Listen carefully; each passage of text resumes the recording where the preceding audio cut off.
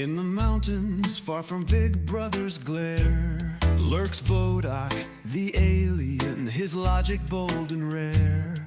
He rants in the moonlight, corruption beware, while Jasper behind the scenes ensures no glitch can snare. They brew roasts and truths, leaving no stone unturned. Viewers flood the chat till the ban can't be spurned. Bodach brims with swagger, inciting verbal wars. He fences bacon deniers behind deep state doors. He slays your claims with facts and leaves them on the floor. With base takes, a cosmic crowbar wrecks each libtard more. From his high tower of truths, he hunts scandal's grin. He lifts corruption's veil so darkness cannot win. The chat erupts for each base take, igniting Bodach's spark. For defiance grows brightest when it's bored in the dark. He calls out crazy liberals, charging right to the fight.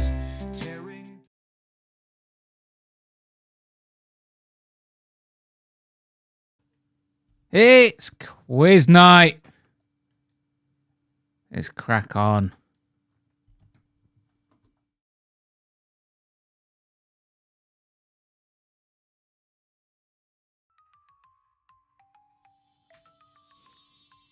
Oh.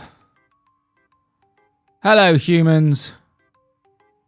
Welcome to the stream, my podcast, my desperate need for attention. This is my show. My name is Bodach, and I was exiled here to Earth, framed for crimes I didn't commit. But that's a story for another day. This is my thing. I ramble, I chit-chat, I fight technical glitches, and I've probably been neuralized by the Men in Black multiple times, considering there's not a rabbit hole not worth my time. But anyway, I wear my tinfoil hat with pride. Never shy of speaking my mind. So join me, help me, enable my bad choices. Maybe then I will finally complete a glitch-free stream. I'm sacking it off, Joey. I don't want it anymore. Anyway, I live in a castle. It's not mine. I don't know who owns it. Never met them. But I've been here for years and no one checks. My man cave is here. I've got my own gym. And there's this weird mirror down in the basement that shows me memes. I host my own talk show where I invite guests on for a chinwag. And I also host a quiz show, Silly Sausages, where we'll be tonight for the UFC 317 quiz. And sometimes I try a bit of stand-up. A bit of open mic at the local comedy club. But anyway, I also have the honour of being a regular guest speaker at the Institute for Science, Memes, Entertainment and Gaming. You will find my previous Smeg Talks on all my channels. But anyway, enough about me. I'm not alone. My mate Jasper is behind the scenes. He hides here from my world, but the less you know about him, the better. Jasper is my producer, my editor, my security, my driver, my cook, my secret Santa, my drug dealer. He's everything. And together we stream on Twitch, YouTube, Kick, X, Facebook, Rumble, Trovo, and D-Live. No, not on D-Live. We're on the other one. And I'm not being funny. I literally just cannot remember the name. Nemo, that's the one. Just looked at it. But yeah, you can also follow us on TikTok, Instagram, BitChute, and Odyssey. Head to the bodach.show. That's my website. Built it myself. That'll give you all the links to my stuff. I'd really appreciate it if you subbed and followed on all the platforms you've got accounts for. It would really help me out. Feel free to jump in the chat and also feel free to clip and share. But yeah, it's a UFC 313 quiz. 317 even. We've got some guests waiting in the wings. Well, we've got one guest. I think we're supposed to have Idaho. Where is he? Where is he? Let me message him. Anyway, you know the drill. If you want to join the quiz, all you got to do is head to the quiz.bodach.show. I'll put it in the chat.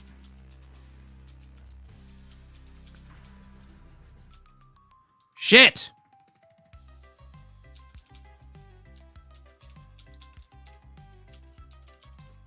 Oh, bloody hell, I've messed it up already. It's not the fucking Bodach show.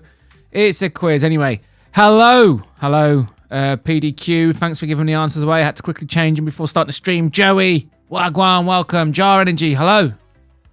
Joey the Weed Ninja, fuck me. Why is there no voice changer? I'm sacking it off, mate. I've had enough of it. I'm just going to sack it off. Yes. Get used to it. Doesn't matter. At least when I go out and I'm wearing my costume, I sound like the same thing. So whatever. Whatever. Don't care. I don't even care. What's up, Andy F? Hello, sir. Lane, what's up? But yeah, it's the UFC 317 quiz, and after that, we're gonna have my UFC predictions. Unfortunately, I got to run away after to do more work late into the night. I'd love to be playing Rush right now, but yeah, launched a project a few weeks ago, and now every time there's an emergency, it needs to be jumped on. So whatever. I don't give a shit. Anyway, let's go to Silly Sausages and let's meet our guest. Well, our one guest. The one guest that's waiting. Hang on. Oh, he's there. He's there. Right, we're ready. We're ready. Let's go. We're ready.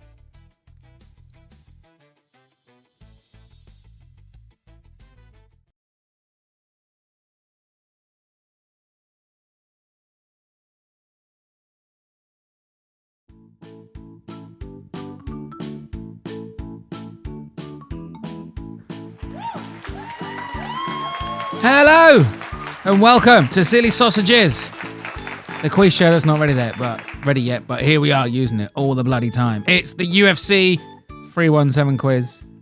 All questions relating to the main card, the main fighters in the card. So the main card, the 10 fighters even. The first round, tail of the tape. The second round is the records. And then we've got the history round, and we end it up with the personal round. This week, we have two guests. Waiting in the background, we've got Brutally Honest MMA. And we've got Idaho Skatesman. But to join, head to the quiz.bodach.show. Put in your name. And slap in the pin 80085. We will be reading the name out. You can enter your silly names. I'm not going to say racial slurs, but you can do your names. I'll read them out. Have some fun. You've got 20 minutes to join. Remember the winners. But yes. Let's say hello to our guests. Hang on. Let me pull them in. Are they here?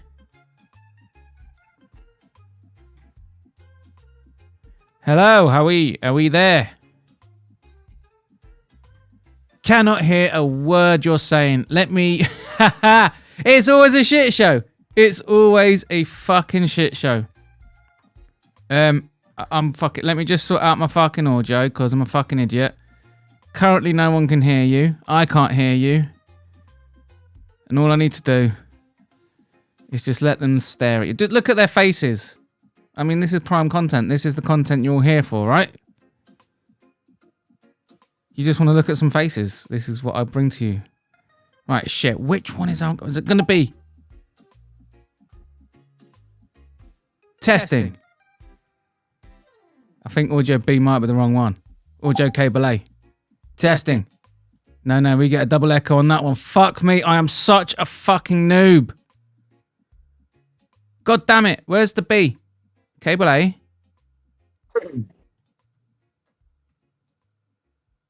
Cable B. Testing. Okay. Oh, fuck's sake. Right, can you hear me now, guys?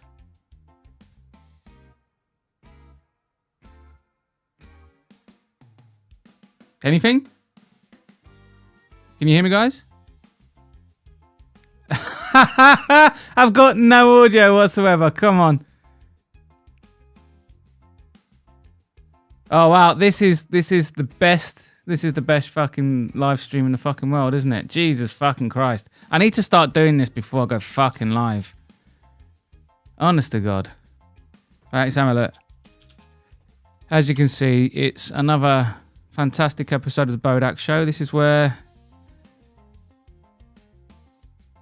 you come. This is where you come, right? for the best fucking stuff. Honest, right.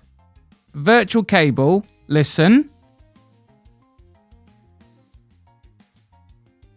Virtual cable. Right, I need to go to the virtual cable. I'm so sorry, guys. I'm such a fucking amateur.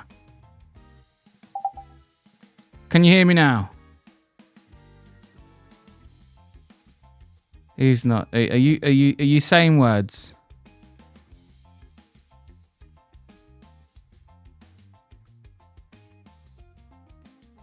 Testing. Maybe it's that one. What is going... Are you winding me up? But I don't know. Can you hear me, Idaho? Fuck me. Well, I can hear you now, so it's a problem. Well, hang on. Say that again, Idaho. Can you speak? What the... I thought it was me. I saw you for I saw you for a second, yes, but then you disappeared again.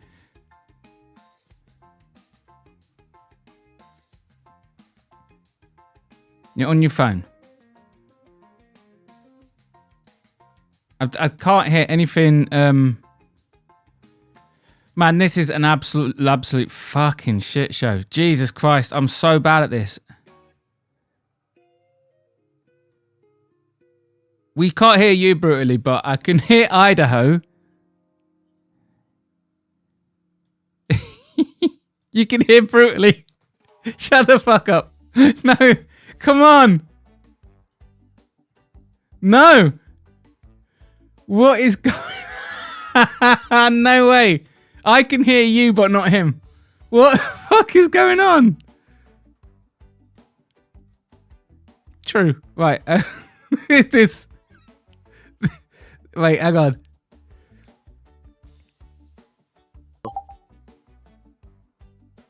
Okay, can you say something now, please? Oh my god, what a shit show. See, there you go. I can't. So there's the C input. Let me just properties.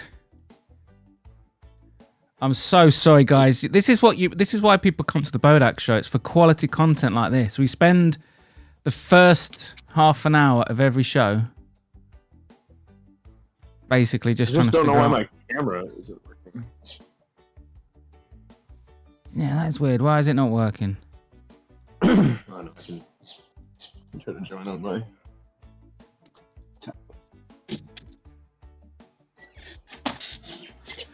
Anyway, it's not too late to join the quiz. You've got about 15 minutes. Probably won't end up having a phone call at this fucking conversation. Let me just... I'm going to just hide the... I'm going to bring the... Let's go bring the instructions back. Let me just figure this out, guys. I'm going to just... You've got a bit of time to join. I'm just going to go figure out what the fuck is going on with my audio. Jesus Christ. Anyway, so guys, I'll be right back.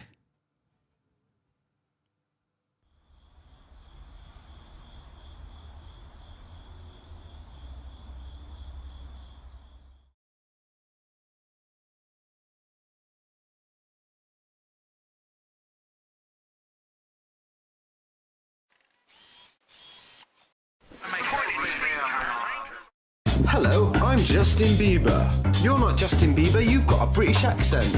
Yeah, let me explain. My name's Justin Bieber, and I come around the world. I fly almost anywhere, but not quite like that, because that's what I do. I do it back and forth, and when I do it, I teleport to the floor.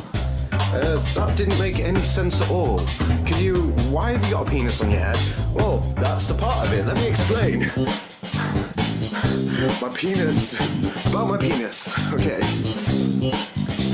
My penis is very magic. It teleports me everywhere. I've been to France, I've been to Greece, I've been to Africa and the Middle East. I'll do it in Russia. We'd march around. And then, wait. Why have you got a penis on your head? Okay. My penis teleports me anywhere I want to go. What? Why is the stars coming out of your head? Well, that's the magic. This is the magic going on right now. Look, watch as I spin it around. Whoa, there's more stars. Yeah, that's amazing.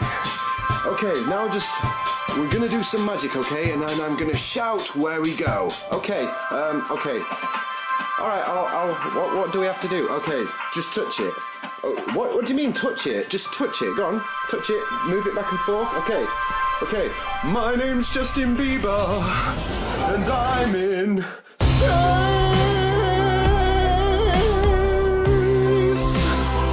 Wow, we're in space, Justin.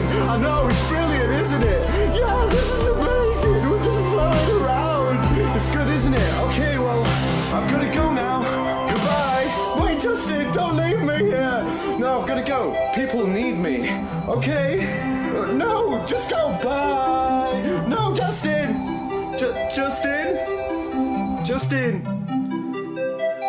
Justin, come back.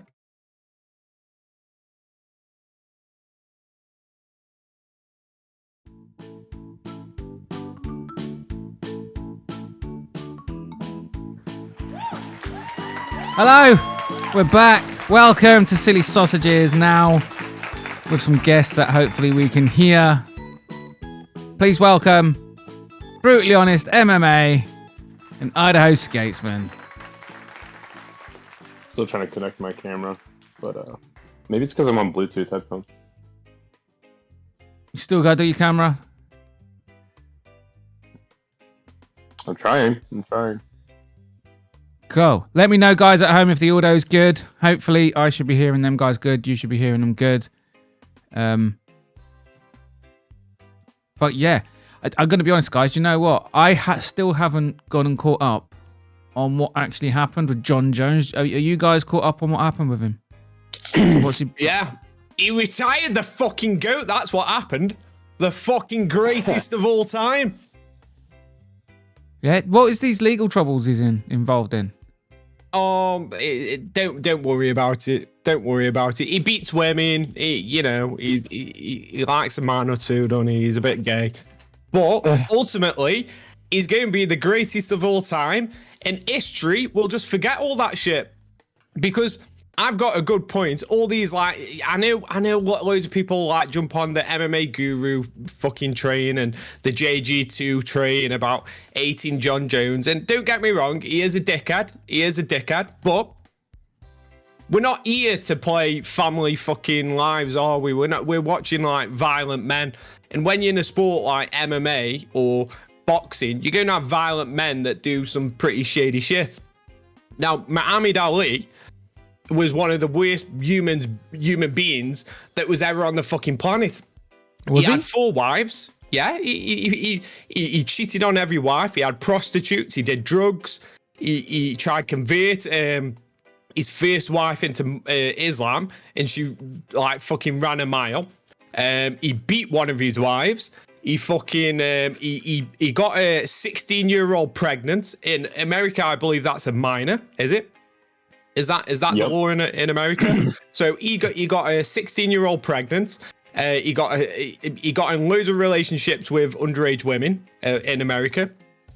In the UK, to us, that is legal. It's weird. I think it's weird. I think we should up it to 18. But Muhammad Ali was one of the most despicable human beings to ever exist on this planet. But now, no one remembers that shit.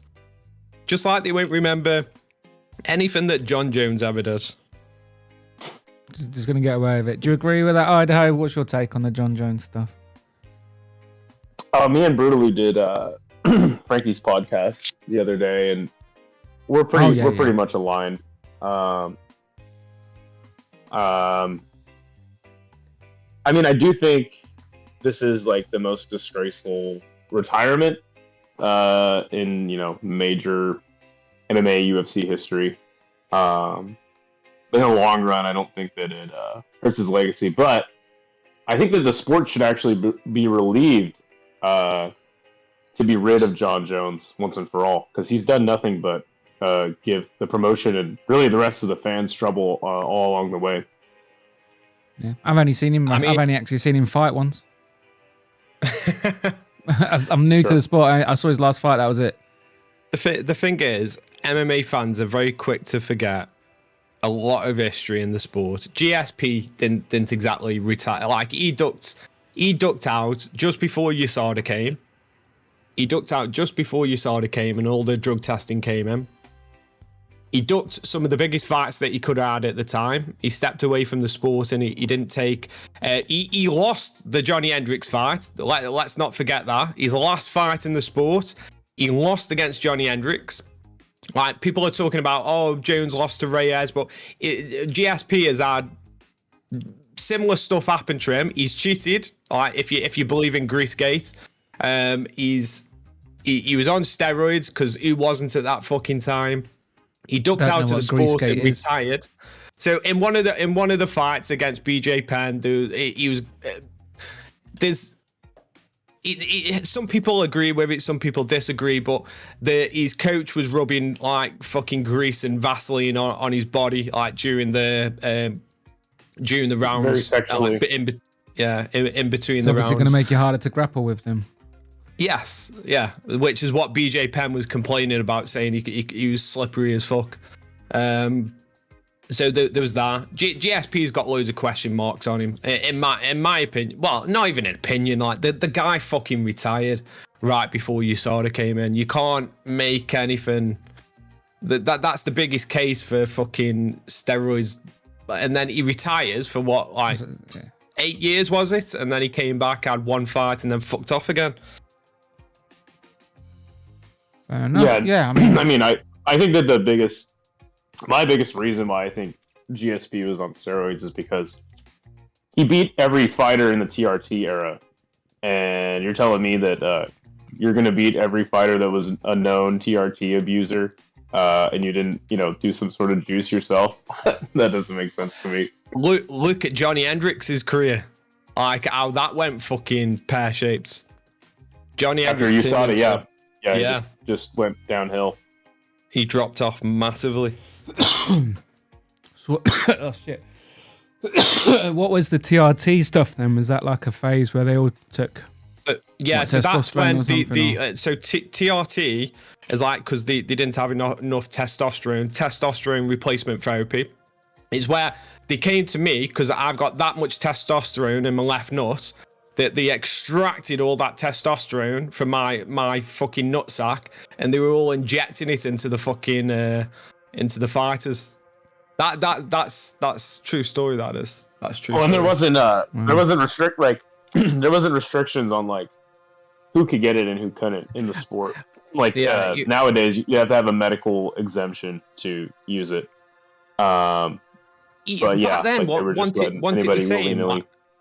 Want it the same back then, but it was like because I'm pretty sure Chael Sonnen just kept going for these fucking medical. That's how. No, you're right. Chael I mean, was you do have to have a medical reason to do it, but it was just so. It was getting really out of hand. Yeah. Oh, yeah. It was like they were going.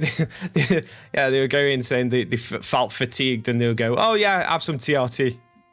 Well, even now in the NFL, like you're allowed to have like the steroid levels like 4 times of a normal person. In the NFL, it's like it's like they're not on steroids. It's like, okay, sure, and you can make the argument, well, those guys are just big, huge alpha males, but it's like, yeah, but to have 4 times the amount normal of a normal human is ridiculous. So when they clamped down on it, was there like a massive noticeable drop off in the size of heavyweights and things like that? Well, what happened was USADA came in, and USADA was actually an effective drug testing organization. But the problem is it sacrificed so much fighter privacy. That's where you got the cases of like, fighters being woken up at 4 a.m. to draw blood or, take a piss test. So yeah, and then the UFC's what is their what are they teamed up with now? Like free sport something or free sport testing. It's the most ineffective drug testing agency there is. But again, at least the fighters have privacy. I think they bust like 2 people a year just to keep up on, like, hey, we're actually doing our job. In the policy now of the new drug testing, that back when USADA were in control of it, when they had the tribunals, the UFC didn't get a say, so they'd have these tribunals. It was independent from the UFC. Now all the tribunals, anyone that gets caught and they go to these fucking tribunals for the failed drug testing, the UFC actually get a say in the tribunal.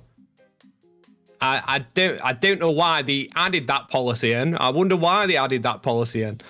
So it's could have thought.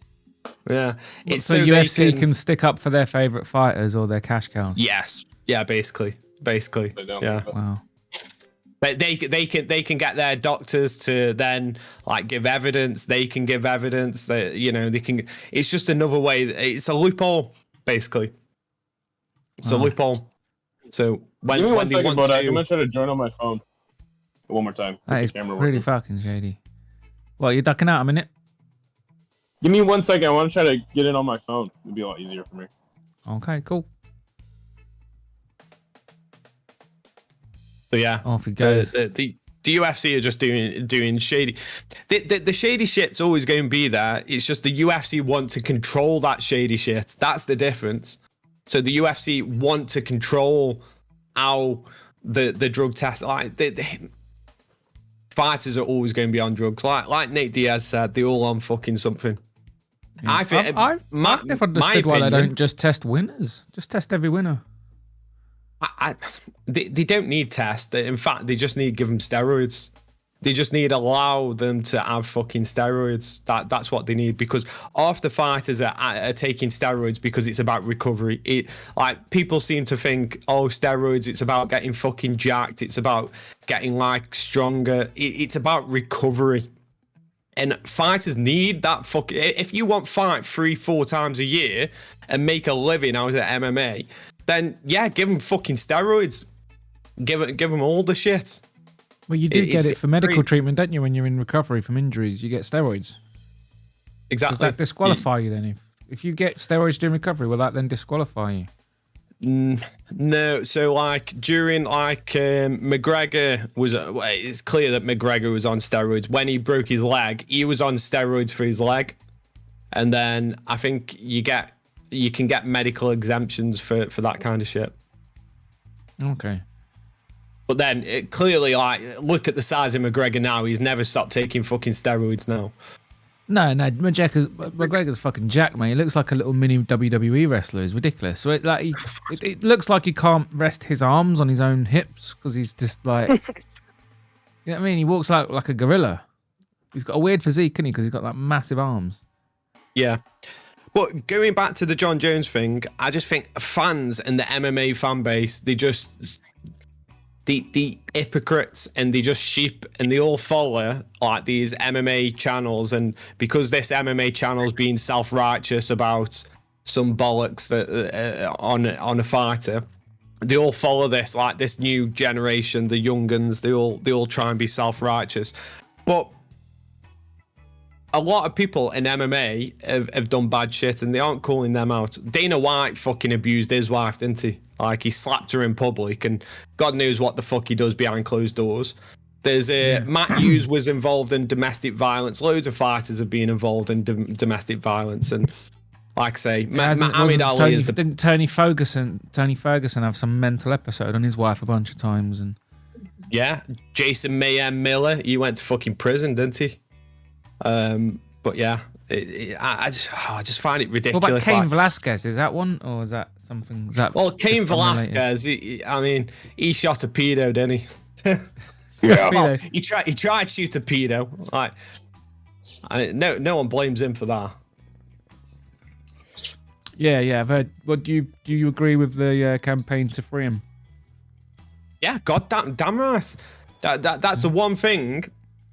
Like, You shaking your I head, get, Idaho. like- Like, I don't. no. Why? I don't. No, and I've gotten shit for this before, but it's like, Go on. do I think you should be able to shoot somebody who did something like that to your son? Absolutely. But do I think that you should be able to, with the legal system we have here in America, do I think you should be able to roll up on somebody in the middle of traffic and try to take them out with a shotgun? Absolutely not. He went about it the wrong way. So it's like, Yeah. he did a very reckless thing, and he should do some time for that. Do I think it's morally the right choice? No, but in the legal system, like you can't just go and try to shoot people with a shotgun in traffic. So on that end, no, I agree with that. I agree with that. Yeah, you bang on there. Wait, how long's he got? He got a pretty reduced sentence. I think he's gonna get like 3 or 5 years. Fucking hell. In the UK, you get about 10 years for fucking murder, and then you're out on good behaviour. What? Yeah, there's loads of cases. Like, there's a woman right now. She killed a dad and some other woman, and she like tortured this woman with a cheese grater and everything when she was 15 years old. She's done 14 years, and she's up for parole. She could be out in the next year. Yeah, the UK's prison population is so bad that we've basically run out of non-violent criminals who've served their minimum. So we're now letting out violent criminals early to make room in the prison because they're the only ones that have gone past their minimum sentences. Yeah, you guys fucked it up a long time ago, and you sent them all here to Australia. So it sounds like it's gotten back to that. Yeah, be nice to be able to send them somewhere, but we'll just build some more bloody prisons. But never mind. So yeah. So anyway, guys, or shall we bring start back a quiz? capital punishments? You know. Yeah, Punishment. Yeah, that won't work. The island thing works. Live restricted for some audiences. Your live contains themes that may have find uncomfortable. It's basically picked up on smoke. TikTok's so weird. I am on TikTok. I'm sorry. Fuck it. Nah, it's fine. Don't worry about it. It's a running meme that every time I go live on TikTok, I never get to the end of a stream before it cuts me off. So, how long have we got? So we're half an hour in, so we're doing well on TikTok. But it will be a minute. Anyway, shall we start the quiz? Anyway, yeah, I got to join back in. No problem. Let me just find weird? you guys. Bodach, maybe you could figure this out. But if I leave the page and then I try to join back in, it makes me sign in again. Yeah, I am working on it. On the quiz. Okay. So yeah, there's going to be like 3 of me. That's right. Just tell me which one you are now. I put the same name, and I probably should have changed it, but you'll see when I start answering. Okay. I need to know so I can single you out in the scoreboard. Right, guys, it's not too late to join. You got another minute. I'll just go out through some instructions. Currently, how many players we got? Got about 10 of you playing. If you want to play along, go to quiz.bodach.show. Set your name. Put your PIN number in 80085. It is the UFC 317 quiz.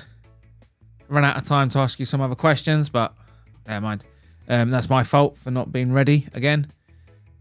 Here we got 4 rounds, 5 questions. The first round will be tail of the tape. 5 questions about the tail of the tape. Then we got the records round, followed by the history round, some history about the fighters. And then we got the personal round to finish it off. Remember, all questions relate to the 10 fighters that are appearing on the main card this week. I think every fighter has 2 questions relating to them. Somewhere. We need to get somebody monitoring Thal. Make sure he's not cheating this time. It would be nice to monitor Thal. He's getting pretty good at winning these quizzes. But then Renaran Tats joins in. He does really well as well. But yeah, remember when you're playing at home, you're going to get a little 5-second warning. Look out for the 5-second warning because the question and the answers all come at you at once. If you don't double tap your answers in time, you don't register an answer, and there's nothing I can do. But yeah, we'll rattle through the rounds. Check up on the scores.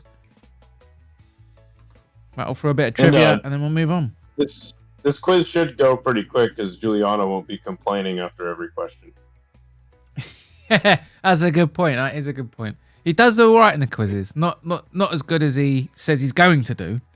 He'll proclaim that he'll proclaim like the best players entered the room every single time, and then he comes somewhere in the middle. I pulled another couple of points ahead of him on picks, by the way, this week. I thought that was funny. Anyway, remember what we're playing for? We're playing for the Imagino Teapot. I think we're on episode 71. So remember, at episode 100, we're changing the prize. These are limited edition So you now have fewer than 10 teapots left to win. But with all that, all the pleasantries sorted out, let's find out who's playing along with us tonight at home. So anyway, we've got Brutal, we've got Western Mass Climber, Combat Casual. I don't know which one you actually are. I've got 420 Ninja, Cunt Punt Combat, Jar, War Black Demeanor. Okay. War Black Demeanor. Hitler Son. And Technically Retarded. It's a play on Antec. And Technically Retarded. File even. Musicals Internet. JPL. Boob. Fist Fuck Frenzy. We've got Jiggy Have a Push and Pull. Shank 96. Gaz Ninja. And Western Ass Toucher. Which one are you, Idaho? I'm one of the 3 combat casuals. I only see one combat casual. Okay, all right, cool. Then that's me. Wicked. Right, hopefully you're in the quiz. Just let me know if nothing happens and we'll... Well, the first question's a throw anyway. Right, ready, guys, ready. First question, guys, ready? Also, sorry, I always forget that little bit. Remember to pay attention to your quiz controller. The stream could be as much as a minute behind. So don't listen to me, watch your quiz controller. Let's go with the first question, which is in the tail of the tape. Question 1. What is Kai Kara France's nickname? Is it the Sniper, the Kiwi Killer, Thunder, or Dope Blink? What is Kai Kara France's nickname? It's not up for me. Let me see. So it's not up for you, right? Yeah. Refresh the page. Don't worry, we'll get you in. See, then I gotta log in again. Just jump back in. This is going to be one of those streams. Like, nothing needs to work. Let me see if I can do it on my phone. Yeah. Out of interest, what would you say the answer is? What the fuck is this stupid name? Haka, faggot. Say the answer out loud so we know you can at least answer it. It's D. D, no blink. Okay. Everyone else's answers are locked in, so it's all right. Just get yourself in the quiz. Yeah, well, I'm glad it's working for everyone else, you know. Yeah, maybe there's just a thing about the Australian internet or something. Have you got a second device, yeah? Yeah, I just pulled it up. It's right, literally not. It's not gives working. me something. So brutally, if there was a fight, you would recommend a casual watch. As if they were new to the sport. If they were new to the sport, what fight would you recommend they go watch? Damn, Well, I'd recommend that they go check out the greatest fighter of all time, John Jones versus Shogun Rua. That is the fight that I recommend. Because you can't beat the fucking goat. You can't beat John Jones. You can't beat him. Fair enough. I still don't see you in there. Yeah, it wouldn't let me log in if I didn't get the quiz password right?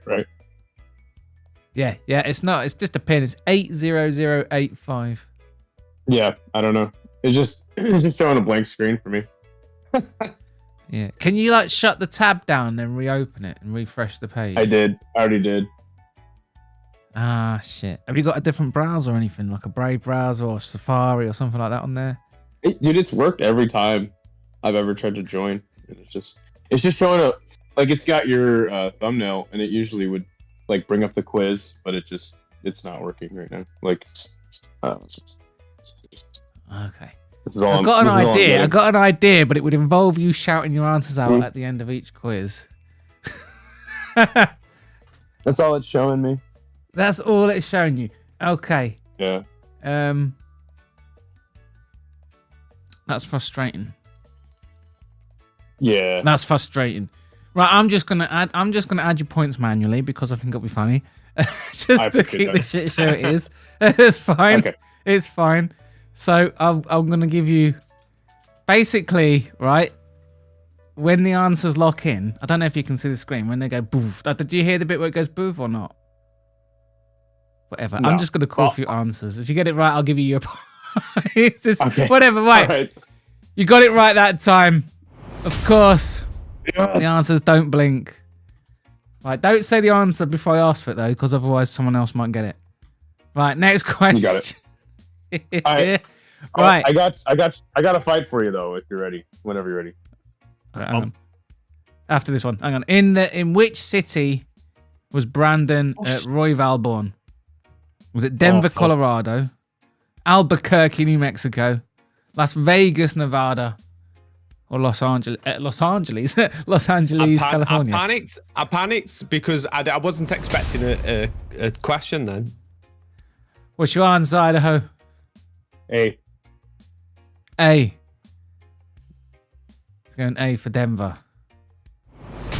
he says, do the whoosh sound effect for me. It is. I'll do it. It's all right. That's it. I've got to manually add your points to the database. It's such a weird one. I'm glad that you're sat there, like with your hand resting on your with your head resting on your hands, because now we know you're not cheating. There we go. Hands up. Next question. Oh, sorry. He's going to tell us about. We'll do it at the end of the round. All right. Wait for the end of the round. Got to fight. What is Benil Dariush's age? Is he 32, 40, 30, or 36?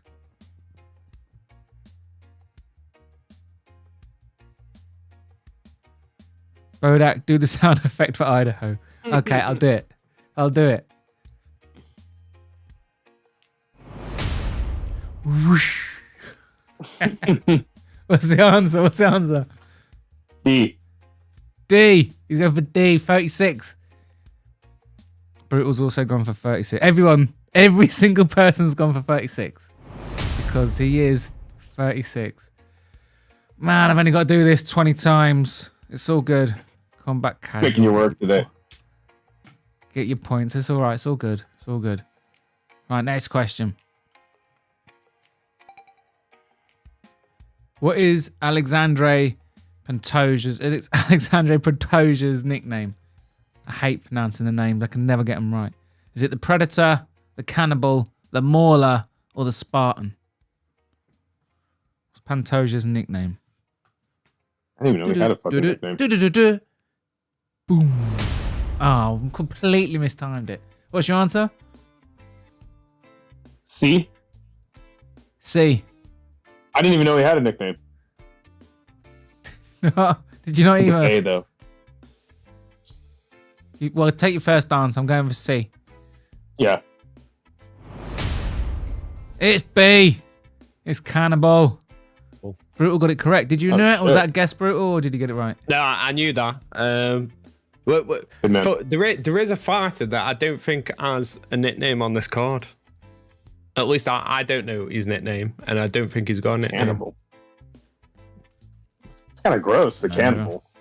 Just eating other people. It's kind of fucked. I wonder how you get that nickname. Do you think he was biting like people in training or something?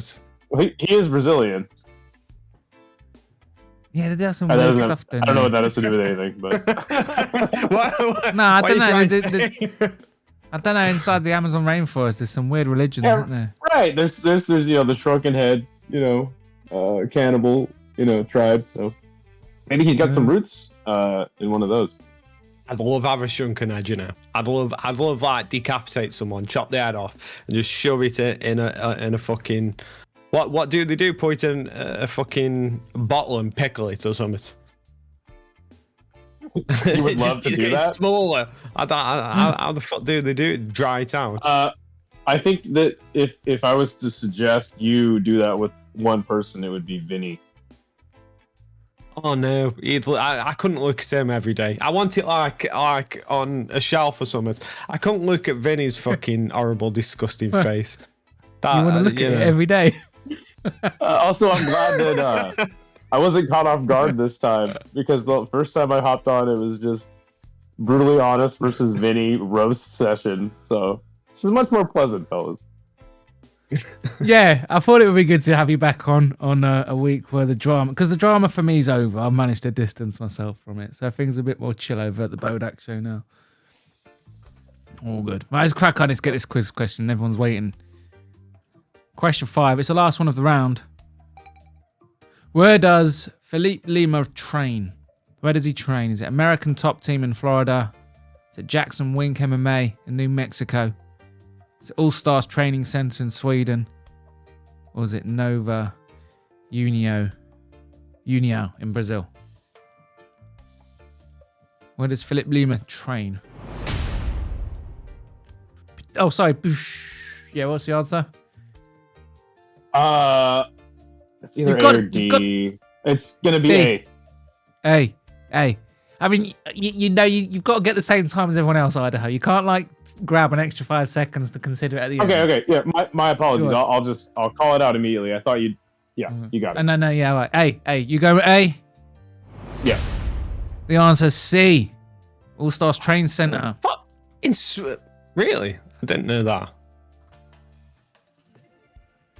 I'll double check. Look, don't do this. Like, I've got to fucking hang on. I didn't know the answer, if I'm honest. It's just trolling very me then. surprising. It's just very surprising, like a Brazilian in Sweden. What? Let me just double check. It might be completely fucking wrong. Philippe Lima.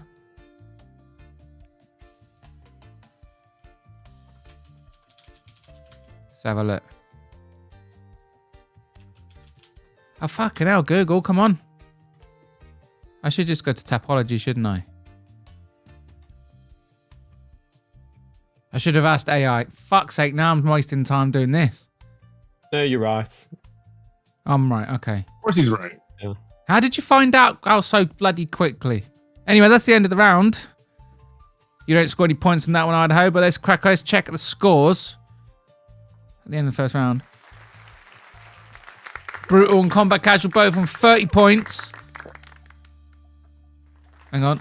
But taking the lead at home, we've got Thal on a 50. On course for a clean sweep so far. And Technically Retarded, also on 50 points.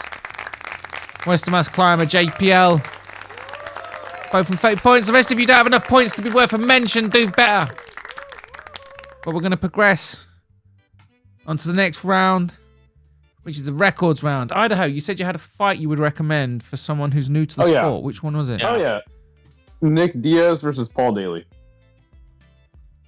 Nick Diaz or Nate Diaz? Nick versus Nick Paul Daly. Diaz. One of the best one-round fights ever. Okay. What do they do? Just go fucking crazy and to start swinging at each other? I don't want to ruin it for everybody, but yeah, I'm gonna be it's watching these after the stream. multiple knockdowns between both men. It is brutally knows. It's a fantastic fight. Okay. I'm going to do this. I've got plans because I'm redoing the website, which will involve quiz improvements, which will let you log in. You'll actually log in and not have to do the pin. But I'm also going to do things like this. So like, I'm going to ask you questions like that. And that's going to become part of my website as a sort of I'm treating you guys as the experts. And this is your guide, your advice on what a casual needs to do to enter the sport. These are the fights you should start with. So that's what I'm gonna do a guide on that. I'm gonna try and appeal to casuals. If you're doing a casuals guide, what they need to do is go out uptown, grab a beer, go into the bathroom, do a few lines of cocaine, then go back out into the club and then bump into someone, and then fucking they'll look at them, they'll lock eyes, and normally you'd go sorry, but when you fucked up on cocaine, you go, oh, I'm fucking Superman. You think you're John Jones, you start trying to do a fly kick at him, and then you get glassed in the face. That is what you need to do, and then you'll realize that MMA is just fucking amazing. So does it have to be? Do you have to do a Paul poor form fly kicking, or can you windmill It's in, kind of like the Conor McGregor experience, isn't it? That's what. That's in fact, come to Stoke-on-Trent, anyone. If they want the Conor McGregor experience, I'll take you out with the boys, and we'll simulate what it's like to be Conor McGregor for a night. Come to Stoke. Why is it on Trent? What does that even mean? On Why Trent. does it be Stoke on Trent? I don't know. We've got loads Trent? of like loads of Is the cities Trent are the like river, or on Trent or up on Trent, or it's a good question that I don't know. well, I mean, I'm from fucking live Cambridge, there, but it's you don't literally know just the a city answer. built around a bridge over the River Cam. It's dumb. River Trent. It's because it's on the River Trent. That's why. Okay. Yeah, that's what all it right. is, yeah. Perfect. But yeah, let's move on with the quiz, keeping everyone waiting. Yeah, so to catch up on that first round, yeah, Kaikar Francis earned the moniker "Don't Blink" because of his brutal knockout power, capable of dropping opponents in a flash. His devastating speed, catching people out with 12 knockout wins so far. Brandon Royval. Is it Royval? Brandon Royval was born in Denver, Colorado. Royville. Of course, Benny Alderish is... It's like Royval. Royval. There we go, Royval. Yeah, there you go. I know fucking musicals out there lurking. I know he's clipping it when I get it wrong. He's a little shit. Right, yeah, we've got say Darius. Royval. He's 36. Pantoja's nickname is the Cannibal. For some reason, I didn't write a note from where that comes from. Okay, thanks for that. Where does Philip Lena train? Yeah, he's... Oh, I now got the moniker the Cannibal stuff there. It's because of his ruthless octagon style. His trainers started calling him the Cannibal. Fair enough. Okay, let's crack on with the next round, which is the records round. 5 questions based on the records. Let me get my quiz thing going. Right, what is Ila Toporia's professional MMA record? B. Is it 15-0, 17-0, 14-1? Is it 16-0? Hang on, it's coming. Da-da, da-da, da-da-da-da. Ooh, still fucking timing. What is... what's your answer, Idaho? B. B. It might be D though. But yeah, B. B. I'm taking a photo. Yeah, I'm going to take the first letter that comes out of your mouth. Perfect. That's not what Brutal's gone with. The real is... It was D or B for me. It was D or B for me. It's D. D. Okay, question 7. How many fights has Charles Oliveira had in the UFC? Not in his record in the UFC. Is it 25, 30, 34, or 40? That's fucking hard, isn't it? So what'd you say, Idaho? Hey, Fuck it. 25. So I mean, for some reason it keeps... I've gone way too high. Oh, fucking hell. A, 25. A25. I've gone way too high. You've got my 34. Fuck off! Yeah, boy! It's hell. 34. It's a lot of That many fucking fights. in the UFC? Jesus Christ. He's got records, hasn't he? And all kinds of stuff for his appearances. And Yeah. whatnot. Yeah. How old is he? How old is he now, Charles? I'm not sure. He's in his 30s, I think. That's why he's gonna get splattered by Ilya on Saturday. It'll be Sunday morning for me, but Well, yeah, I shit. gotta- you've got... He's 35. I'm in Charles Australia. I Oliveira. gotta deal with your guys' time of the fights now. Almost. No, we're fucking near. You get a nice cushy wake up, have a fucking all day breakfast, have your That's fucking true. bacon, your sausage, have a brew. Yeah. Fucking, we're there. I think it'll Like be fucking. I think it'll be at 8 in the morning for me. What time Yeah, is it well- for us? Well, it's 3. The main card kicks off at 3 a.m. Oh, Oh, God, I'll be alright, watching yeah, it on never Sunday mind. then. Fuck that. Oh, Doesn't even You get start wake until 3 a.m. Jesus. Yeah. All right, let's crack on. Question 8. How many first round finishes does Kai Kara France have in his career? In his career, how many first round finishes does he have? Is it 10, 13, 15, or 9? I'm gonna say A 10. A10. Idaho is going with 10. I've gone A It because might be.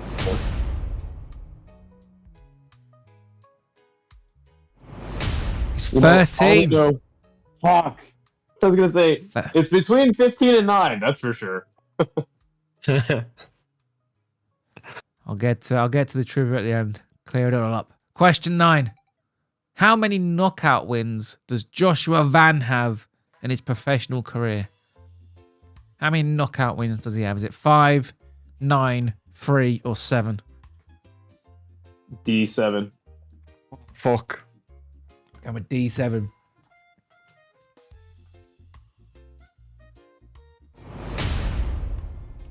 Brutely's gone with 5.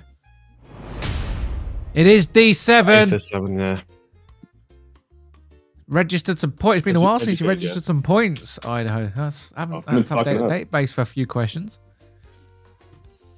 Almost the whole round. That's the first one of the round, actually, for you. Anyway, this is the last question of the round.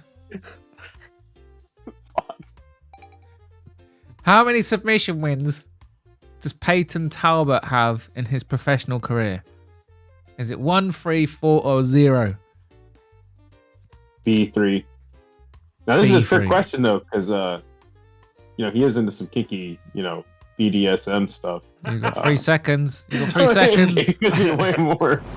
What's your How final answer? submissive. What's your final answer? B3. B3. Brutal's gone with 1. It is 1. Fuck off. We'll get it. And that is the end of the round. Let's double check the scores. That transition's a bit scuffed. I'm going to have to fix that. The rules after the second round. Brutal on 60 points takes the lead on the panel Destroying me. with Idaho on 40 points. We've got File winning, taking the lead. He's not on a clean sweep, but he is on 80 points. 20 points ahead of both Brutal and technically retarded, both on 60 points. Then we got Gaz Ninja. No, we haven't. We got 420 Ninja. Hilterson, JPL, Cheddarhead, all on 50 points. Do you remember when Cheddarhead was the GOAT? Do you remember when he was the GOAT? He's like the Leeds United. He used to be good. Now he's kind of this mid-table guy who hardly ever How the turns up. mighty have fallen. Yeah. To be fair, 4 Leeds got teapots. promoted. Yeah. Leeds are coming back. Yeah. The rest of you, anyway, Redemption. you don't have enough points to be worth a mention. Yo, how do you guys Fuck, watch they took soccer? it. Is it like 4 hours and they score like twice? It's 90 an hour and minutes. a half and they score twice. Oh, for real? Okay. It's a great bloody game. You Americans, why do you Americans need like relentless points? Yeah, I just don't watch any. I don't watch sports ball. I just watch people fist fight in the cage like an adult. Like an adult. I love a bit of football. I like a bit of football. I do. Yeah, MMA's taken over as my my main sport. That's the one I get excited for. Like I keep up with football. I watch the games, but I watch. Yo, I've even started watching watching like is the. way better than You Okay, get man. excited for it. Fucking hell. I don't know I when do, the last 'cause time I'm new to I it all. got excited. But I've started consuming other stuff, so I'm like watching all the bare knuckle stuff now, and I'm starting to watch the cards, then bare knuckle stuff that's happening on a Friday and things. It's like, What? I'm at the bare knuckle this weekend. Can't fucking wait. Yeah, yeah, that's what I man, mean. that's I'm getting tough. well into it. I love all that. I think the bare knuckle's better. I don't understand why there's certain rules in the UFC that don't make sense. Like, why can't you use soccer kicks and stuff? They're perfectly. I mean, Yeah, have you heard of Ryzen, Bodach? I've heard of the name, but I haven't watched anything from there. Yeah, so soccer kicks are legal in that league. Oh shit, nice. Yeah. Yeah, I just think the UFC. I think like they're playing with the government in America, and that they've taken it. There's just some shit. It's just too much taken away out of it. What's Yeah, that? it's soft, but What's that fucking sport called? Left left way? Sorry. Left way. Yeah, left That's way is fucking like brutal. it's Muay Thai with headbutts. Yeah. But That- you have to go to like the jungle of Cambodia to watch it. You know, That's the shit I it's like not want. even a joke either. That's like really what you have to do. Yeah, I'm gonna have to check that out. Burmese fucking jungle. Yep. I But definitely. yeah, no, check that out. I need to see kickboxing the rules. is kickboxing is my favorite combat sport these days.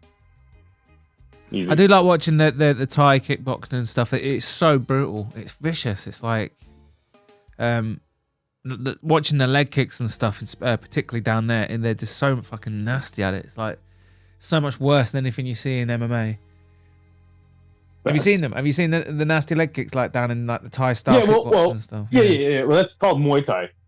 Muay Thai, yeah, that's the one. But yeah, like one championship Muay Thai is it's way more exciting than like all other Muay Thai that's out there. So yeah, but like kickboxing, this is where Idaho gets very pedantic on his Muay Thai. Yeah, you're yeah. Well, I absolutely cooked Giuliano the other day. Muay Thai is not actual fucking Muay Thai. So me and I'm a Giuliano casual. were I talking about apologize. we were on Frankie's stream, and I said this to Giuliano, and he's like, "No, what are you talking about?" I was like, "Okay, name another Muay Thai promotion." Oh yeah. You named Glory. It was funny. Anyway, Yeah, fair enough. Let me just Actually, wrap up that watch- last round. Go on. No, go. Finish. Go on. I was going to ask, what's your favorite kickboxing promotion? What should we check out? That's a K1, good but question. you can't really watch it. So watch Rise. Rise is free on Abima. But Why can't K1, you watch K1?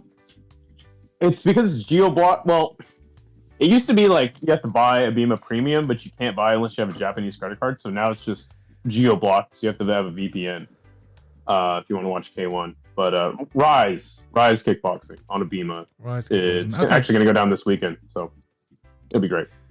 I'm gonna watch it. Hang on. I'm gonna make a note of it. I'm gonna do because I'm doing these are part of my VODs as well. Because I get to explore all these things for the first time. I get to review them as someone who's seen it for the first time and someone who hasn't developed like a massive strong bias for the UFC. I started with the UFC because it's a big one, but I haven't got an allegiance to it. So I get to explore all these smaller franchises without any bias. And seeing as though the UFC is in a lull, I'm not spoiled either from all the amazing fights you guys have got to experience. So what's it called again? Rise? Rise, or just RISE, Rise Kickboxing. Nice. And it's on Abima.tv. I'll find it. Right, expect And, a Rise kickboxing Joey's review calling coming me from out. Bodach.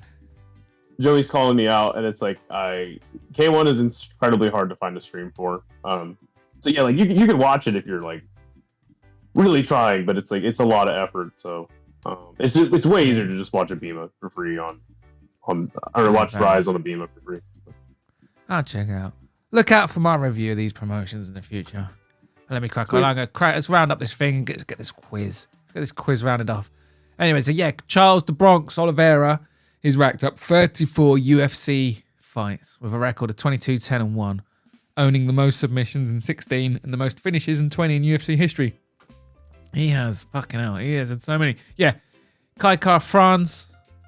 He's had 8 fights, finishes in the first round, 6 knockouts and 2 submissions, including a knockout of Cody Garbrandt. That was actually quite a good knock. That was a good fight, actually, the Garbrandt one. I watched that on YouTube.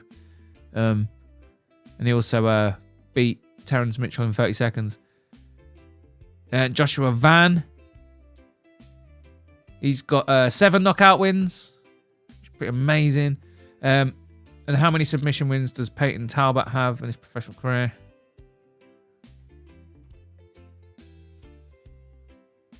Wait, oh yeah, the answer was 1. He has a sole submission win with a third round rear naked choke against Nick Aguirre, or whatever you fucking say that word. Yeah, fight night 23. He submits to his boyfriend every night. Fair enough. I don't know anything about that. We're going to move on to the history round. This is round 3. It's a history round. 5 questions relating to the history of some of the fights on the main card.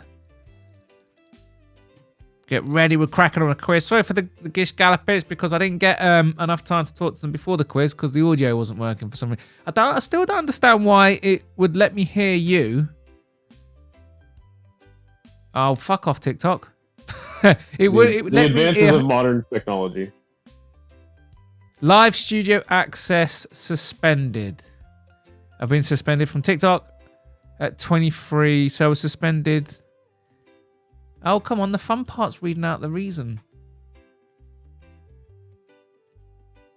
Come on, let me... Here we go. Here we go. Restriction ended. Right, live studio access suspended. Repeated failures of a violation. It's not... Okay, all right, it's a boring one. I'm not telling me what it is. Normally it's like blah, blah, blah, blah, blah. These blah, blah, blah. All right, we're off TikTok. Fuck! Oh, it's an hour and 5 minutes. Right, perfect. We've got an hour and 5 minutes. Log the time, people. We can do better than that. I reckon we can get under the hour. Anyway, question 11. Let's crack on. How many times has Charles Oliveira missed weight in his UFC career? 4 times, 3 times, 2 times, or 6 times? B3. B3. Oh, there's going with B3. How many times has Porky Pie missed his fucking weight?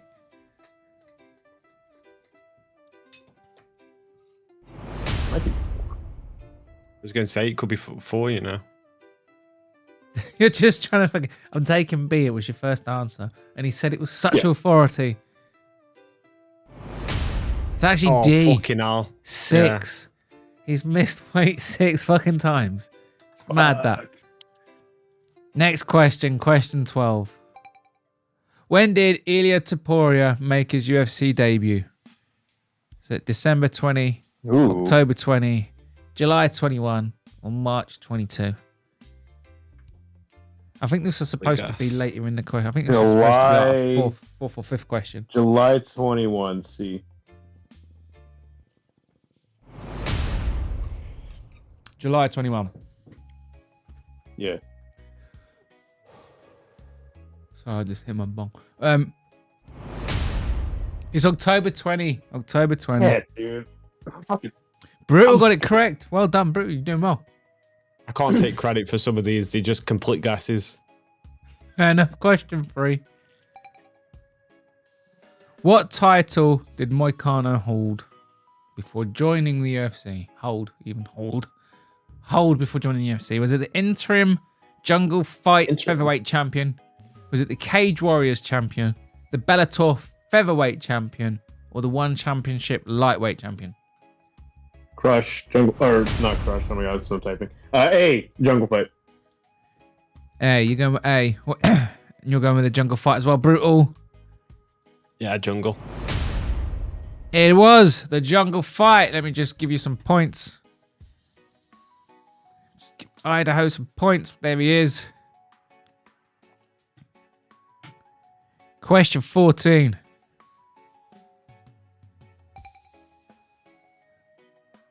Who was Beneil Dariush's opponent in his UFC debut? Was it Ramsey Ninjem? How the fucking name is that?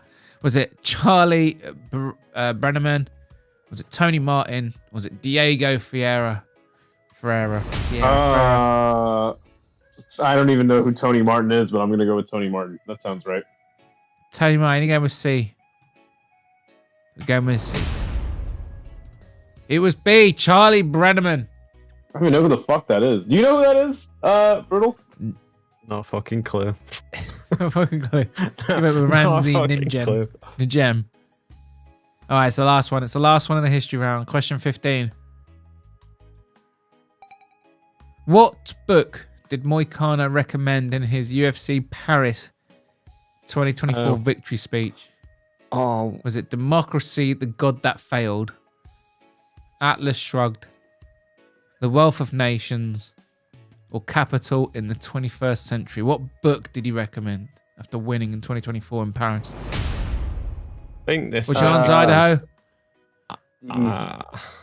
Got to rush ya. Give me one. Yeah, D. D. Let's go with D. That's what you went with, isn't it? Yeah, you did. Yeah, I think it's... Oh, fuck off. It was A. It was Democracy, Gold That Failed. Yeah, That is the end. A lot of people saying this quiz was really hard, and yeah, you did a good job making this one pretty tough, in my opinion, Bodach. Good on you. I hope so. I always say that the ambition is that nobody clean sweeps it, but I would still like at least half the people to get at least 100 points. That's when I think I've done well. I like winning things. Was that? Yeah, no, your quiz should be hard. That's the whole point. Oh yeah, cheers, yeah. Let's check up on the scores. That was after round 3. Brutal's on 80 points, leading the panel. Idaho's on 50. But leading the quiz, playing at home, is Thal on 120 points. Oh, fuck off. Miles ahead.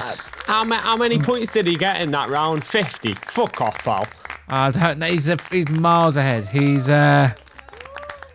it's another storming performance. I'm not even going to mention everyone else's points. Thal is 40 points ahead this week. He's 40 points ahead. The rest of you, if you're not even going to make it fucking competitive, I'm not even going to bother listing your names. What's the point? He's 40 points ahead. Come on. For fuck's sake. Right, let's carry on. Last round. This is the personal round. A few personal questions from some of the fighters on the card. Double tap your answers. Everyone except Idaho, who's going to shout them out. You made it sound like you actually asked the fighters these questions then. I wish I could. I will. If I ever get some proper pull in the MMA scene, I will definitely ask them questions for the quiz. What was Felipe? Is it Felipe Lima's motivation for starting to fight? I had to go D. D. Yeah, I have to What are you going with, Idaho? I'm going with D, but keep in mind he is from Manaus, which is literally in the middle of the jungle. There's not even a road from Brazil into Manaus. You have to take a fucking boat. I fucking hope it's true. I fucking hope it's true. Yeah. I'm just going with D from Manaus. Jungle boy, come on. Jungle, Yeah, but he fights out of fucking Sweden. He's not in the fucking jungle anymore. Cunt. That's actually a good point.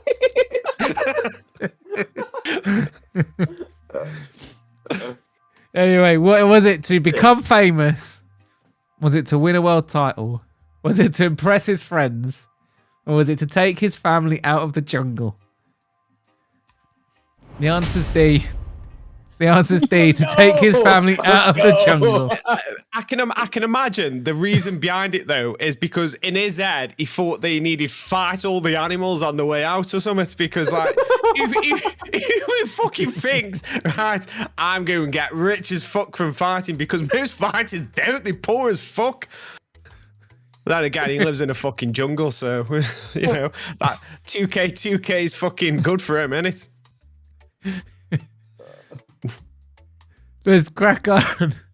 Question 17. I always like this round. I don't think there's any more funny ones, I don't think, unfortunately. But yeah, question 17. Where does Brandon Royval work as a jiu-jitsu instructor? Is it Factory X, Gracie Barra, Gracie Barra, Jason Wink MMA, or American Top Team?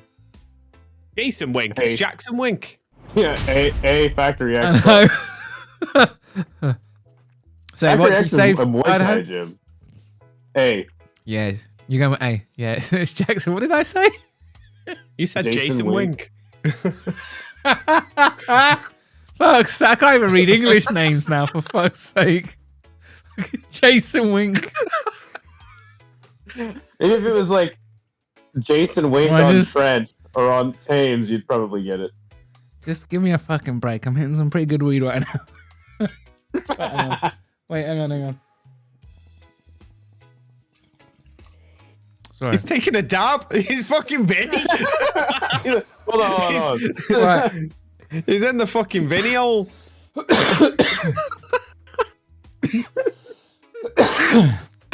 Right, real answer. It's Factory X. He's an instructor at Factory X. Next question, question 18. How many habaneros can Bodach eat? How much blood does he take out of his body every night and put in a jar?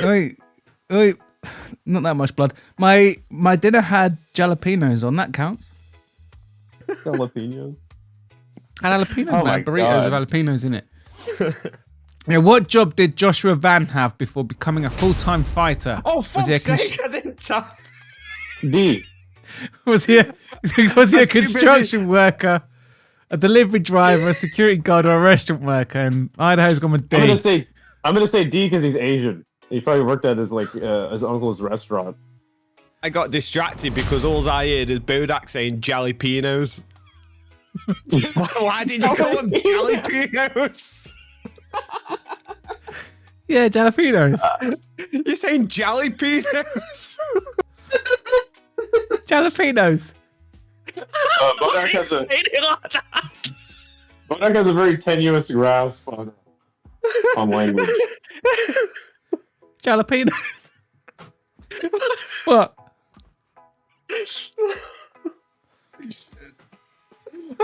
That's how you say it. It's jalapenos. Jalapenos. Yeah, Jalapenos. close enough. Yeah, see? Close enough, he said. That's the American. That's jalapenos. Sure. Next question.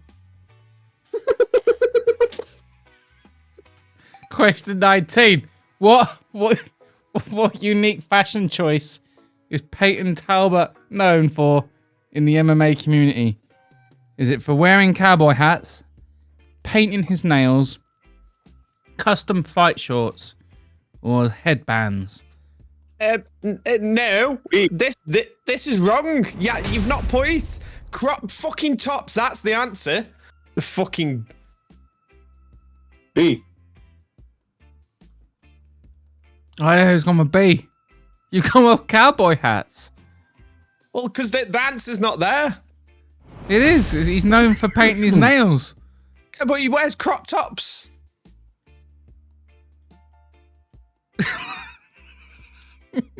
I know. Does he? He's known for the nails, though. Go on, you stoner. Google Peyton Talbot. Crop I'm top.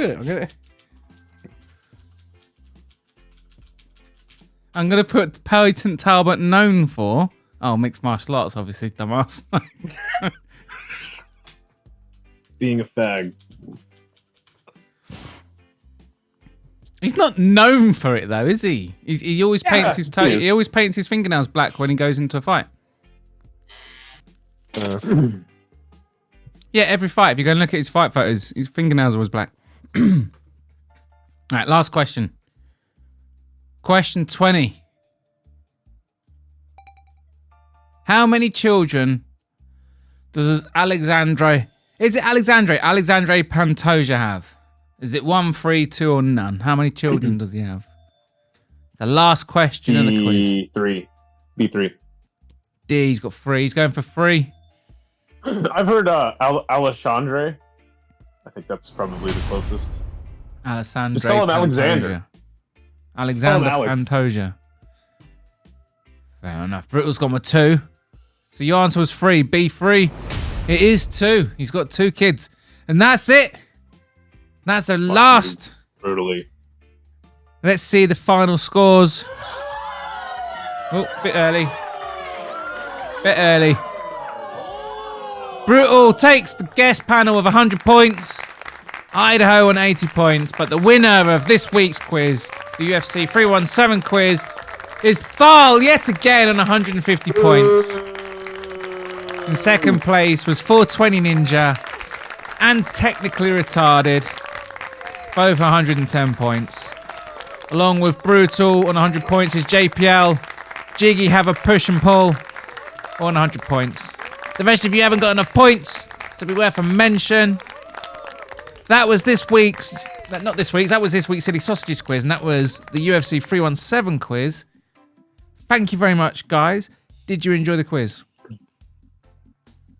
Very much so. Oh yeah, fucking loved it, man. As always. Nice one. What fights are you? Is there any fights this weekend that are standing out? I have to look to the card again. I mean, I forgot that. I completely forgot the co-main was a title fight, Pantoja. I forgot he was fighting, so I'm looking forward to it. Overall, Royval good and card. Van. Yeah, Van Like- stepping in on short notice. Benil Very versus interesting. Moicano.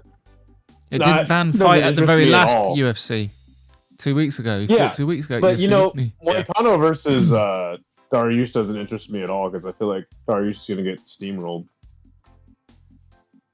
Oh, You think Darius is McKinney getting and- steamrolled?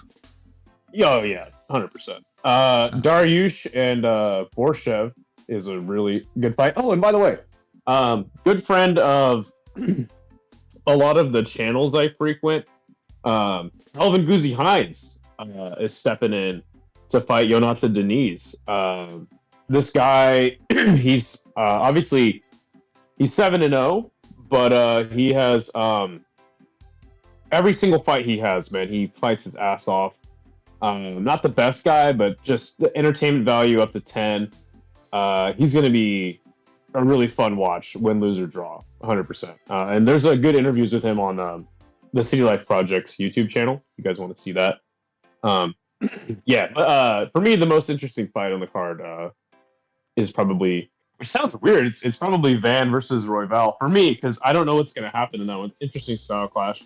I feel like, I know a lot of people are Taporia excited about Charles- Van, though, aren't they? He's a prospect, isn't he? yeah, 100%. Oh, if he wins this weekend, what's Royval is he's ranked number 1, isn't he? Yep, So he'll be next in line for a title shot. 100%. I hope that they're paying him good because he did come off Contender Series. He has rifled off quite a few wins, so I hope he has renegotiated his contract. But I feel like he's getting probably grossly underpaid for this fight, just like every fighter is. You know what I'm saying? But In particular, is that with him Contender stepping Series? in short notice, they usually pay him a bit extra, don't they? They should. I hope They so. should anyway. But yeah, man. Ilya and Charles doesn't interest me because I just feel like Ilya is going to splatter Charles. Like Pantoja's probably just going to run over Kai. It'll probably be interesting for like a round or two, and then I feel like Dariush is getting steamrolled. Felipe Lima versus Peyton Talbot is a fun one. A lot of people are going to give Peyton Talbot shit, because when you lose in the sport, the fans just abandon you, and now everyone's called him gay, like me, and but he is a really talented and fun fighter as well as Felipe Lima. To be fair, I was calling him gay when he was winning. So Yeah. he's gay, and I don't like him. And I don't like him because he's gay. I don't like. Fucking hell! That is a big part of I've it. said that. I just don't like him. I don't like him. I just don't like Sure. him at all. I think he's got a lot of skills, though. He still has good potential in the sport. Yeah, but this is what I mean. We're getting rid of your fucking cunts like John Jones, and we're bringing in fucking nail painting, crop top wearing, painting Talbot. That's what this is the future of fucking MMA right now. We're going from killers who are fucking notoriously bad people.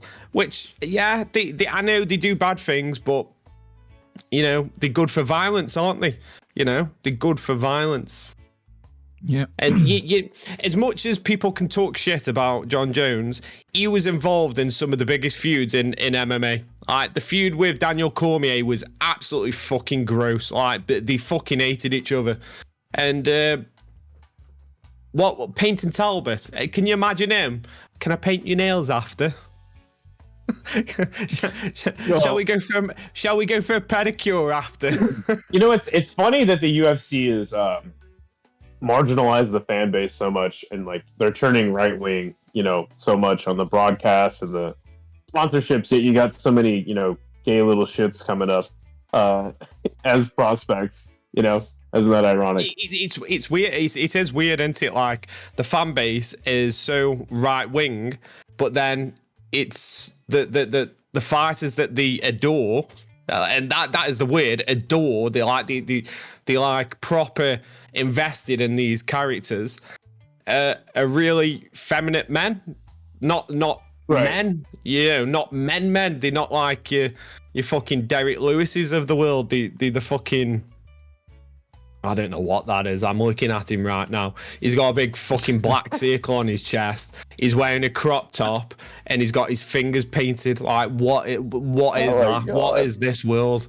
Like, I can't stand it. Sorry, just a minute. Little Lou, cheers for the 2, mate. Yeah, I am.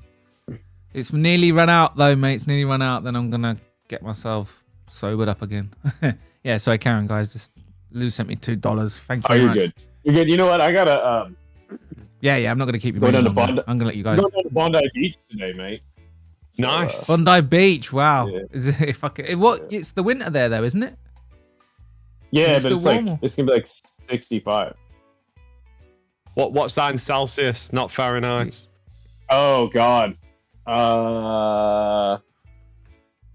Hey, what's 65 in Celsius? Oh, it's 18 degrees. 18. That is actually quite nice. Yeah, to a British Yeah, person, that's 18 nice. degrees is Yeah, quite a that's- nice day. That that's- is a nice day. Steady, that is. Steady. Yeah. So yeah, Bodach, brutally good chatting up with you. Yes, with you right, I'll let British you guys fucks go. today. Good Yeah, stuff, cheers mate. for cheers for Good seeing jumping on the panel, mate. Much appreciated. Welcome back anytime. Enjoy your holiday or whatever it is, whatever you're out there for. Yeah, holiday. Holiday, yeah. All Enjoy right. your holiday, man. Later, guys. Appreciate it. Thank See you very later. much. Brutally, I'm sure we'll talk soon on Frankie's stream. So Oh yeah, See you for later, sure, for sure. Right, catch you later. Have a good holiday. Bye. Cool. All right, I'll See you catch you later. in a bit, Bodach. See you in a bit. See you later. Bye. Hello, people. Thank you very much. That was this week's Silly Sausages. Massive thank you, as always, to Brutally Honest MMA. Always an absolute star. And thanks again for Idaho. Love his passion for sport. His knowledge is amazing. Comes through every time he talks. Thanks to everyone who's playing at home. Oh, come on, keep clapping, keep clapping, keep clapping. Thanks to everyone who's playing at home. Well done, Thal, for winning yet another teapot. Slowly catching up with Aaron Tats week by week. Remember, there's only about 8 or 9 teapots left. The price changes at episode 100. Next week, we'll be back with a normal quiz. Stick around for the rest of the stream. I'm not done yet. I'm going to go through my topology picks for UFC 317. Thanks anyway. This was Silly Sausages.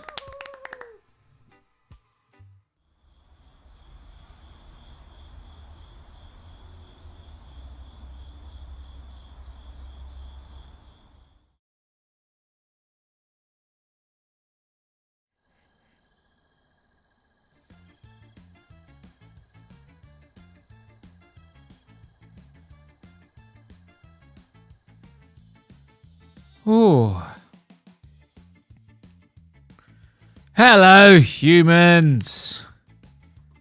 So I thought I'd just quickly catch up on see what you've been saying in the chat. I am very sorry that I can't keep up with the chat always when I'm doing the quiz and like the guests and stuff. I'm not trying to annoy you. Little Lou, thanks again for the 2. Really appreciate it. Yeah, I hope you guys enjoyed the quiz. It's actually a bit weird. Like, I don't like it when like one was only 2 weeks ago. You know what I mean? Because like, I like I don't know. I do want to at some point I do want to like look into making a little bit more of a spectacle of it. But yeah, I've got a bit of time this summer, so I'm looking forward to working on my website. I'm gonna make some fucking changes. It's gonna be good. I'm actually looking at the schedule, and there's literally time. I'm actually gonna have time to work on it. So, hang on, let me just fucking hit this. Sorry.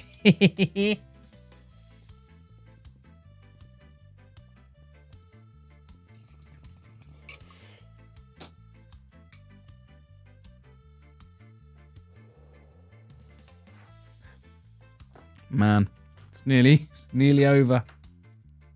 It's nearly out.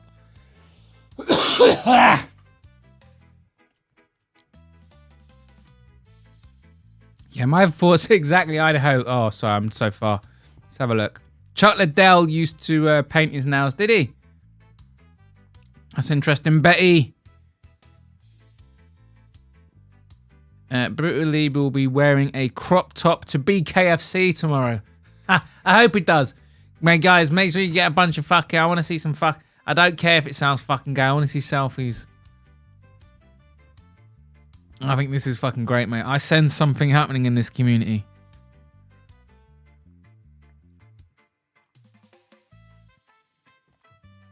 There's a convergence. A bunch of us are all sort of arranging to meet. I think that's when really good stuff happens. Because we're all sort of doing our own thing at the minute. And a few, you know, so there's obviously the bunch of us are streaming, and there's a lot of obviously me, musical, Frankie, and whatnot. There's you know, it's a lot of the same audience. We're sort of, so when we meet up and stuff, when you open up those doors, that's when you can actually look at doing some pretty fun stuff when it comes to life on YouTube. You know what I mean? That's when we can meet up and help Musical make his YouTube videos. And then the guys can help me do my on the road recordings, which I'm currently buying up kit to do. So yeah, and obviously you just meet some fucking great people. You make some really good fucking mates. So yeah, I got a feeling there's some good stuff happening, man. And knowing that you guys are meeting up to go and fucking watch BKFC, mate, that's yes, mate. More of that, please. A lot more of this, please. There's a whole bunch of you guys I want to meet. He hangs around with Frank Ocean. He's 100% known for being a woofter. He's known for the fucking fingernails. Izzy is known more for his painted nails. It's what the question was. What is Peyton known for? People will know people will know Bodach. What's Bodach known for? There's other people doing what I do. Jasper's known for being a software dev, isn't he? There's loads of software devs. Just because other people are known for that, don't mean he can't be. I don't understand that one, little Lou. This round was easier. Fucking hope not. No, the round was alright. I mean, nobody got anywhere near a clean sweep, so I think it was a good difficulty. Everyone was hovering around 100.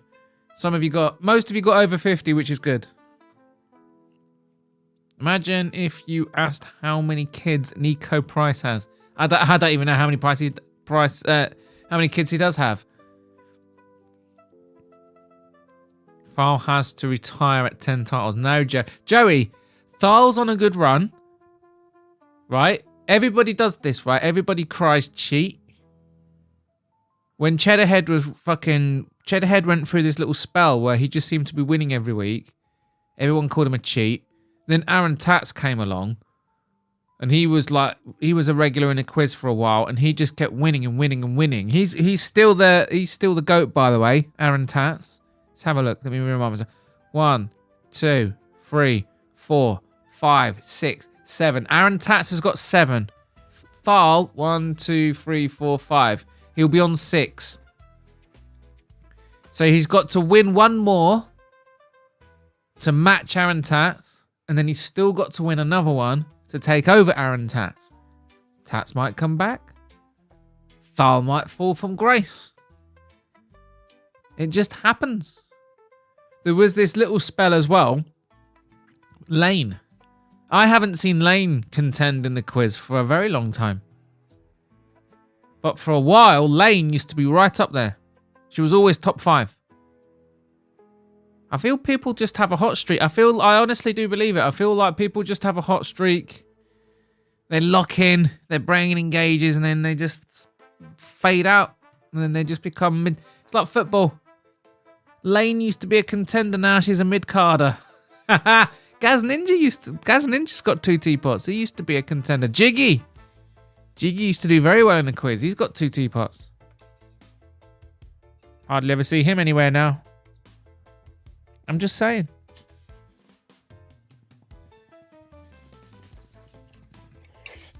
No matter what happens, One or two of you is just going to win all the time. That's how it is. It's a competition, and when you have a competition with the same regular players, the same regular people win all the time, and that's what we're seeing. Aaron Tats, File, and Cheddarhead win more often than not, and that's, yeah. I don't know if they're cheating. Does Idaho listen to metalcore? I could have asked him. I didn't see your message, Little Lou. I'm sorry. Congrats, File. Yes, congrats.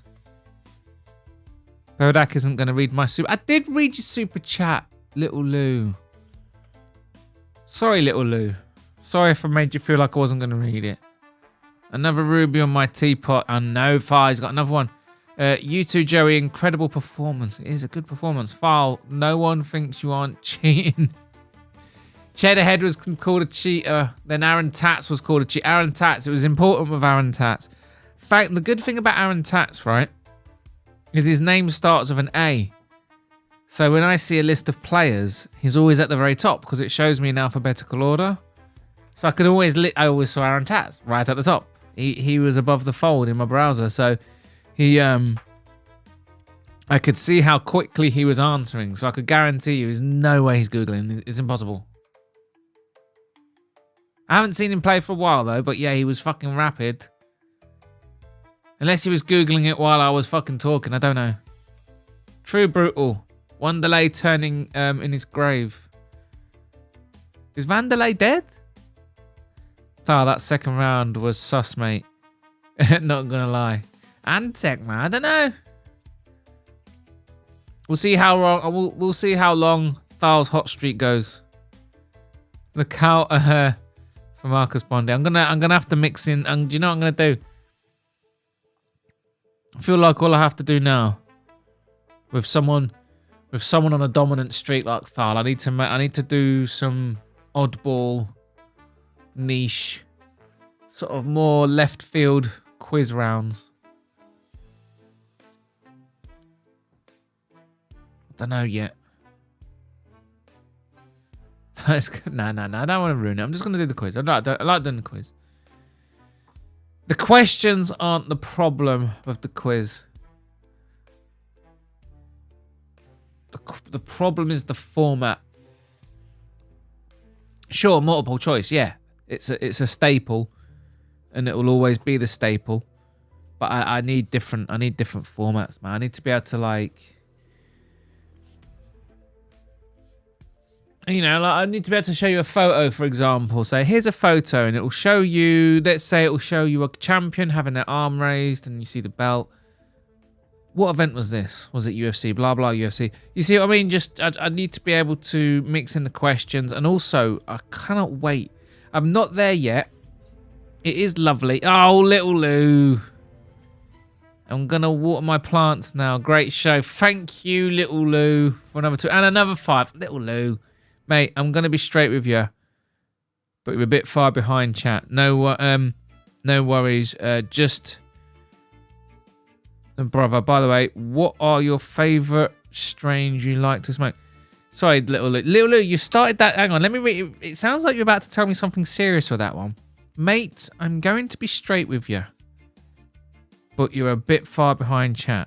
No worries. Just let you know, brother. By the way, what are your favourite strains you like to smoke?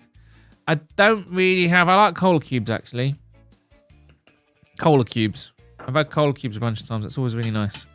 I'm going to say that. Yeah, I'm sorry about being behind in chat. I was kind of set far behind on chat from the quiz. I've got an excuse this time. I'm trying to keep it short. I went... File that second... Yeah, it was sus. Look out for Marcus Bondi. Idaho. Okay. Warnings for Idaho there. Careful. Good works, guest. Yeah, I'm definitely... Yeah, the guests are fucking amazing. Thank you. Lots of applause for the guests. Massive applause. The thing is, they're so fucking good. I'd have to just... Look, listen, just one more look. Look. Fucking hell. I just want to point out, right, when Brutal comes on, it's not like he's like, okay, I'll come on. He comes on and he gives you effort. He comes on. He's on his cam. He's got his fucking microphone on. He's ready for you. There's shit that's on his mind he wants to talk about. He's always chatty, always verbal. If I've got other guests on, he's always... What's the word? It's not provocative. It's like he encourages conversation. He talks to them. He cracks the jokes. It's like... So it's not just the fact that he does me a solid, it's the effort he puts in. It's like, fuck me, I cannot appreciate that enough. The same goes for like Frankie, musical. Like musical comes on in like some sort of character and stuff. It's like he gives you something. It's like so fucking, you just can't understand like just like brutally in that and whatnot. How fucking generous they are, and I appreciate it. And Idaho's on fucking holiday. He's on holiday in Australia. Frankie was on holiday and he came on as a guest while on holiday. And that's the second time someone's come on as a guest while on holiday. Dude. That's just fucking... What the fuck? You know what I mean? Thank you very much. It's appreciated. And Little Lou. Little Lou giving me the supers, mate. Thank you very much. Imaginary McLaren's the next prize. Oh, no. I have decided on the next prize. I have decided, but I'm not even announcing it. I'm not even telling people who... I'm not telling anyone. I'm not telling anyone.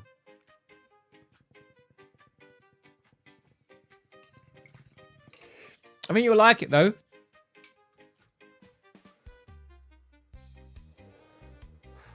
It's going to be good. It'll be the prize from between episode 100 and 199. Mate, I'm on episode 71. I've had a break and I've missed a couple, but fuck me. I didn't think... it's unbelievable.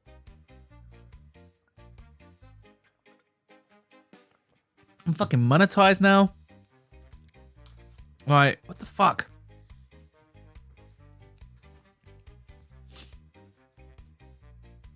You get like, you get imposter syndrome. Well, I do anyway. That's what I get a lot. The fake mustache is next prize. I forgot to ask about the fucking mustache. I also need to get my emojis sorted out.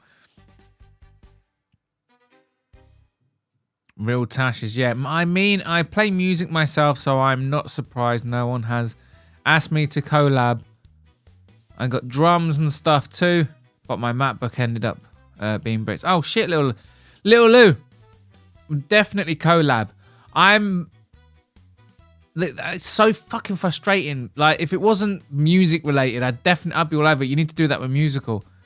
There's something about, I'm telling you, I've got a special flag on my channel. I get fucking flagged for fucking music so quick. No, Little Lou, what the fuck are you talking about? Collaboration, mate. I didn't even know you did the music, mate. We'll definitely be into that.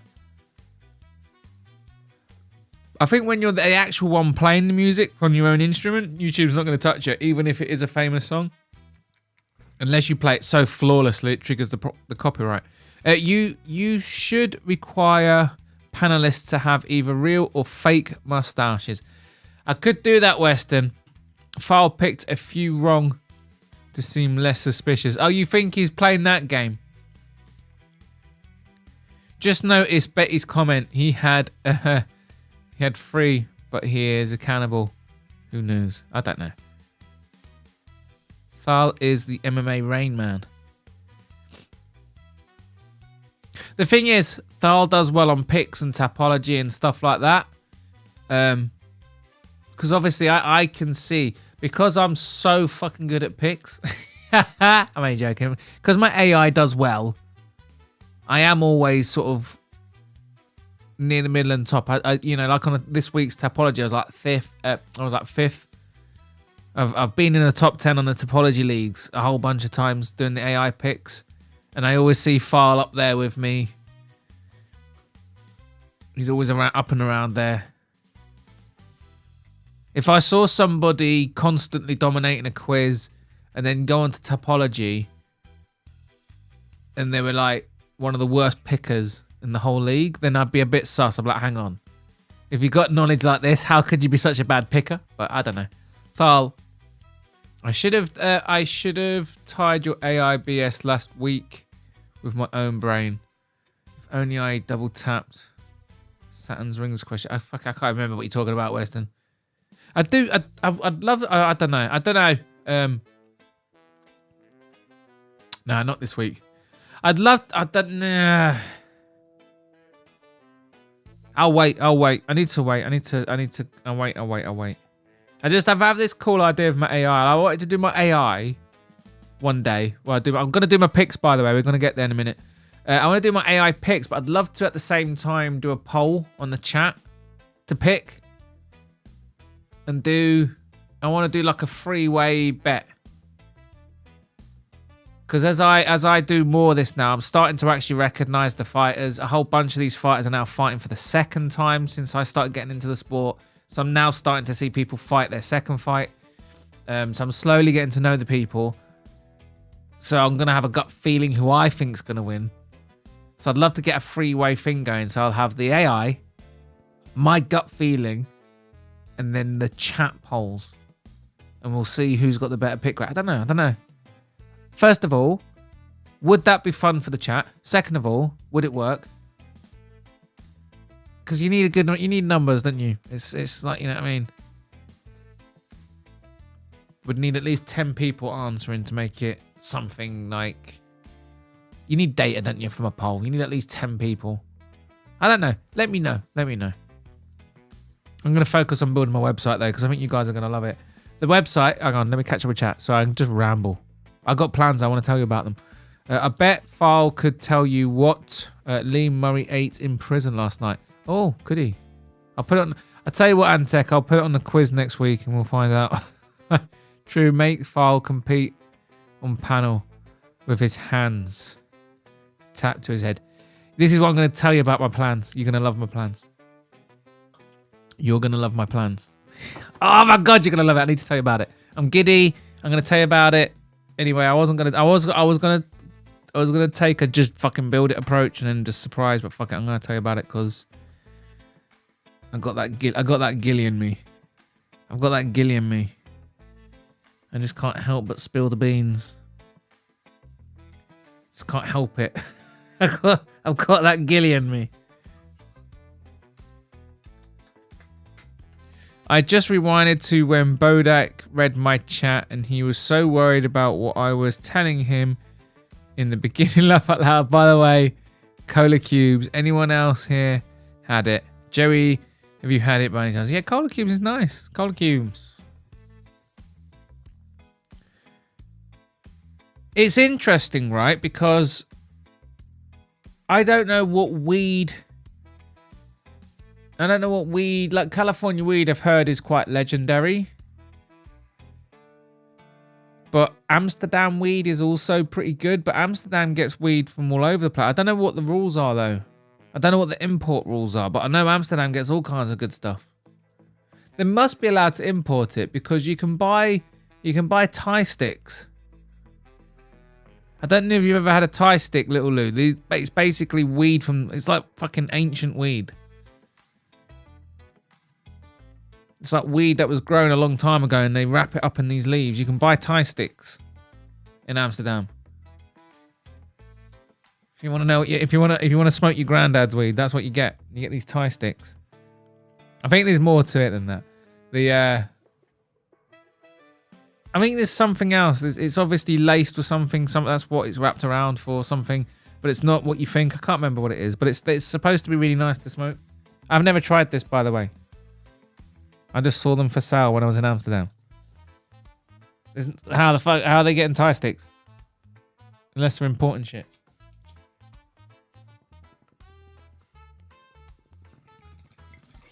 My point is, if there's any strains that are popular in California, chances are it's getting imported to Amsterdam and it will be available. You would lose that bet, Hank. Good night, guys. Enjoy the fights. Night, night, JPL. Shout out to JPL. It's got silk pajamas going on.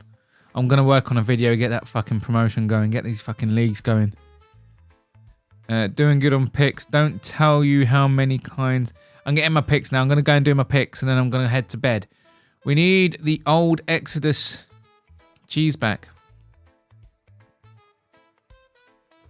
You've got Gilly in you, gay. I've got that Gilly in me. It does sound pretty gay. I've got that Gilly in me. It's black market until it gets into a coffee shop.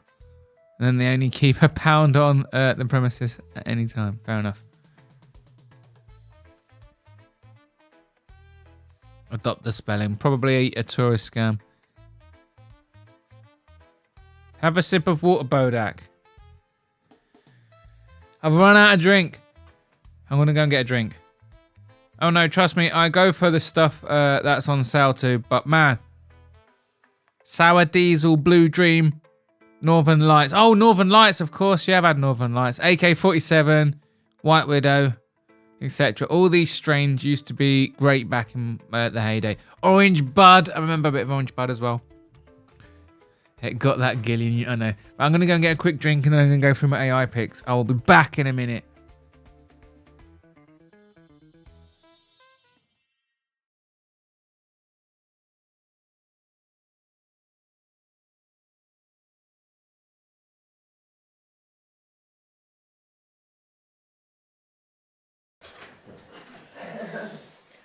Okay.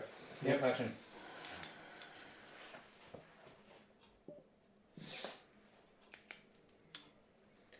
Oh.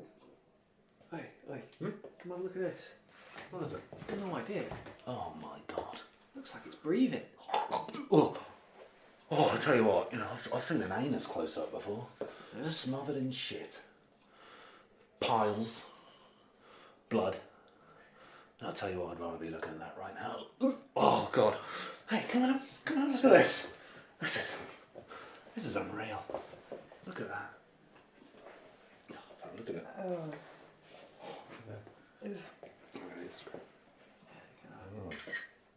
Dude. Hashtag bulbous scalp. Hello, Mum. Did you get the photo? Yeah. Yeah, it's awful, isn't it? Yeah. Worse than 9/11. That's what I said. Yeah, that's what I thought. Yeah. Come on.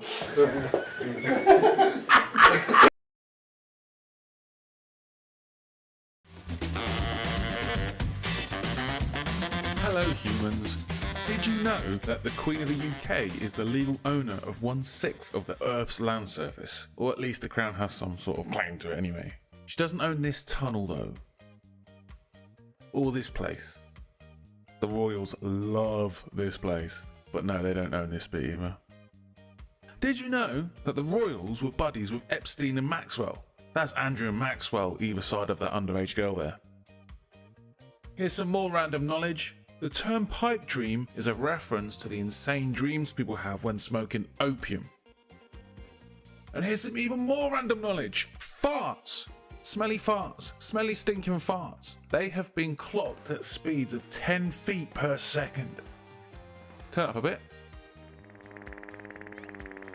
Now that is quality, wholesome content. Alright, that's enough. 160,000 children in the USA miss school every single day due to a fear of bullying. Some people make fun of others for wearing glasses. Well, I pity the fools who do that, because there's nothing wrong with wearing glasses if you need them. I pity the fool who doesn't like random knowledge, like beer not being considered an alcoholic beverage in Russia until 2013, where before that it was only considered a drink for gays. Okay, one last random piece of knowledge for you. The dinosaur noises in the Jurassic Park movies were made from recordings of tortoise sex. Turn that one up.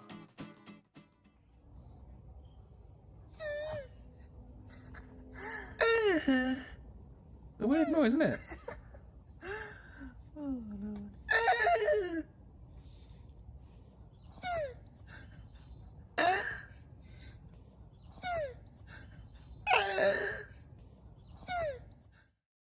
Hey, Mr. T here. Have you ever been accused of doing something you didn't do? Well, it happened to me in Mexico City, and I got thrown in jail for it.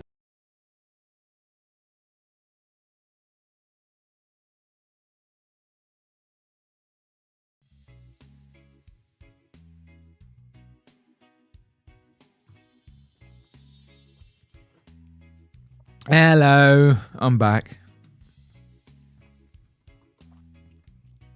15 of you are still here. Fantastic. We're going to go through my picks now. Let me just get rid of you. UFC 317 picks. Perfect. We got them here. We're going to start at the bottom. I'm just going to load up my topology.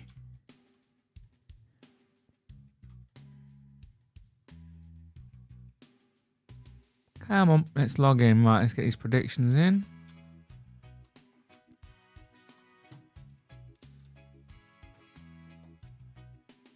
There we go. We're ready to put in some fucking picks, mate. We've got some picks to put in. Let me just catch up with you guys, man. Let's go. And go. What are you guys thinking? Oh no, trust me. I go for the stuff that's on set. Oh, you do. I got that one. Got that Gillian. You. I know. Fucking. I don't think before I speak.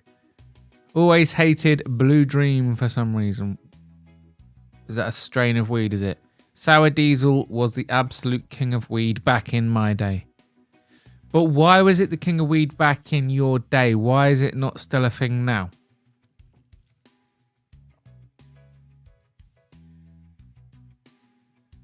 I'll bun this one for a chat then. Bodach's old voice made him sound like red pill dating advice guru. Wait, is there a red pill dating advice guru? Is that an actual thing?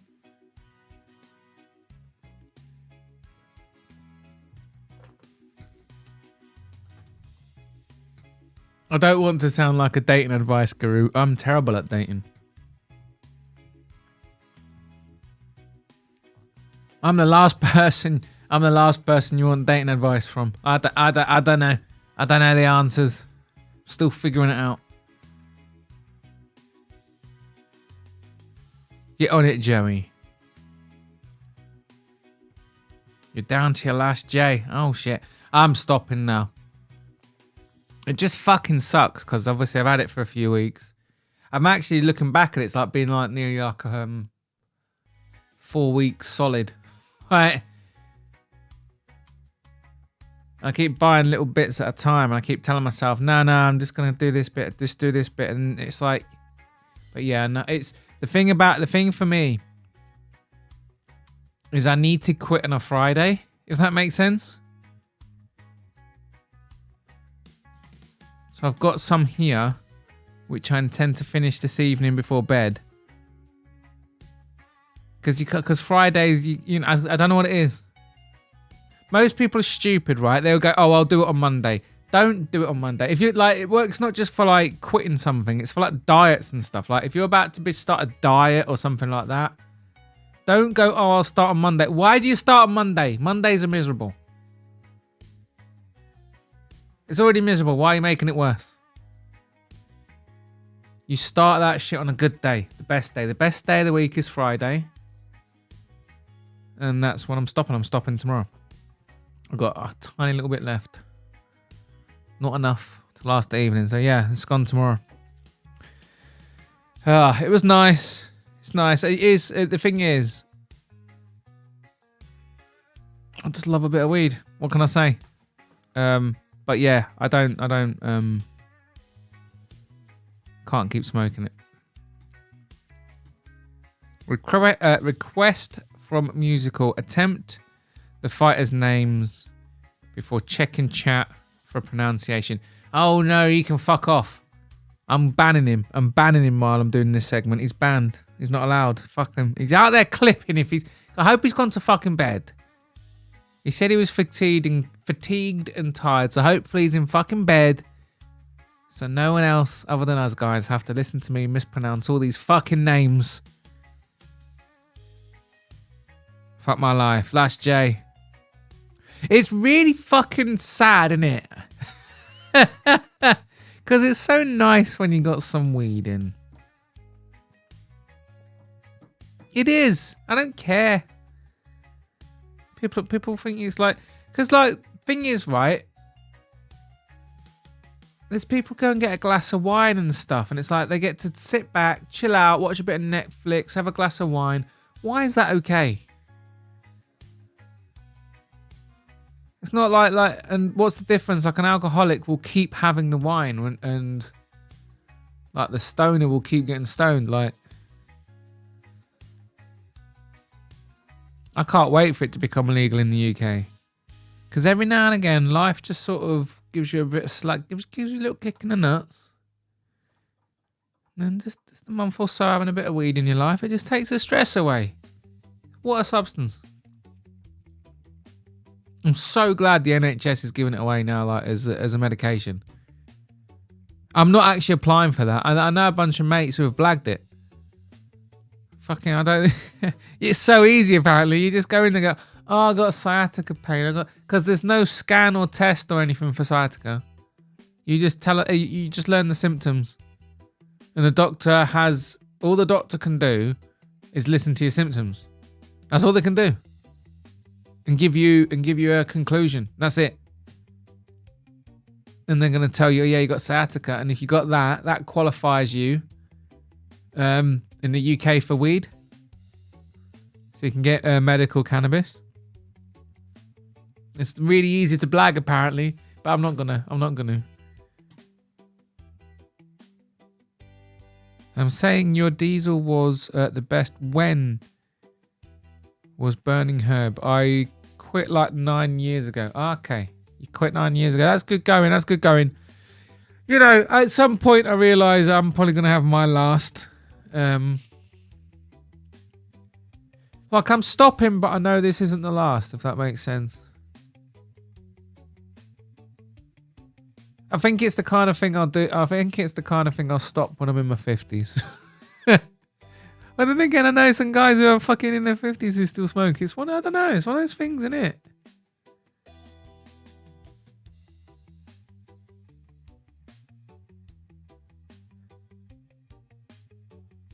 The problem that I have that I think people would disagree with me on is that I don't see it as a problem.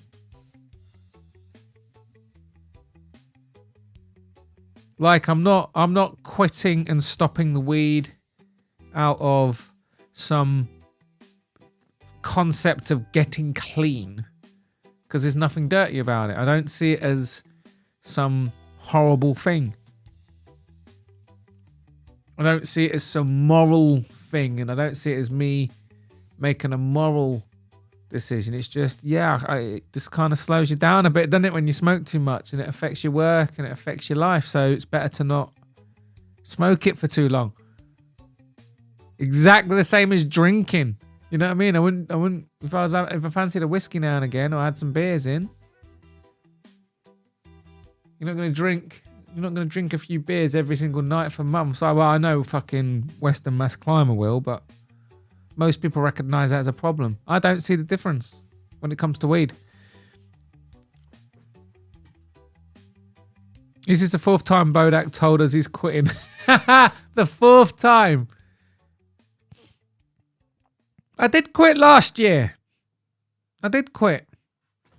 I quit for fucking ages, and then before that I quit. No, yeah, I know. I do say I quit. I do say that I'm going to quit a couple of times before I do actually quit. But Lane, I do actually quit. I've quit so many. I've stopped many times. I need to stop saying quitting as well, because I'm not quitting. I'm just stopping. That's the wrong vernacular. I'm not actually quitting, because I know I'm going to smoke it again in the future. I'm just stopping. Plus, I'm having to fucking smoke quite a lot. My tolerance builds back up so fucking quick. It's heartbreaking. Do you know when you haven't smoked any weed for like over 6 months and you have that first hit and it hits you so strong? And you're like, uh-oh, shit. My tolerance has built. My tolerance has gone. It only takes like a month and there you go. That's it. Your tolerance is right back up there. It's like you got tolerance memory. It just as soon as you start smoking, your tolerance comes back By the end of the second day, your tolerance is back to where it was the last time you left. I haven't had a last J for about 8 years. Joey hasn't had a last one for 8 years. Is weed still illegal in the UK? I got early carpal tunnel. Weed has an interesting legal status in the UK, little Lou. It was considered Class B. I don't know what its classification is now, but very recently, like literally in the last couple of years or so, they've introduced medical cannabis in the UK.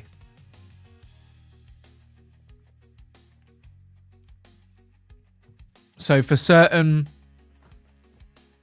ailments, you can get cannabis as a treatment on the with the NHS.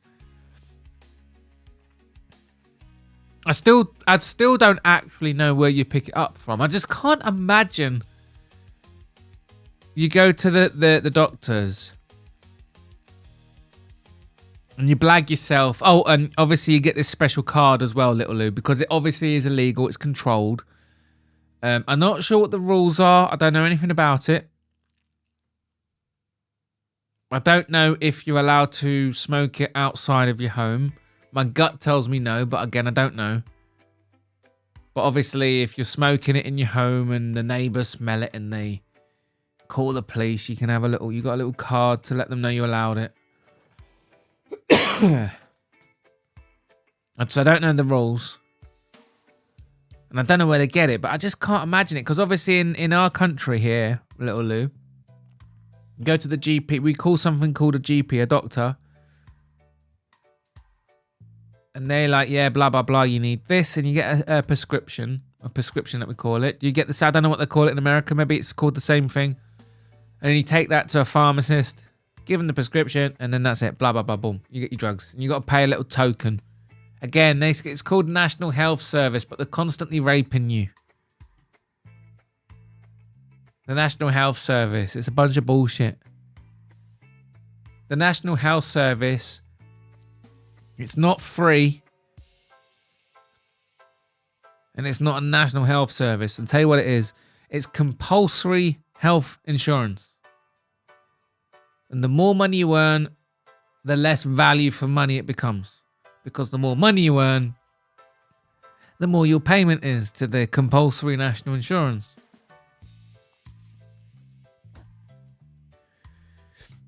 But yeah, you can get some weed legal here. Medical is legal through private clinics, Lou. I just don't know where you get it from. Is there dispensaries? Who won? I wonder. It was Thal. Docs. You won, bloke. Haha. They'll let those criminals walk free, but weed is too much. No, I think weed is going to come legal in the UK. I think it's just a matter of time. The problem is they don't just do it.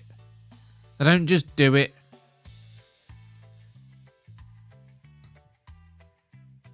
At the end of the day, the government they're always incredibly reluctant to give up any control.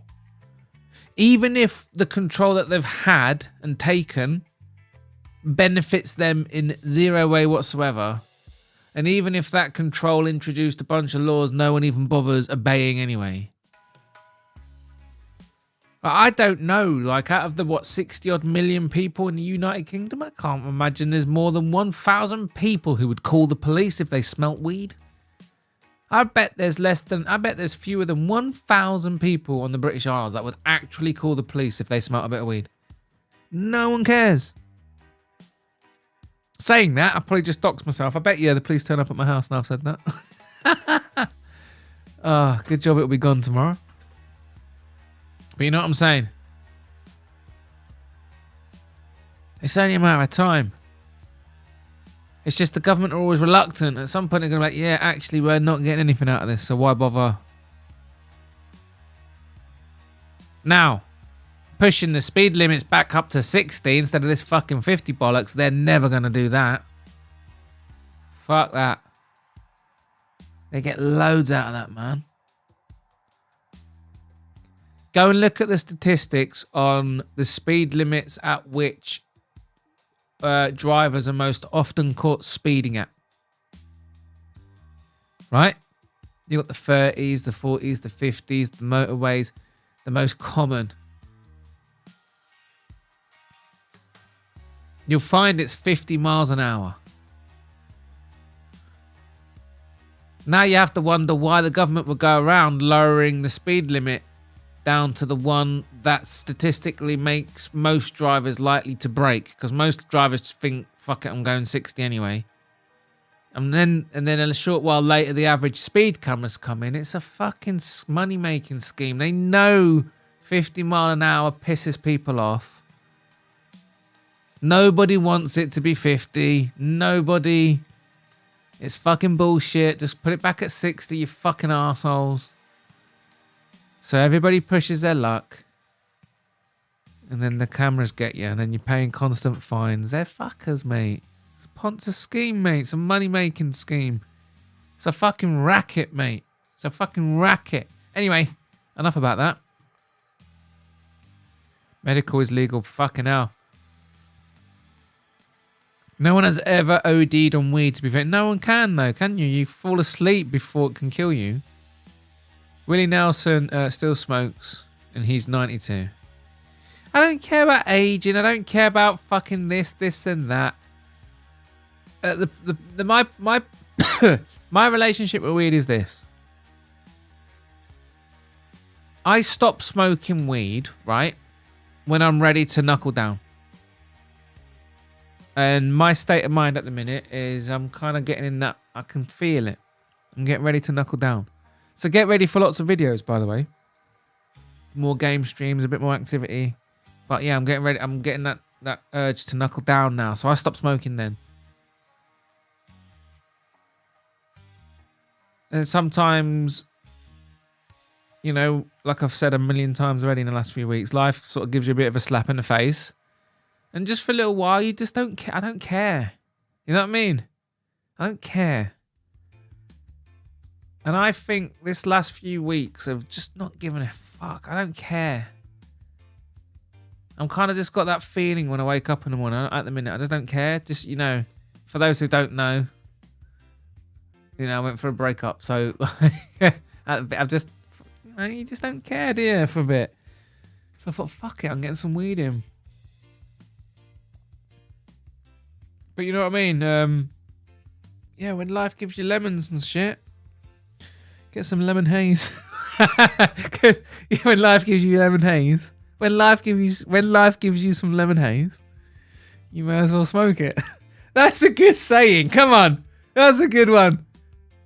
Fuck, I wish I delivered that better.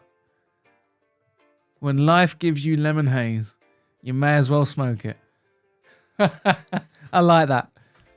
I bet someone else has already said it. Someone else. I'll Google it. I bet someone said it anyway. Who didn't like the stream? Yeah, who didn't like the stream, you wankers? It's almost all vaping. People aren't walking around smoking joints. Oh, I'm not going anywhere near fucking vapes, mate. Have you seen some of these horror stories? Look, listen. If you smoke cigarettes, at least it's the slow inevitable disintegration of your lungs, possibly lung cancer, and you're gonna die slowly, hopefully over 20-30 years. That's if it gets you. Some people just smoke their whole life and it doesn't get you, but I think if you're gonna smoke, I think it's better to assume it is gonna kill you, just to be on the safe side. That's just me. I'm not a doctor. But vaping, you seen these fucking kids going into hospital with collapsed lungs and shit. They're collapsing lungs. That's not the slow, toxic death of decades of smoking cigarettes. That's like these lads aren't even in their 20s yet and they're getting collapsed lungs. You know what I mean? Like, I'm not gonna deny, you know, something's gonna kill you. some of us decide to just try and choose. Like, when you develop a drinking problem, that's kind of how I see it. You just, all right, fair enough. You're just choosing you're just choosing death. The rest of us are just gonna cling on and take take the lottery. That is, how do you go? I don't know. Hopefully in my sleep when I'm old, but yeah, most of us go painfully, unfortunately. Statistically speaking, most of us go in like various painful. It's horrible. Do you know how few people are lucky? You just grow old, and off you pop in your sleep, none the wiser. No. sorry to be the burden of bad news. Statistically speaking, most of us are going to suffer greatly before the inevitable darkness of death. Docs, I am talking to you. Oh, Western Mass Climber, fucking hell. Foul wins every week. No, Foul doesn't win every week. He's just won a lot recently. You get prescribed through a private clinic. Oh, we're talking about private weed, yeah. They give you an allowance for how much you can order a month. You then order it online from a designated pharmacy. They send it through the post. Okay. And what is the limit, Joey? Bearing in mind, I'm literally churning for a gram a day. Here you get a card. Yeah, you get you go to a dispensary, pick out what you want, rinse and repeat. Fair enough. So you go to Amsterdam, you literally just walk into a place.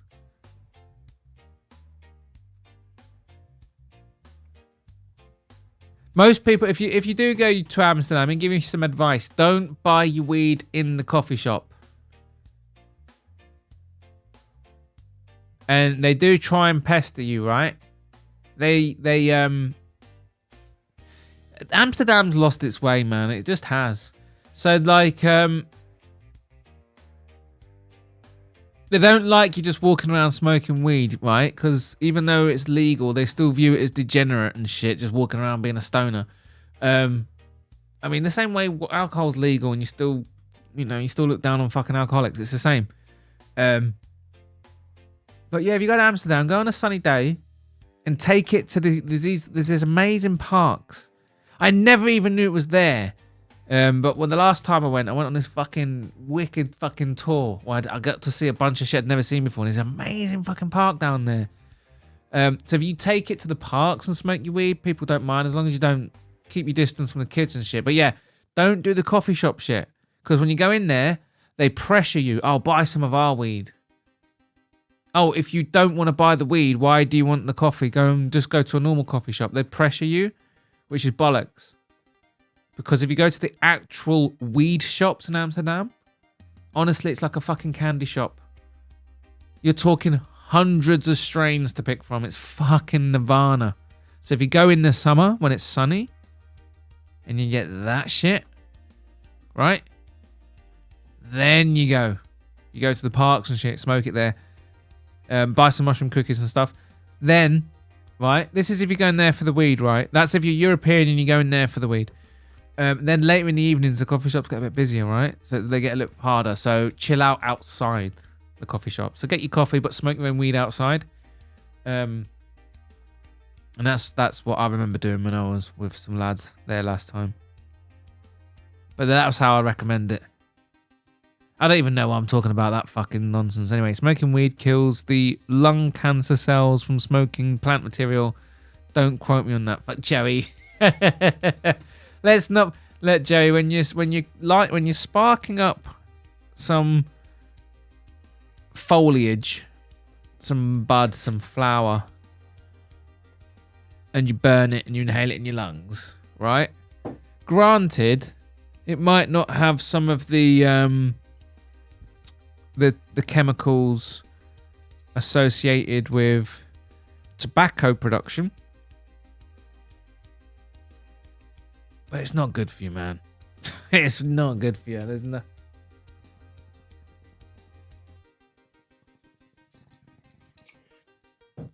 No, it gets to you.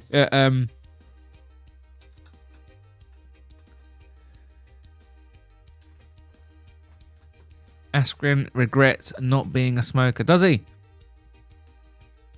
He'll easily prescribe 30 to 60 grams a month. Joey, really?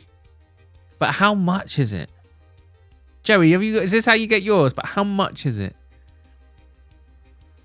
Speaking of lungs, to Ben Askren, who needs a lung transplant. Oh, shit! Vaping bud is not the same thing, to be fair. Is it not? I don't touch the vapes, man. I just don't like it. It's too new. I need some long-term data, mate. It's weird how many people will vape but won't take the jab, right? I'm the same with a vape, mate. I'm not. It's too new. I know that if you smoke physical shit like cigarettes and bud, the stuff that slowly kills you happens over decades.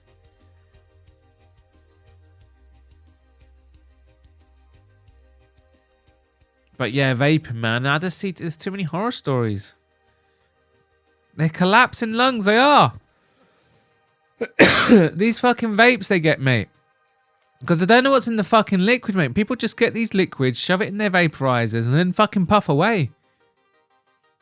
A lot of these fucking vaporizing shit, they're not regulated properly. No one knows what the fuck's in them. Anyway, let's get through these picks anyway, because I need to wrap up and go to bed. Too much choice means they aren't selling it, so it's usually older bud. That is a potential. That is a potential, Jerry.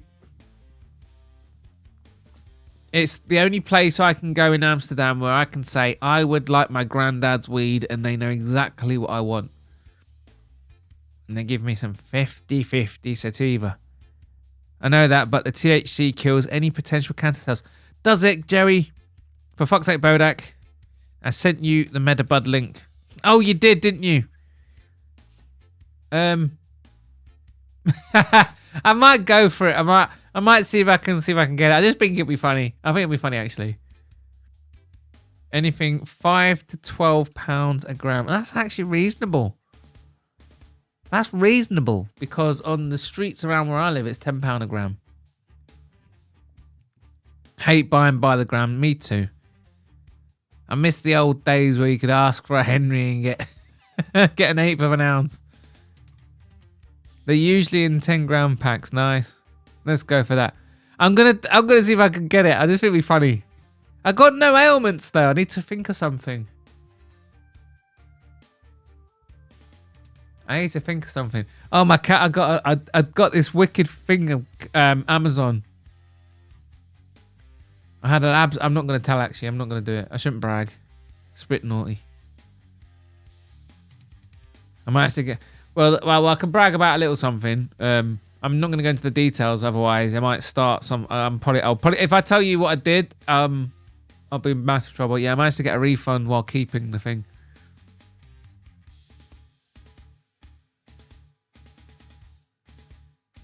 I don't know why.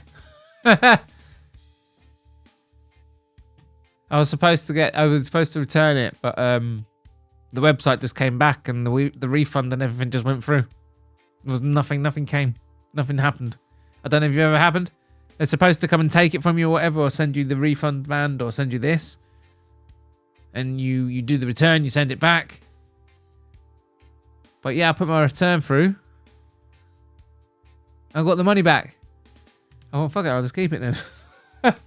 Oh, that's not my problem, right? I sent it. What do you mean? What do you mean you ain't got it? I don't give a shit. I sent it. Get an ounce here for $100. Wow, that's mad. Nah, I don't need to worry about prices at the minute. Like I said, I need to stop for a bit. I think I've been smoking every day for I think this is coming up to the end of 4 weeks now. I need to just chill out. I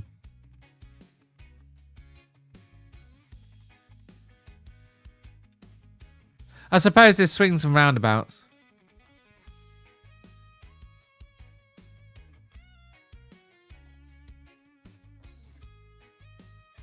Like if I've got weed, I'll smoke it, but at the same time, I do get to a point where I've had enough of it. So that's nice. Fuck knows how you got, like Joey and all you guys, like some of you guys, you smoke every day and you have done for what, like over 10. I don't know how you fucking do this to your heads.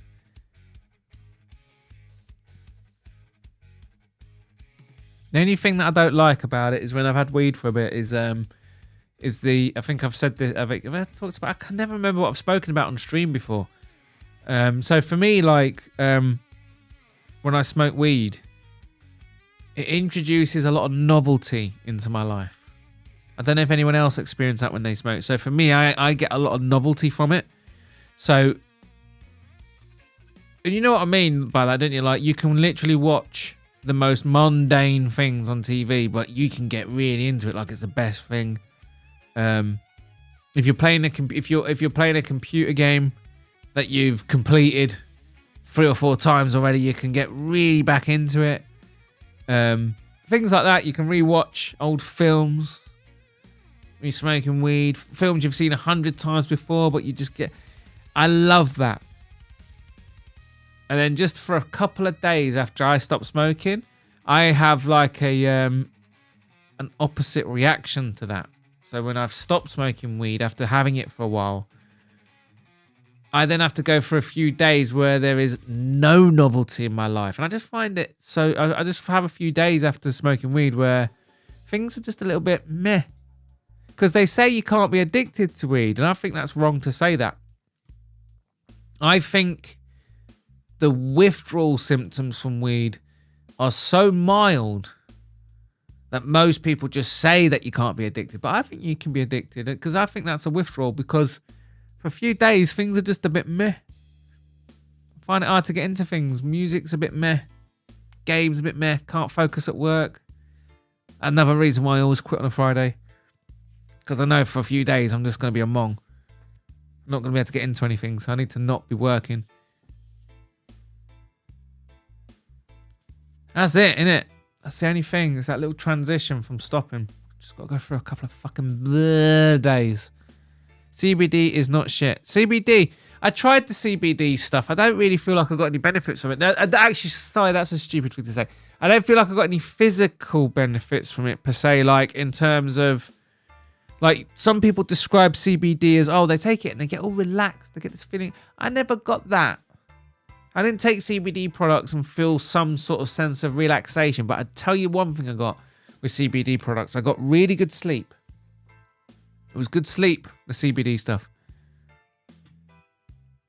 I actually want to try a CBD regimen. I've tried a CBD regimen, Western. I think if you've got sleeping problems, I think CBD might actually be one of the things that can help. I remember just getting good sleep on it. But it's so fucking expensive. You know what I mean? It's so expensive. And for me personally, it was kind of a substitute between just drinking caffeinated drinks too late into the evening.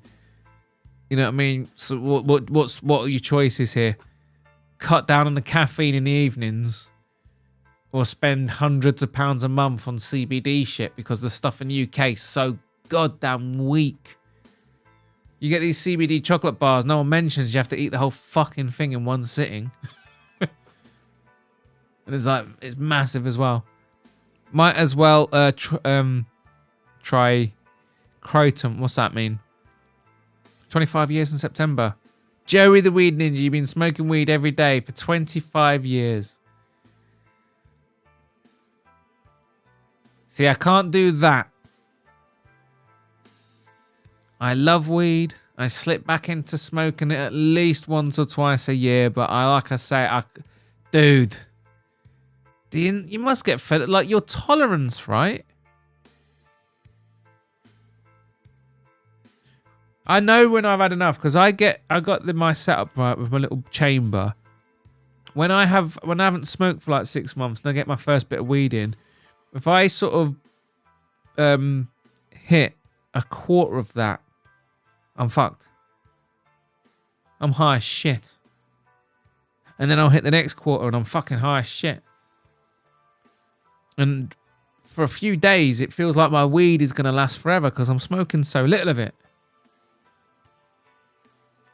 I'll always buy like 2 or 3 grams, and it'll last like a fortnight. But the problem is, I'll then buy another 2 or 3 grams, and that's gone in a week. And then the next 2 or 3 grams is gone in a couple of days. And then there you are, you're smoking 2 or 3 grams a day. You know what I mean? Like, at that point, you're just smoking all the time. All day, every day.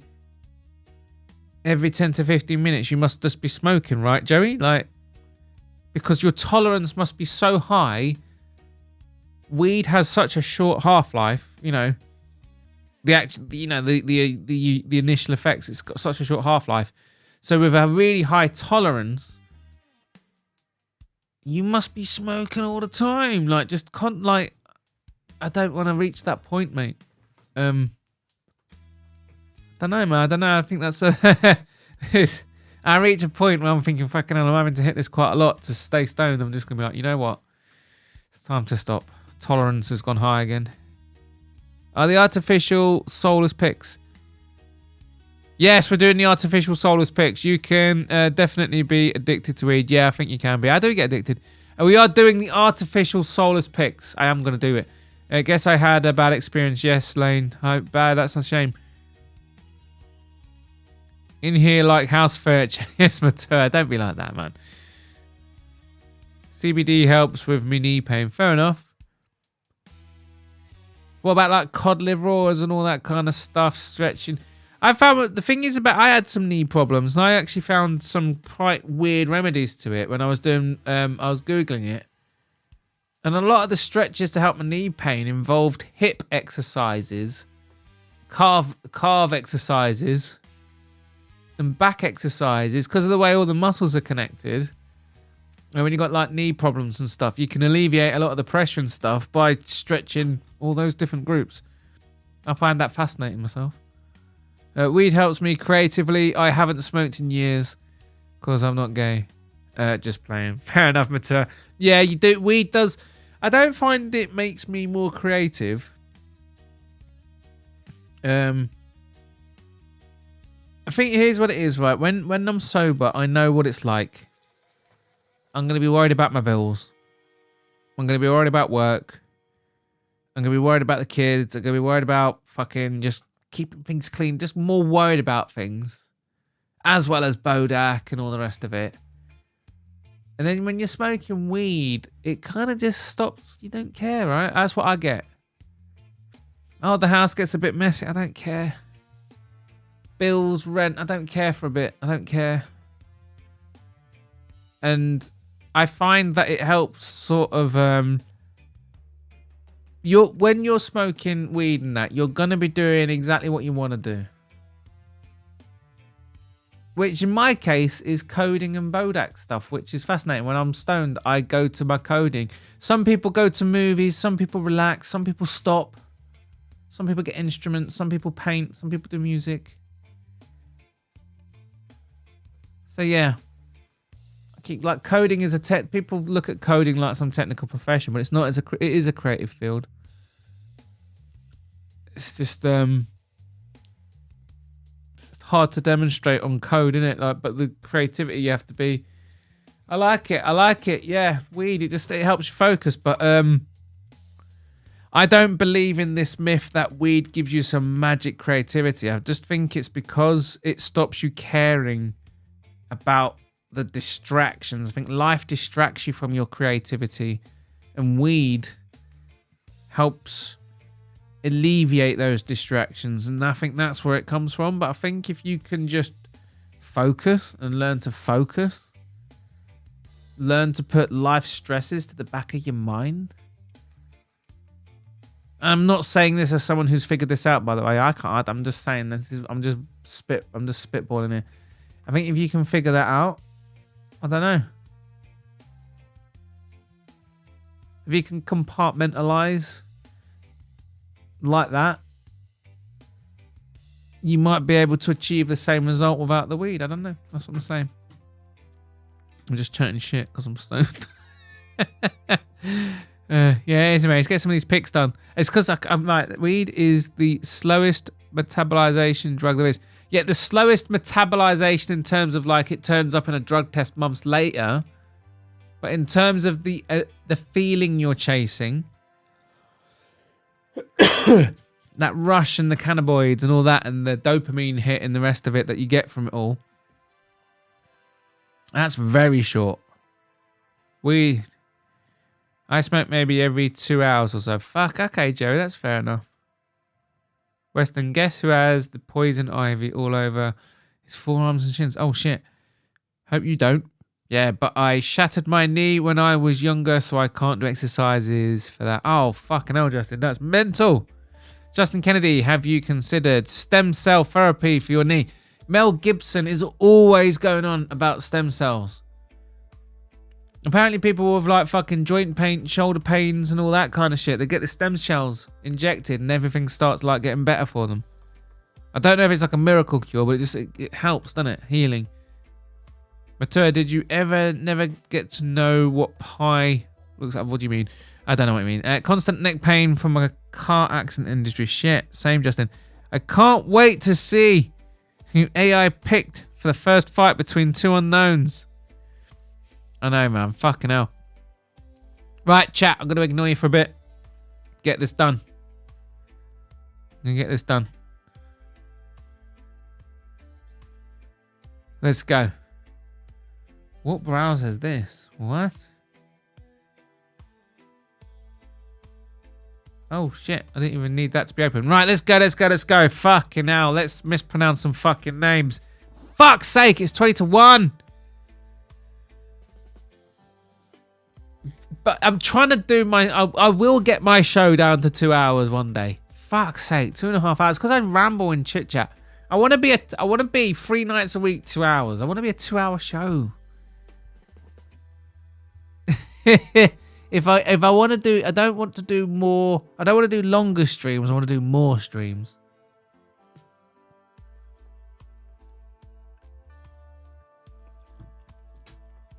If there's enough to keep going for more than 2 hours, I'd rather do more streams than longer ones.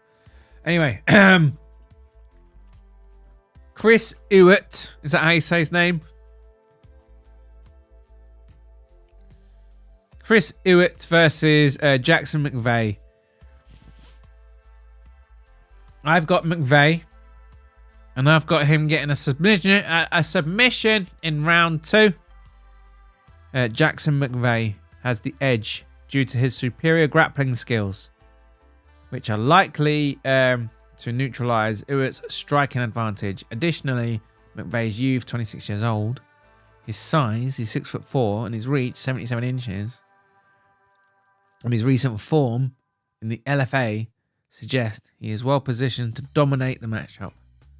Ewart's coaching at Extreme Couture is a strength, but it may not overcome McVeigh's technical and physical advantages on the ground. That's right, motherfuckers. It's a pay-per-view, so you're getting the full fucking analysis. This isn't analysis. I take the analysis from AI, which is extensive. I don't read any of it. Tell me the points. Tell me the method. Tell me the round. I don't give a fuck. But it gives me lots of information. So I then run it into... And then run it and tell it, say, can you just give me like a couple of paragraphs or one sentence to summarize all this? So in the pay-per-views, you're getting that. But yeah, that's what I got. Right, let's move on. We've got, for fuck's sake, these fucking names. Musicals out there. Is it a silent J? Or is it a silent H? Or is it a J? Is it a Joanta? Joanta? Jonata.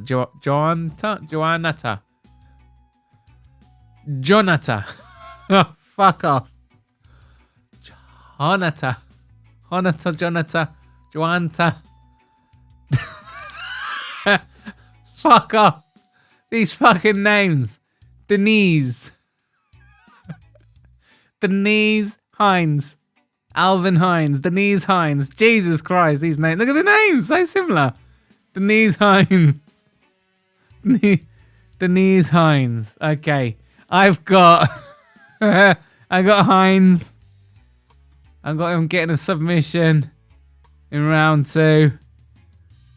Alvin Hines has the edge in recent performances, riding a strong win streak against tough opponents, and his grappling style seems poised to neutralize Denise, whatever his fucking name is, his striking, making him the likely winner. What do you think about that, chat? Here we go. I got Denise. Oh, Matua's got Denise. Pardon me, sorry. Right into the microphone. If you got headphones on, I'm so sorry. Listen, I'm coming off the fucking stuff, alright? I'll be a moody fucking wank on I'll be a moody prick on Sunday, and by Tuesday I'll be over it, right? Okay. I keep forgetting this as a pay-per-view. Holy shit. I know, it's so uninspiring. I'm a casual who's actually really enjoyed the fight. I've enjoyed all the cards this last fucking... I've actually really enjoyed it. I watched the prelims. I enjoy the prelims now. I'm getting to know the sport. And even I'm like, well... Yeah, there's a good co-main event and stuff. But like... For me... The pay-per-view... There shouldn't be a single fighter on that card outside of the top 10. That's it. If you're some rising star, like some unranked Paddy the Baddie and all the rest of it and all that kind of shit, they're so quick to take that fucking hyper momentum and throw that attention on the main card. Don't do that. He's unranked. He's still in the prelims. It's like Dana White's allergic to the fucking undercard getting attention. It's where all the fucking knockouts are happening.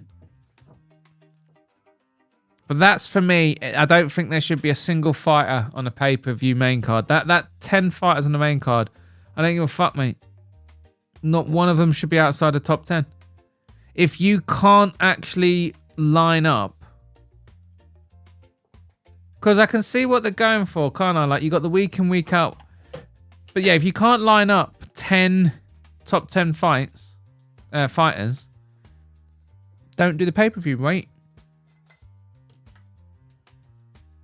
And I know, like, oh, Bodach, you don't know what you're talking about. It's a business and all the rest of it. I don't give a fuck. I can have my opinions. But the other thing is, I'm not being funny. But I bet you, if there were 2 to 3 fewer pay-per-views a year, but every single one were all top 10 fighters in the main card, I bet you, even with 3 fewer pay-per-views that year, because obviously it's harder to line that up, I bet you there'll still be more pay-per-view buys altogether when you round it all up. I bet you they'll still make the money. They'll lose out on gate receipts, but it don't matter because they'll just have more fight weeks. I bet you they'll have way more pay-per-views. Who's going to not buy that pay-per-view? Every fighter on the main card's top 10. I'm sorry. I don't understand why that's not always the way.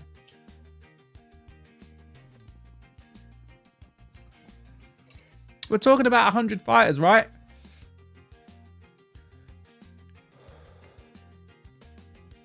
If they start punishing inactivity more harshly, the top 10s would all be active fighters, so it'd become a lot easier, wouldn't it?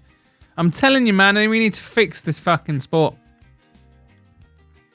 This is the gayest card of all time. Is it now, Justin? Denise Hines sucks. He does it. I never appreciated your mispronunciation of names up until now. No, Matua, don't appreciate it. Don't no. Shut the fuck up. You don't. Musicals fucking corrupted all you motherfuckers. Don't start appreciating it. No, what you do, Matua, is you say, Bodach, you can't read these names, you fucking spastic. And you call me these derogatory terms. All the derogatory terms. If the derogatory term can be in some way implied that Bodach is in fact a fucking retard, you call me that until I learn how to pronounce it. Fucking learning to appreciate it. Shut up. I'll have none of that. Don't do it, Bodach. I'm not going to do it. 318 is shit too. They're all fucking shit. I've been enjoying the cards as well, Bodach. It fills me with joy that you are too. Yes, Mature. I have, but the thing is, I'm not. Don't get me wrong. Don't get me wrong. But you go to the YouTube thing, right? And obviously, there's so many highlights of amazing fights, and I'm really enjoying them. But I'm not being funny, but you see these fights, and they're so fucking good. That fight was on a card with 12 to 13 other fights that night. And those fights aren't making highlight reels. They're not on YouTube. You know what I mean?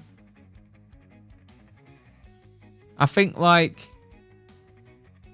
obviously there's there's definitely a lull in the sport. I'm not trying to make it out like the sport is not on a lull. It is, because at the end of the day, the sport at the moment is creating per week way, way, way fewer viral highlights than it did 10 years ago. Very few things go viral now. Like, I'm talking like clips that get fucking 50 plus million hits and shit. That's not happening very often, is it? So it's definitely on a lull. But, you know, people make it out like, sometimes people talk about the old days, like a lot of the fights weren't still fucking boring. You know what I mean? Most of the fights were still really boring.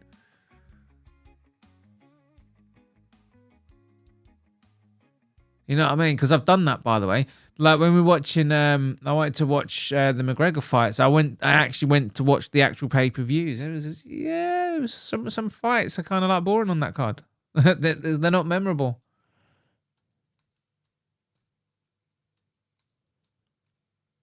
What am I trying to say?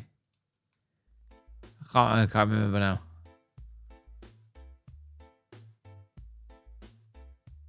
I think what I'm trying to say is, because I'm new to the sport, my patience for the good stuff is way higher. So when like, I can't remember that fight at the weekend. It was a great fucking fight. They were banging, fucking going for each other. See, that got me going. I was really fucking happy about that fight. That was a good fight. Whereas when you've been into the sport for a long time, your tolerance for the good stuff is way higher. So you need every second fight at least to be really good. Yeah. I think that's what I'm trying to say. If a card has one or two really good fucking fights, I actually leave the card, you know, satisfied, because I'm new to the sport and I got to see two great fights that leave me thinking about the fight afterwards. I'm guessing, like, when you've been watching the sport for 10 plus years, you just need a bit more, right? That's what I'm trying to say. Sterling and Bodach mispronounce names just the way I like it. Nah, come on. Dana has a fucking humiliation kink at this point. It's so hard to be on their side right now, Justin, to be fair, as a fan and as a better. I hate the UFC. Fair enough, Justin. I do wonder about the UFC though. Like, I'm hearing a lot of people being pessimistic of it, and it all seems to align somewhat with things like TKO and all that kind of stuff, like and power slap and things like that. There does seem to be a correlation with certain things.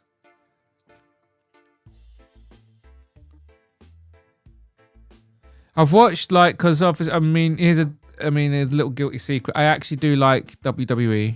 I don't care what you say. I also like Marvel films, by the way. I like Marvel films. You know what I mean? I like sci-fi films, and I like WWE. I like fake, dumb, stupid shit. But I thought, like, when TKO joined forces and the WWE and UFC joined forces, my gut was saying, oh, wow, so now that the UFC could maybe start learning how to use WWE's infrastructure and their, their showbiz. It's a good spectacle. The WWE. It's big. It's silly. It's over the top. If you introduced a couple of those elements, not all of them, just subtly into the UFC, you might actually improve the product, the UFC. And I thought that's what was going to happen, but unfortunately, it actually seems to be going the other way. So the UFC has not changed much, but the UFC is really stripping down. Not the UFC, sorry, the WWE. So if you're a fan of the WWE, if you remember their old days, they used to make a big fuss of their stage. The stage itself used to be one of the characters in the show of WWE. It used to be one of the personalities. Now, they've scaled all that shit down. They've scaled all the pyro down. You just get this. And bear in mind, right, the WWE right now is experiencing like record highs in ratings, viewership. It's making a cunt load of money. It's really profitable at the minute. So this has got nothing to do with costs.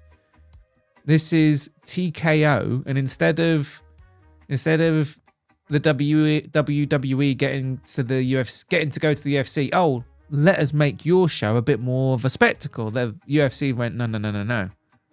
Let's make your show really fucking efficient so you can just rinse and repeat like we do. Yeah. Fuck the fans.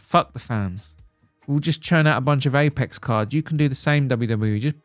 Just fucking churn out a bunch of shitty little fucking college arena fucking shows. And then you reduce your set. They don't even have a ramp anymore. It's like it's level with the audience. They don't even come down on a ramp anymore. And it's basically just a bunch of screens. About fucking 10 foot tall, 10 foot wide. They come out from behind the screen. And that's it. And they come out, they wrestle a bit, they fuck off. So yeah, it's gone the other way. It seems like the WWE is being made to tone it down and optimize, as in copy the UFC's policy of fucking screwing over the fans and giving them the bare fucking minimum effort. Fair enough, Bodach. Yes, can't say Jew anymore. I know, yeah. The Schnozzly tribe, yeah, that's good. That they're gonna have to clamp down on that fucking. You know what I mean? It seems there's so many people criticizing the Schnozzle tribe and the land of the chosen people. I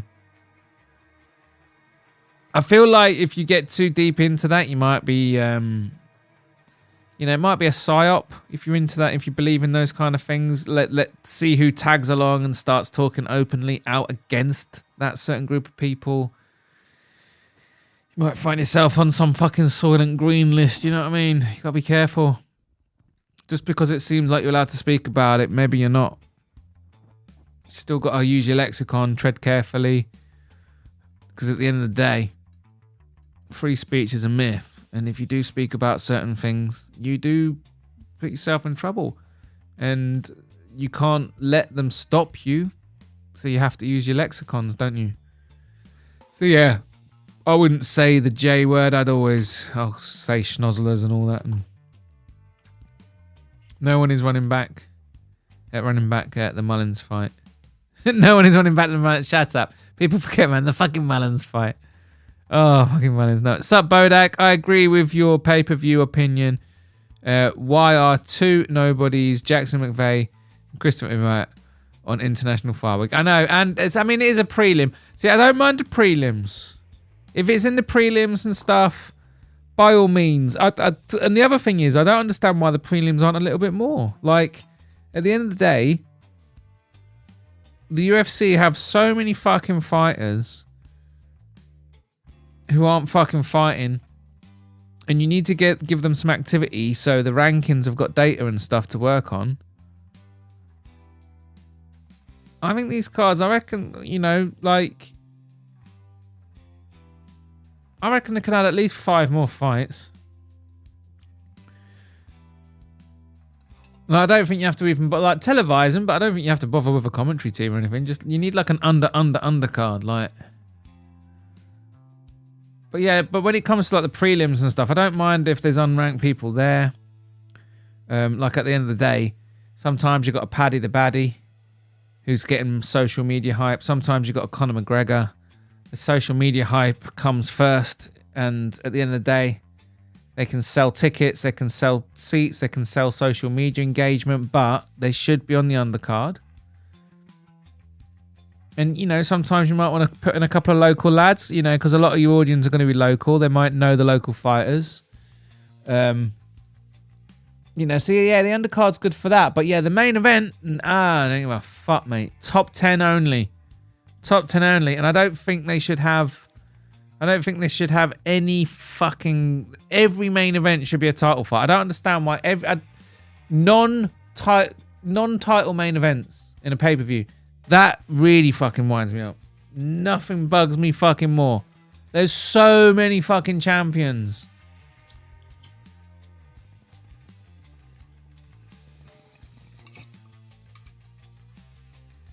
But yeah, it don't matter. I think most people are going to agree. And even if you don't matter, because it's not going to happen. Dana White's not listening. Dana White's not listening. His successor's not listening. They don't care. They don't care.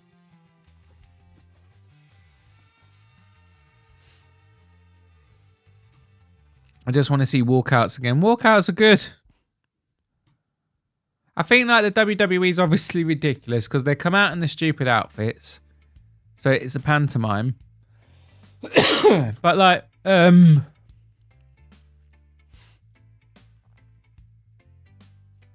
it's just the UFC really do pick shitty little venues.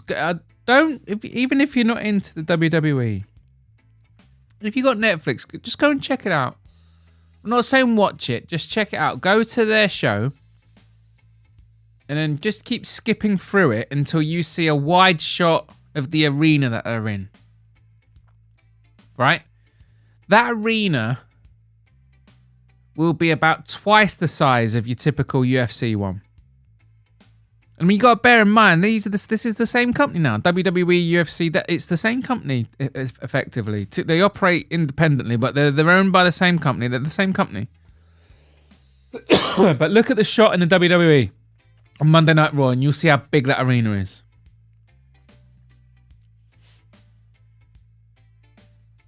Right?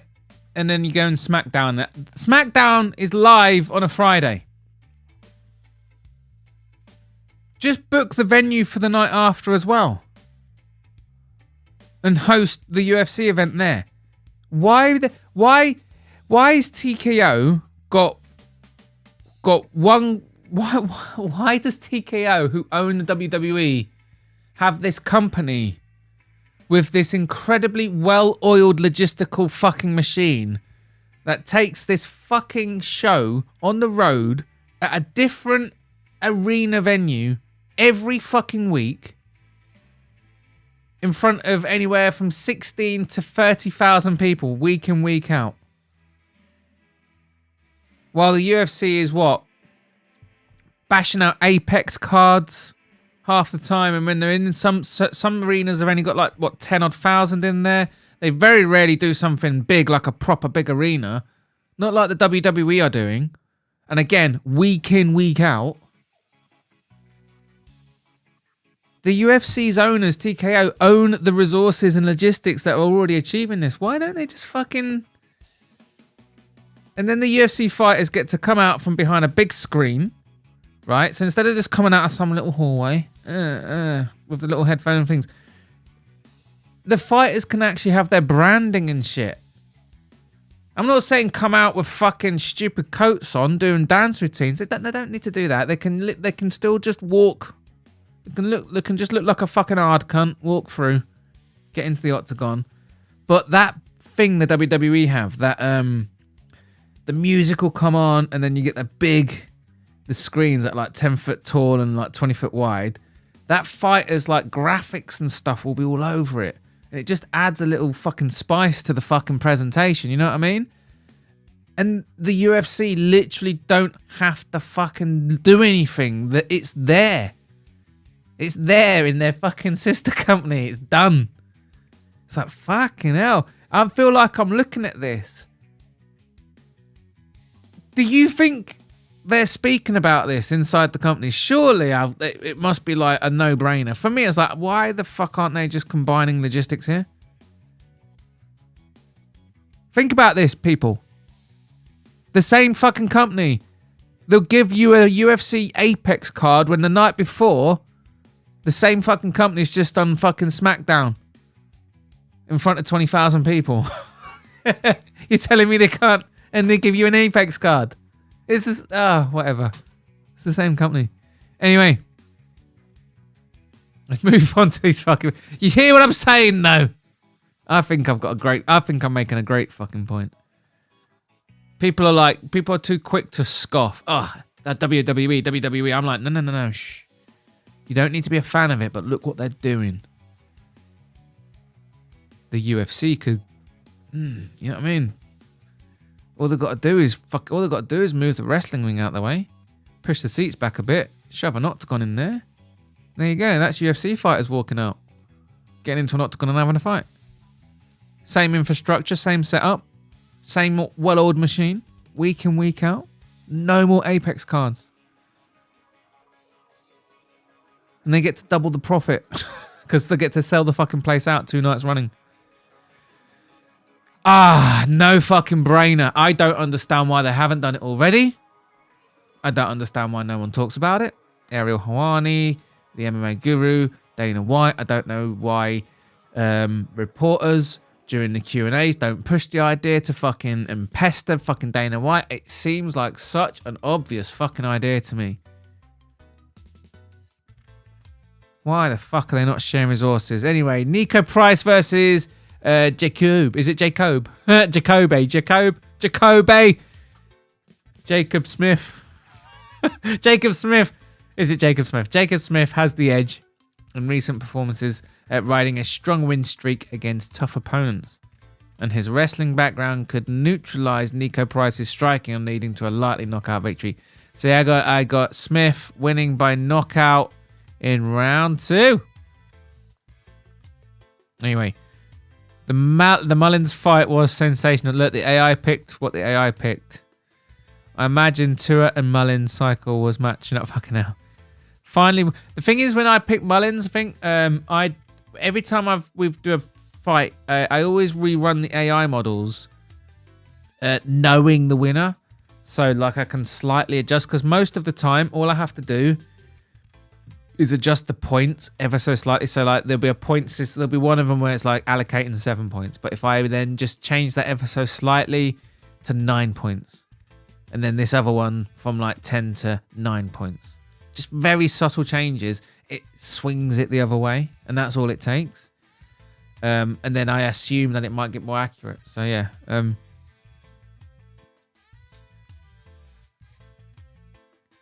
No one's running back. But yeah, so what I was saying was, with the Mullins fight, that was a complete anomaly, because when I picked that guy, and it was even funny because on predictions tracker, it showed everyone's picks. I was literally like one of the only ones there. Like one, I literally was the one. I think it was literally just me. It didn't matter how much I adjusted the points. It kept picking him. That was the funny thing about the AI. It kept picking him. I would be interested to know.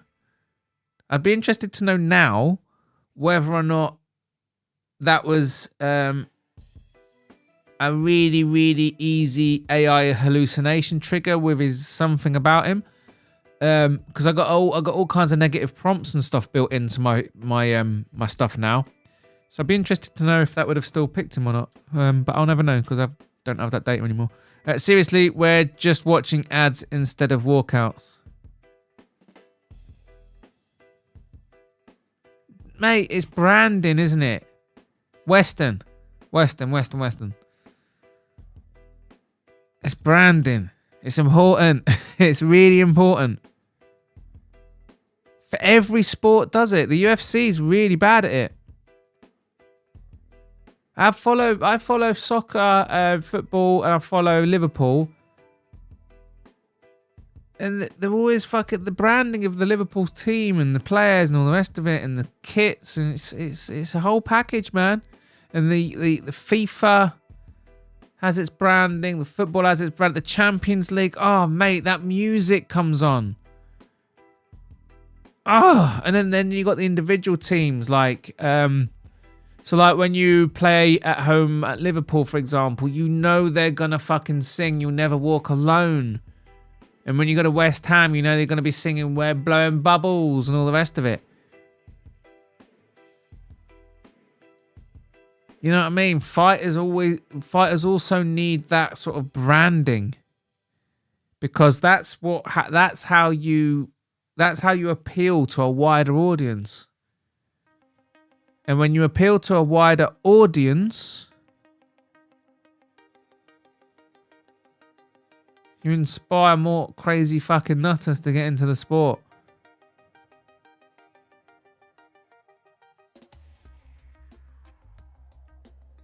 Because at the end of the day, because like people are talking about how shit the sport is, has anyone considered that it might also just be the standard of fighter? It might just be shit because this might just be what the fighters are now. The modern fighter. You don't really get you don't really get a karate guy or a fucking boxer or a fucking kick. It's very rare now. Like your Alex Pereiras and stuff of the world. That's rare now. Your typical MMA fighter now, although they might have a background in something specialist when they're a kid or when they're younger, most of them, I find it more common to find out that a fighter doesn't have a jiu-jitsu black belt. Like when they turn around and go, oh, the jiu-jitsu purple belt, you think, what the oh, okay, oh, wow. Actually, someone who's not a black belt. That's actually rare. They've all got jiu-jitsu black belts. They all practice wrestling fundamentals, takedown defense. They all practice boxing. They all practice Muay Thai. They all practice kickboxing. They all practice fucking side kicks and that kind of shit from karate and taekwondo. It's all amalgamated. All the techniques that work have been cherry-picked and adopted into the singular martial art of MMA itself. And as a result, there are becoming fewer and fewer stylistic clashes, and styles make fights. And because there's fewer stylistic clashes, the sport is now becoming more stagnant, right? Maybe that's something we can talk about. Maybe I'm just saying I'm way too casual and to be qualified in the subject. There's a theory. I'll let you decide if I've just been a complete retard or not. Finally watered the plants. Time for another drink and smoke. Nice little Lou. Lou, what you drinking, mate? We are down a rabbit hole. Oh, good. We're not. Wait, Lane, what? Nah, it's a wormhole.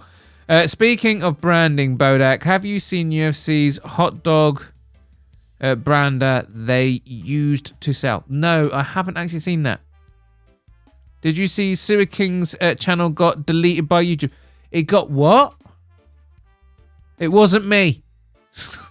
I know every time my channel gets in trouble, I seem to be the guy that gets blamed at the minute. It wasn't me. Sewer King got deleted. No, he didn't. What are you on about? What did he do? What does Sewer King do? I can... oh, they're clips. Is he really gone? No. Is he on Rumble? There's loads of clips of him still. They haven't Alex Jones'd him. They haven't deleted. They haven't deleted his channel plus all the clips and shit of him as well. Sewer King got banned. Oh shit, man, that's mad. What did he do? I think he deleted it. Oh, you think he deleted it? Lane thinks he deleted it. What? No way. Knob Creek Whiskey. Yeah, tell me what happened, man. All right, let's move on. I need to get these picks done. Terence McKinney versus Borshev.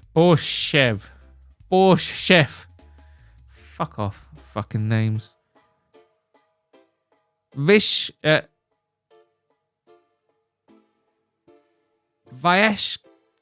Fuck off. I'm not doing it. I'm just going to pick him. You can just watch. I think McKinney's going to win. I think he's going to get a knockout. And I think he's going to do it in round 1. All right? Terence McKinney has the edge in recent performances, riding a strong win streak against tough opponents, and his well-rounded skills, particularly in grappling, give him an advantage over the other guy, over his striking. This prediction is based on a detailed evaluation of their record styles and the fight context, suggesting a likely knockout victory for McKinney in the first round. Boom, boom, boom, boom. There we go. There's your AI summary. We've got Vivian. Fucking, it's like, fuck off. What are those syllables? Arugio. I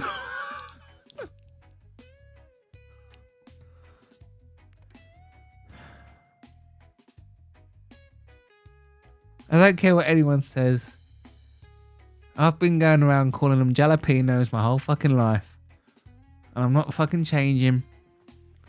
If I go to the Subway and order my sandwich, I say, please can I have my meatball cheese, not meatball. I always get steak and cheese, extra cheese, melted, please. Hearty Italian. Oh yeah, I'll tell you what I want on that. I want some lettuce, onion, peppers, jalapenos, and some mayonnaise. Thank you very much. The jalapenos really put a kick on it. Love those jalapenos.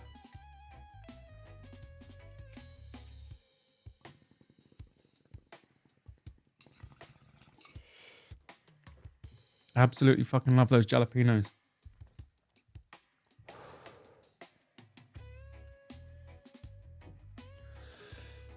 Oh, fucking hell.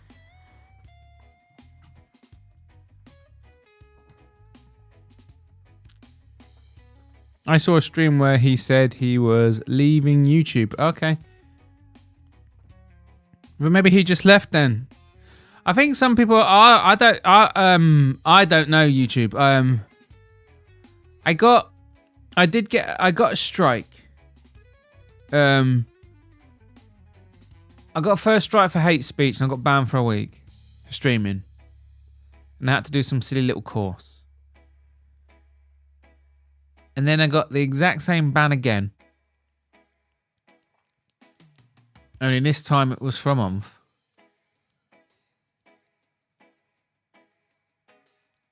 Right? And then some time went by and I didn't stream for ages and it got back to 2023. Only one strike had gone, but the other one was still lingering or something. And then I got another strike. Only this day it was like some 90-day ban, not a permanent ban. And I appealed it. And I won my appeal. So like a few hours later I got my account back. It was somebody who said the N-word. Or saying the N-word a lot. It was JVD. Yes. It's only dropped it. So I don't know why it flagged. I don't know if it was AI or whatever or got reported. But whatever, it got flagged. Got pulled. Obviously JVD is not in shot. It's not seen. It's just, it's whatever. Was it JVD? Yeah, it was. So obviously when you get it reviewed, there's a context there. So obviously it's fine. They don't know. It's not like some racial fucking outburst. So I won the appeal anyway. But what I'm saying is,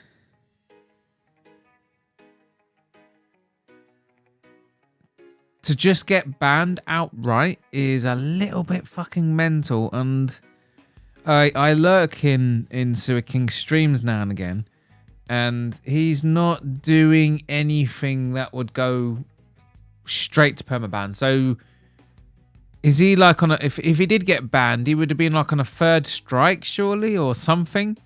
I've only ever reached 2 strikes, because when I got the 3rd one, that didn't count as... Although it was the 3rd one, once you... after a certain amount of time on YouTube, your warnings and your strikes go away. I think your first one goes away after for like 3 months. Your 2nd strike, that lingers for fucking ages. Yeah, because when I stopped streaming and came back, when I came back to streaming almost a year later, it was still there. Like, yeah, you're still on a warning, Bo. Actually, no. Sorry, fucking. I'm sorry. I'm remembering now. Right, let me tell you the truth. Not that I was lying, not intentionally anyway. But yeah, I was just stop. Let me tell you what happened. Hang on. The reason why it was lingering, I don't think it does linger that long. I think it lingers for, I think the 2nd strike lingers for 6 months. The reason why it was still lingering for me a year later is because you have to do the course. And I hadn't done the course. And then, yeah, I did the course. And it didn't go away straight away. But it went away. It's gone now. So that's why it lingered for me. Fucking hell, I forgot that bit. Making a burger and I'm going to have pickled jalapenos in it. Oh yeah, he's having jalapenos in it, good. Love those jalapenos. Making fun of Nina. Oh, so you've... No, yeah, but did he have strikes? Had he been banned already, Black Betty? Let me know. Do you know if he got banned already? I just don't think he does anything that warrants a straight up ban, you know what I mean? There's levels. What was that? I can't remember what my first ban was for. It was copyright, wasn't it? It's for copyright. What was the second one? For the life of me, I can't remember what the second one was. I can't remember what it was. I think it might have been something to do with Goose. I can't remember now.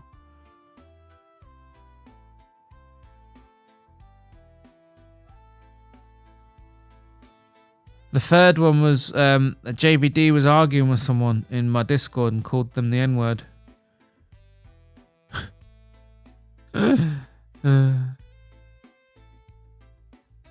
Yeah, that got me in trouble, but I appealed it. It's fine.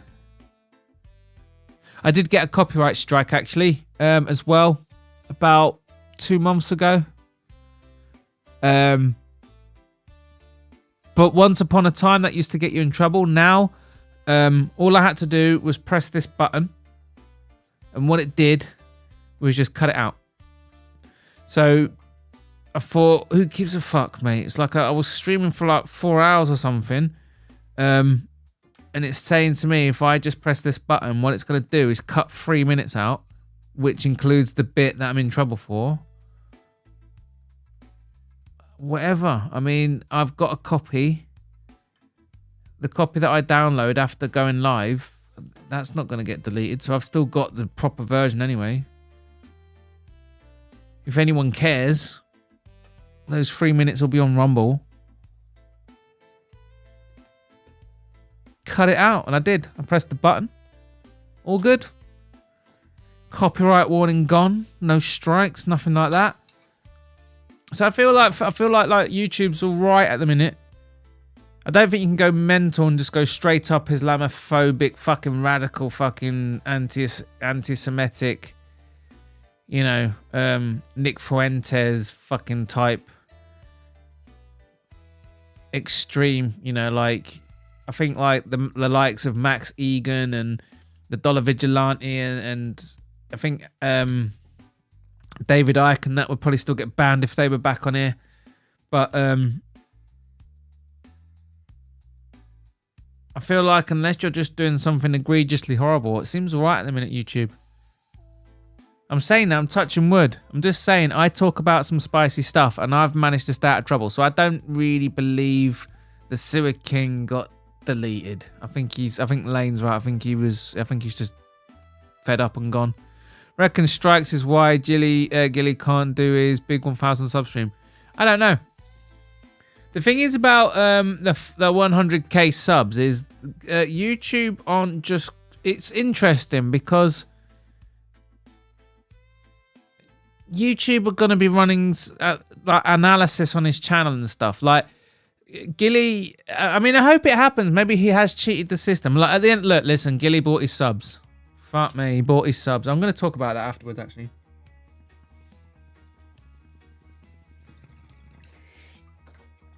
Let me talk about it, but let me do these picks first. He got hit for harassment because of his vids. Okay, so he had got hit. If he built up a strikes, then yeah, I get it. Making fun of Nina, fair enough. Reckon strikes is why, yeah, they'd have to pay me to take that course. To be fair, honestly, Lou, it's literally like 5 questions. It's like, is this racist? Yes. Well done, you've passed. It's so fucking dumb. What did Gilly get stuck for? Who would you hook up with, Bodach, if you had the chance? Vivian or Trace? Who would I hook up with? I don't know. I find MMA fighters grotesque. Suicide King was a massive channel. It was a big channel, yeah. Far more on YouTube's radar. Fair enough. Gilly bought his subs. Of course he did. I'll talk about it. Let me do my picks. Right, let's have a look. Oh god, they're both a bit butch, aren't they? Oh god, well this one's a bit more feminine maybe. But anyway, I've got Vivian winning this one. I got this one for a decision. So let's move on. Amil.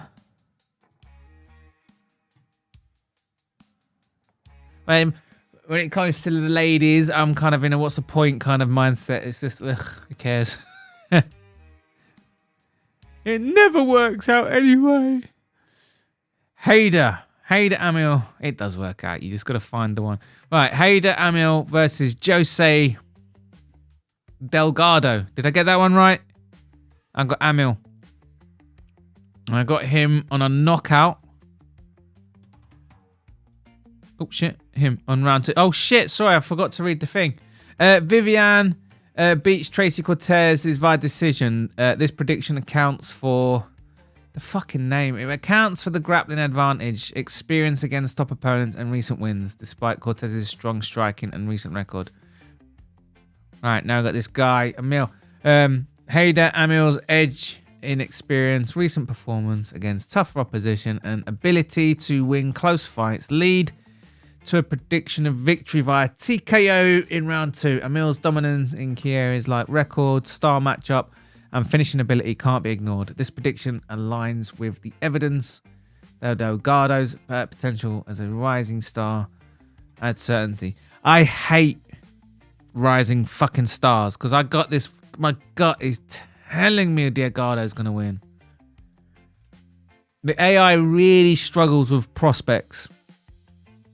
I think prospects are forever going to catch it out. I just don't know what you can do.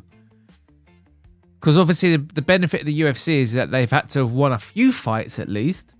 But they're fights against nobodies, you know what I mean? It's like the AI is trying to figure out like who have you. It's not just you're on a 5, you're 5 unbeaten, but who have you beaten? Like it's always going to get caught out. Gilly bought his subs, apparently. Really? Some of those women smoking. Only 99k of them docs. Yeah, I do think, like, Gilly, I do think he's, like, I'm not, like, I say, oh, Gilly, blah, blah, blah, yeah. Oh, shit, sorry. What was I looking at? I can't remember what I was about to do. Wait, what was I about to do? No, I take the piss out of that. I mean, he bought his subs. Yeah, I think he bought his subs. I think everyone thought. I think everyone thinks he bought his subs. But I do actually think his real sub count is. I think he's got more than me. I do just see him go live. Sometimes he's hitting 30 plus. And he's hitting 30 plus. Sometimes he hits 30, right? Here's the thing. I also hit numbers like that sometimes. But do you know what it takes to get me there? It takes musical doing streams that are like, yeah, Bodach's later. He's like letting you all know that I'm going to be live later, and he's like, he's selling it. And then Frankie goes live and he raids me and stuff like that. That's what it takes to get me to 30, where Gilly kind of gets there. So I think if with my sub count and help with the raids gets me to about 30 on a good quiz night, and Gilly can kind of do that sometimes organically, I reckon he's on about 2k organic ones. I reckon his actual sub count is around, actually no, I reckon he's about 1.5. I reckon he's on about 1.5k. That's my joke. That's my prediction. I reckon Gilly's followers, I reckon 1.5k of them are real. Because obviously he did do the pay pig thing. He did do the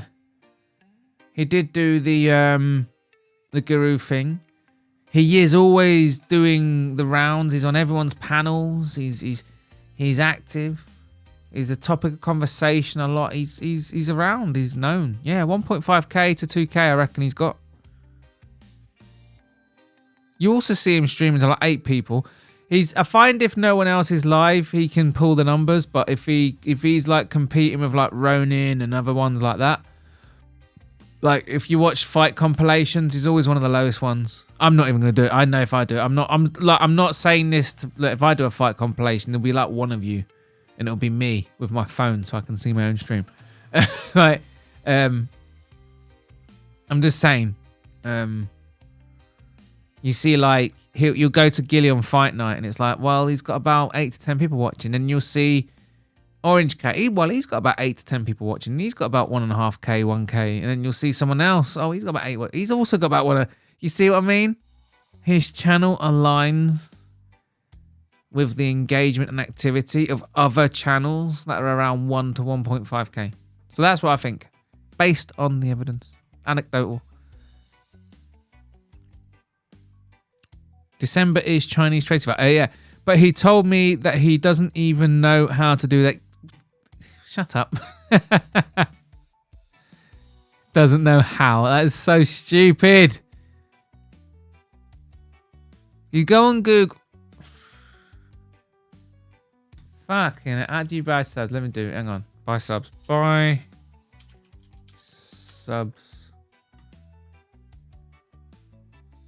Buy subscription. Hang on. No, that triggered a fucking ad warning. Oh, wait. Buy YouTube subs. Buy YouTube subs. Oh, look. I've got a bunch of them that are purple already, so I've already looked at them. Haha! Social Wick is the top one. Boost likes, views for you. I mean, buy 100 YouTube subs. There we go. So we've got Social Wick. Social Wick. Which one's the biggest one? Socialfollowers.com. I always feel like it would have like a business name, like socialfollowers.com. To me, it reminds me of like buywowgold.com. It's like, there we go. Look, boost likes, views for you. Right, here we go. Look, boom, views for you. Let's have a look. So you can buy. I'm not condoning this. I'm just saying. There you go, Gilly. I found this on Google. First page, by the way, right at the top. So we've got regular subs, natural. What's a natural growth? What does that mean? Our service, customized delivery speed, specifically for your channel, ensuring it's organic and natural to avoid any harm. Okay, so there we go. Look, so you can buy it. There we go. That's even better. Look. So imagine you've got a natural growth popular package and you go ahead and buy 100,000. What would that look like? It would spread over months. Influencer Plus, what's that mean? But they alright, buy now. Please select a package. 1,000k sub. Yeah, but I want to buy like 100,000. Oh, here we go. 10k. That's 10k. There you go. So that's 10,000 subs. There we go. Look, 10,000 subs. £185. So times 10. There we go, 100,000 subs. So that would be 1,800 quid. That'd be $1,800,000. 1,800. 100,000 bought subs would be $1,800 on this website if you times that by 10.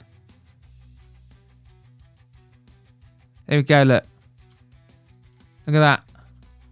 Look at that. That's it. First page of Google. Now, how much money did he send Musical again for his laptop? How much is the McLaren worth?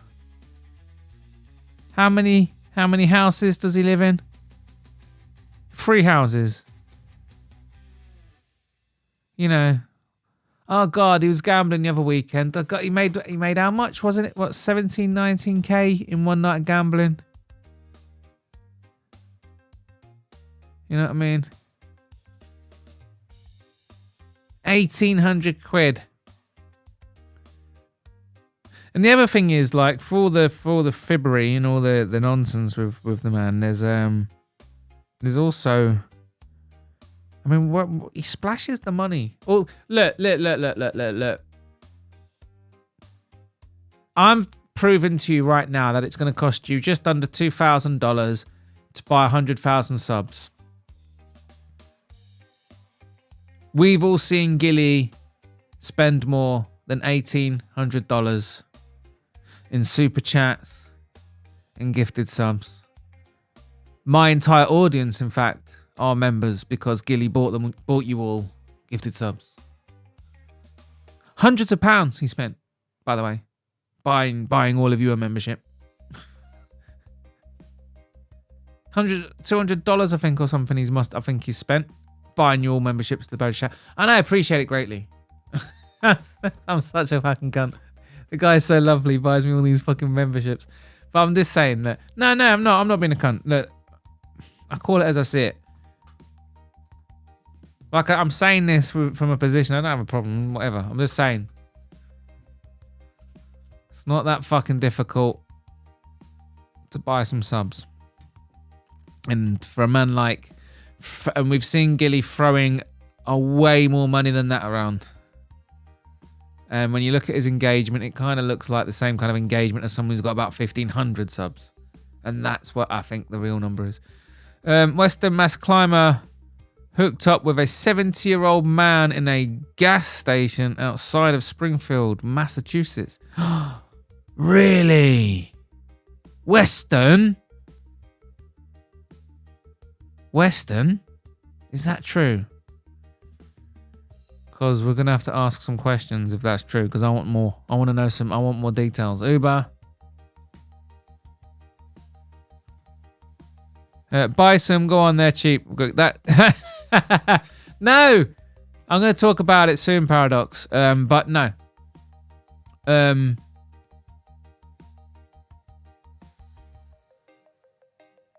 you buy a watch house? I've already unlocked monetization.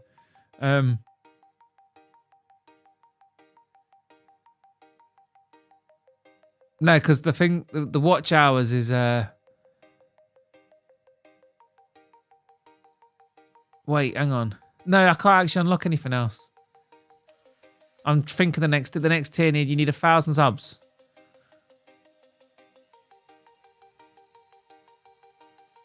I can't remember what the next tier involves.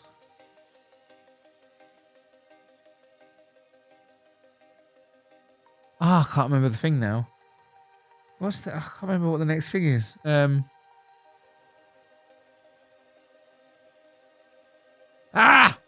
can't fucking remember. Whatever. Right, go on, Bodach. Buy 100. Must get lost in the sauce.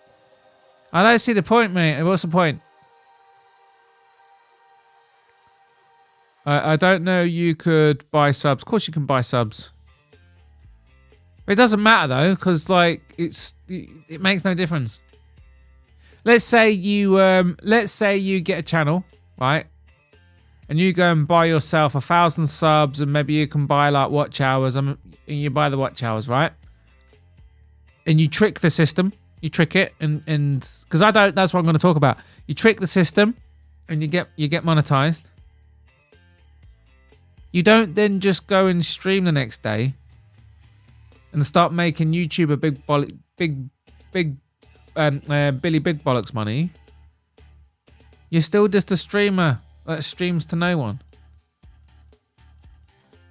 Only now, like, you look like a bit of a sausage. Like, because at the minute, the way I look at it is like, if I'm doing the quiz and I've got like Frankie and Musical and they're really giving me all this support and I'm like, 30 odd people were in there earlier. If somebody like comes across my stream algorithmically, I feel like they're going to be like, wow, fucking hell, this channel's only got like, it hasn't even hit 600 subs, but he's got 30. Something might be happening here. I feel like it looks good.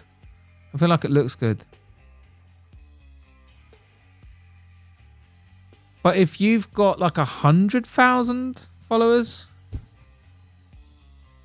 and you're streaming when there's only 20 people watching, you see what I mean? Like for me, it says at the minute, right, on YouTube, my screen's saying 25. Now I'm looking at the number and I'm thinking, fuck me, there's 25 of you still here. That's huge for me.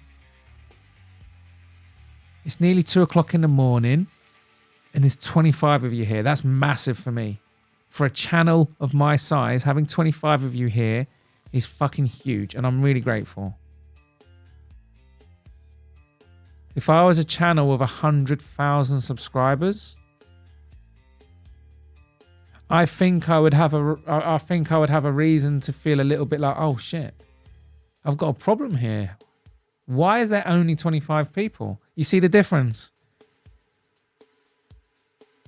And that's what I see when I look at Gilly's channel when he's live. It's like, why is he why are you like at 100,000? Why are you at 100,000 subs but getting the same live viewers as the rest of us? It doesn't make sense, mate. I think you're botting it. Anyway, let's crack on. So I will catch up on chat, guys. I'm fucking rambling. Right, we've got Jack Hermanson versus Gregory Rodriguez. I hope I'm fucking saying these names right. I always tell myself I'm going to make these streams 2 hours long. They end up fucking here for 5. Shit, I've lost my notes. Oh, here they are. Yeah, so I've got Gregory. No, I haven't. I've got Jack. I've got Jack Hermanson. I've got Jack Hermanson. I think he's going to get this one by decision. So, yeah, Jack Hermanson is predicted to beat Gregory Rodriguez via decision based on his superior experience, recent form, and ability to handle Rodriguez's power over the fight's duration. The prediction accounts for the complexity of the matchup, acknowledging Rodriguez's potential to finish early, but favouring Hermanson's proven durability and strategy. Yes, I'm going Hermanson with a decision. Oh, by the way, I forgot. I'll get to the end. Let me finish the picks. I thought of there's a metric I realised that was probably really important that I would need to start bragging and showing off more and chasing and pursuing, but I'll talk about that in a minute. So now we've got Peyton Talbot versus Philippe Lima. Oh, are we into the main event? Are we into the main card? Anyway, we've got Lima. I think this one's going to be a decision. So yeah, Lima is Lima's longer win streak, better strike and defense, and takedown accuracy position him as the likely winner against Peyton Talbot. The fight is expected to be competitive, but Lima's recent form and defensive capabilities suggest he will edge out a decisive victory. There we go. Now we've got Benil Dariush versus Renato. Is it Renato? Renato. Fuck off. Rento Moicano. I've got Moicano winning this. I've got him getting a knockout in round 2. Here we go. Based on the detailed analysis, Moicano is predicted to beat Dariush via knockout in the second round. Moicano's recent activity, striking edge, and Dariush's long layoff and knockout history suggest a clear advantage. Moicano's most likely path to victory is the knockout, leveraging his higher striking output, the SLPM. Jesus, what's that?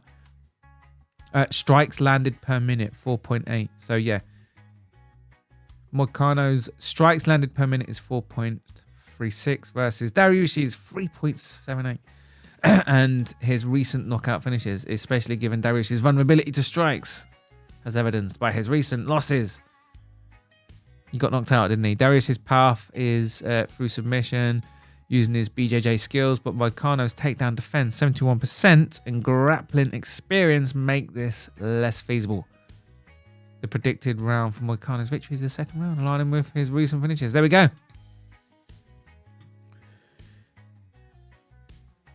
Wow, Joshua Van got right up in the fucking main event quick, didn't he? So we got Brandon Royval versus Joshua Van. Now, this one might get contentious because I'm going Royval. I'm going Royval by decision. Royval has the edge in recent performances, riding a strong win streak against tough opponents like Moreno and Tierra. While Van's activity and youth make him a dangerous underdog, given the analysis, Royval is predicted to win by decision, leveraging his striking and experience. I figured a lot of people are behind Van. I think this is just one of those. I think Van's going a little bit too high, mate. He's like literally He's the co-main event. It's the pre-co-main fight. Win. He's 23. He's the favorite as well. Wow. He might prove my fucking AI wrong, but yeah, I think he's where does it show the ranking? Is he unranked? He's unranked. Oh shit, is he unranked?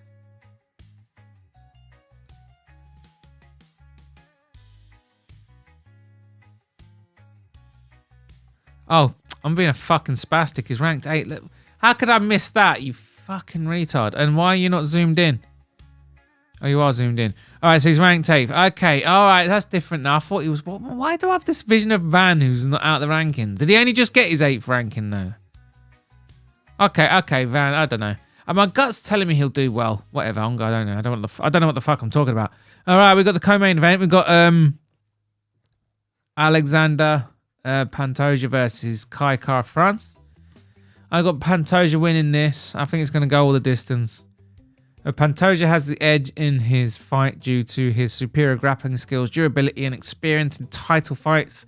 His ability to control the fight on the ground and his iron chin make him a tough opponent for Kai Kara France, who, while a dangerous striker, has shown vulnerability to submissions and has been stopped before. Pantoja's recent performances, including defending his title multiple times, indicate that he is in top form and likely to retain his championship. There we go. We got Pantoja to win by decision. And then it's locking this main event, and it's fucking talk. Ilia Topuria versus Charles Oliveira. I got Topuria winning this one. I think he's going to get the knockout. I think it's going to be midway through the fight in round 3. Ilia Topuria has the edge in recent performances, riding a strong win streak against tough opponents with knockout power likely to overwhelm Charles Oliveira's grappling in this lightweight fight. Title fight.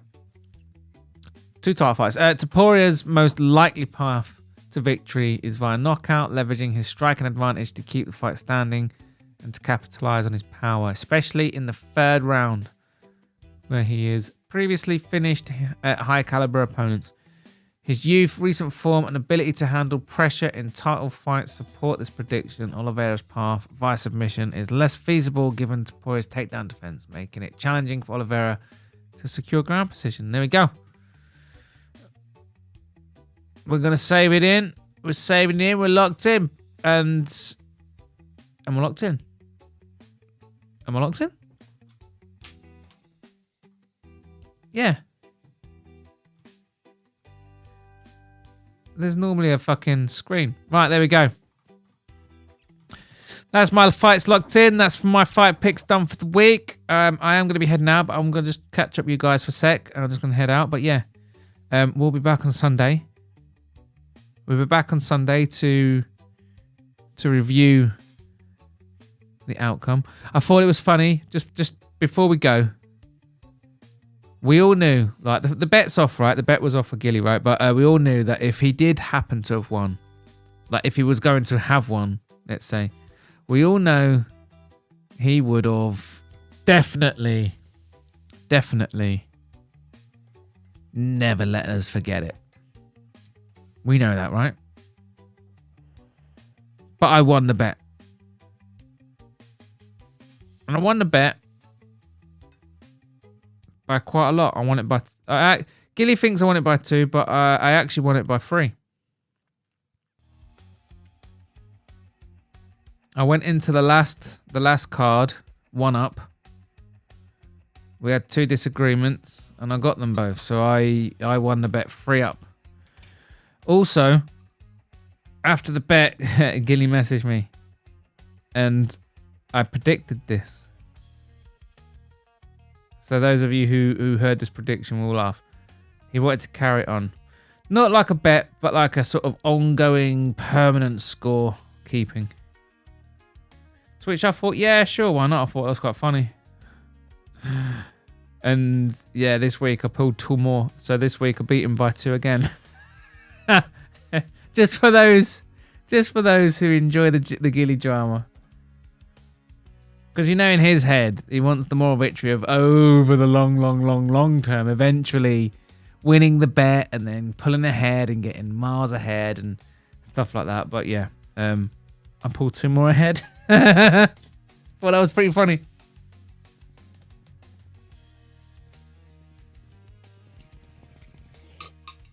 It was a difficult week for picks last week, but yeah, we'll catch up on Sunday. I'll be right back. Oh, fucking hell.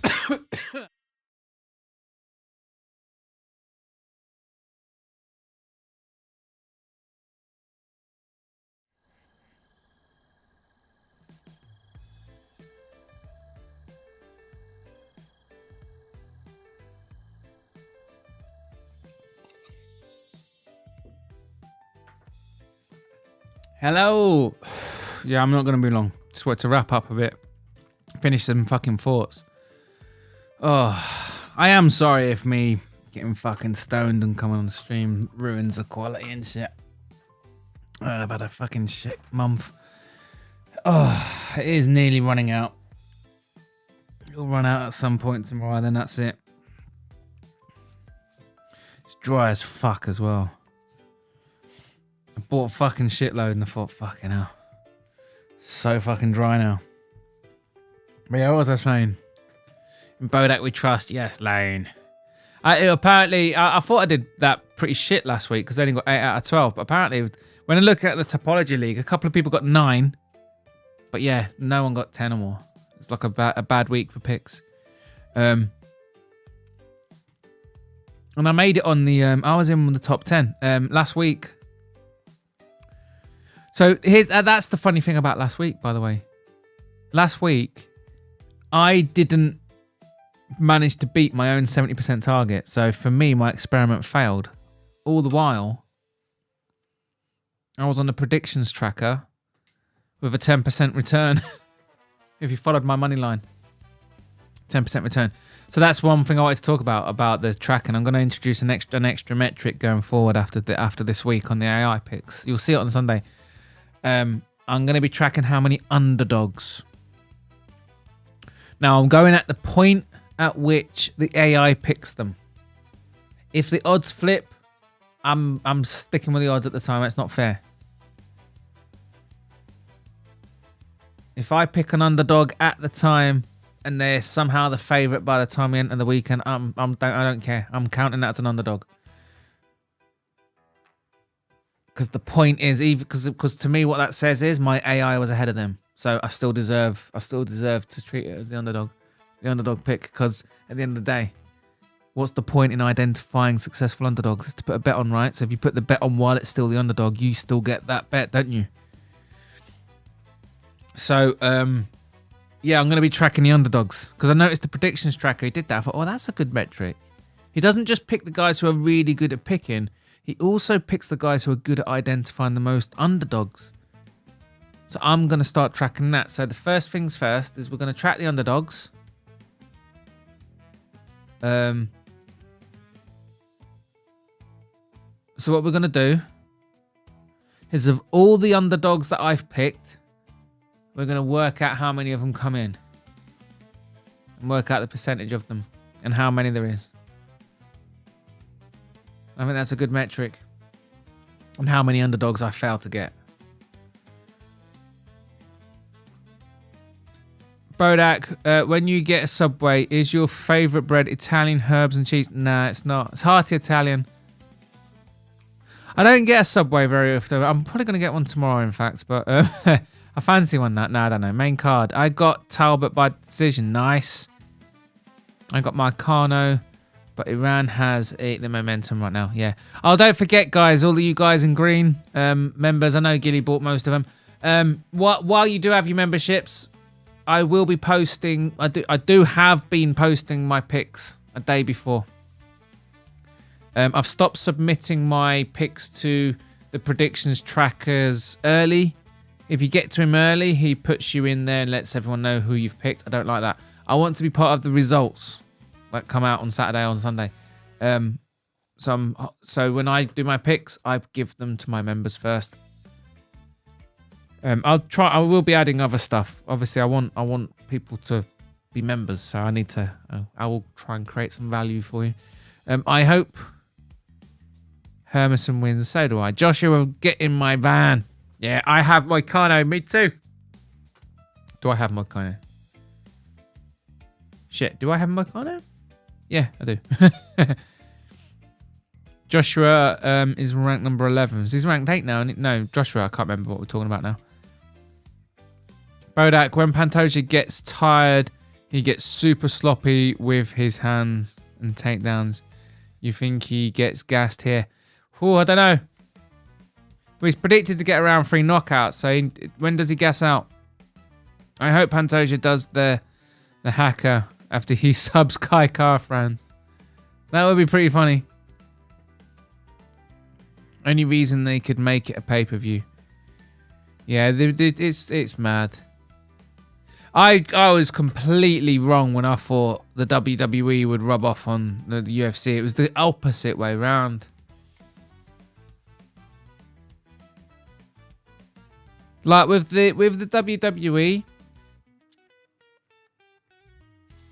I know a lot of you just think it's silly. Like, I just like the pantomime of it. I like silly shit. I like a little bit of time just not thinking.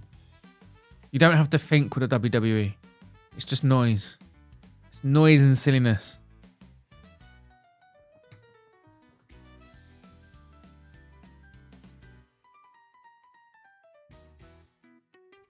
Yeah, it's noise and silliness. What am I trying to say?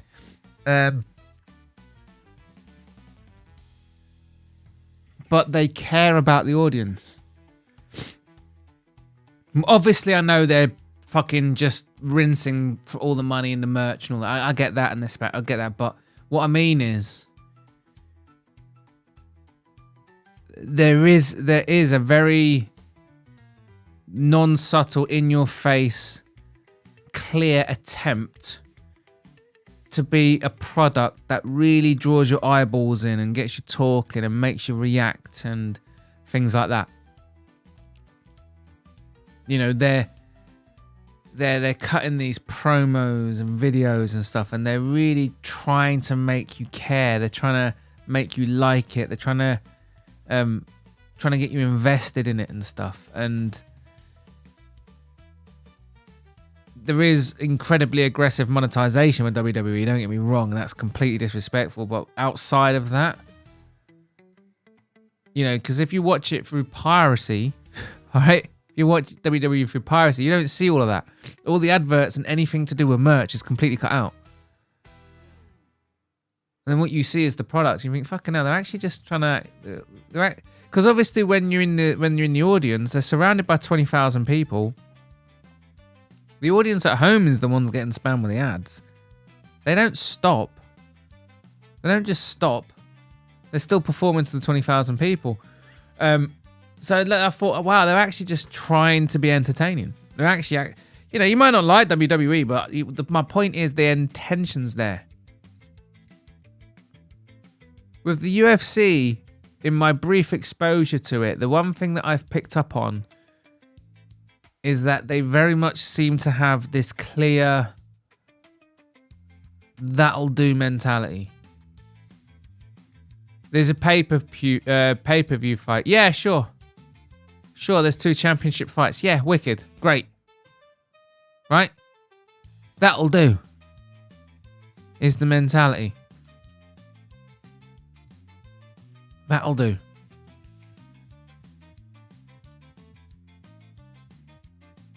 Right, I'm just looking at it. Where's the fucking Tapologies thing? But yeah, that's what I'm saying is the is Philip Lima even ranked? Where's the rankings on this thing? 14-1. Yeah, he's probably be ranked with a record like that. And Talbot must be ranked as well. I'm just trying to work out who's the first unranked fighter on the card. Like, how far down do you have to go? 1, 2, 3. The thing about Tapology, it's a nightmare because it's like, oh, whatever. Right, the thing is, my point remains. It feels like the UFC have a sort of that'll do approach. Oh, shove a few in the fucking apex. We'll just milk them. We'll just milk the TV money and. Oh, that'll do. That paper. Oh, that's got a title fight. That'll do. I've literally seen, like, I mean, I'm not making it up, am I? We've had pay-per-view cards where half of the main card are unranked.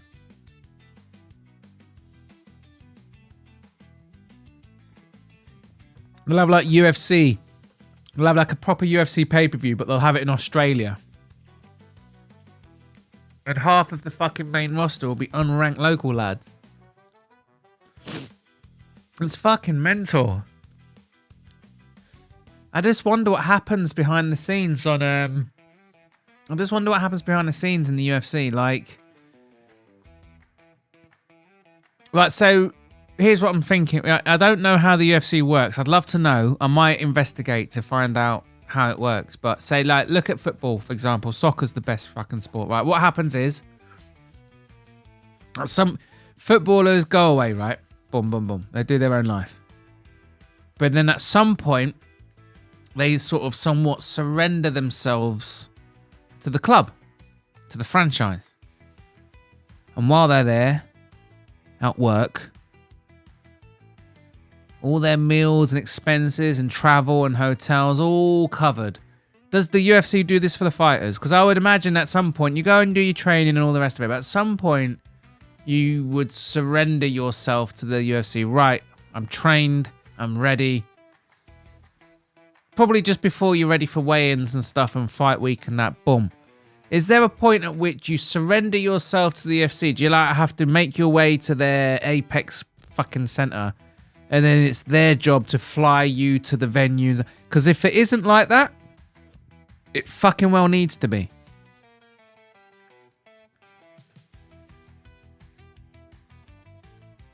Like, footballers get taken in by their football clubs and they're treated like fucking royalty. And they're taken care of. They play their football match. They come back. They get a once-over by the physio and all that kind of fucking shit. They get a debriefing. See you at training tomorrow. Off they fuck. The UFC needs to be the same, right? You come here for fight week. We're going to fly you out there. You're going to be in the hotels. We'll fly you back. Bish, bash, bosh. Now fuck off back to your own life. If it's not like that, that's a fucking mistake. But yeah, like I was saying, what was I saying? Bodach, how many hours a day do you normally stay awake per day? I normally sleep around 5 to 6 hours a day, so I'm awake for about 18, 19 hours a day. I don't know what it is. It's just natural to me. When I was a young lad, I would sleep for 12 hours a day. Now that I'm an older man, I don't seem to sleep. And it's not like I wake up thinking, like I'm awake, mate. I'm fine. Like, I'll go to bed. 5, 6 hours later, I wake up. Good to go. I think you just need less sleep when you're older. I don't know. Track ROIs. I'm not tracking the ROIs. There's no point. You don't gamble that way. You don't gamble that way. What I'm going to do is track the underdogs. Every time I pick an underdog, we're going to single them out. See how many underdogs I get. You're all good, man. I don't mind the smoking. Ha, thank you, Lou. Nah, I do need to stop. It's not good for work and stuff. Charles Oliveira has the full support of Ice Spice. She loves the Bronx. Oh, come on. AI versus Gilly. Yeah, AI wins. So that's about 6 unsettled bets since. No, our bet was cancelled. In Bodach we trust. Thank you. Bodach, you are very intelligent. 100% AI is next. Oh, shut up, Useless. You're too nice. I want to see that Useless. I want to see Tapura Jiu-Jitsu defense. Yes. Tapura keeps it. Okay. I think I got you all. Bodach, when Pantoja gets tired, he gets super. Oh, ready. Fucking hell. Count it up. Look, I'm sorry. I do fall behind, but I'm catching up. The UFC doesn't have half the revenue as international soccer. I know. Yeah, I know. The UFC doesn't have half the revenue as international soccer. Yeah, true, mature. But the UFC absolutely fucking has the revenue to meet the fighters at a venue. Take them under their fucking wing. Flying them around where they need to get to. Making sure they've got a top-notch hotel. Making sure they've got access to any facilities they need, such as a gym, a training area, a place where they can like relax and whatever. You know, just like they do, right? You gotta remember, they only gotta do it for a roster of fucking teams, yeah? A roster. They have to, man. They gotta do it. They gotta look after them.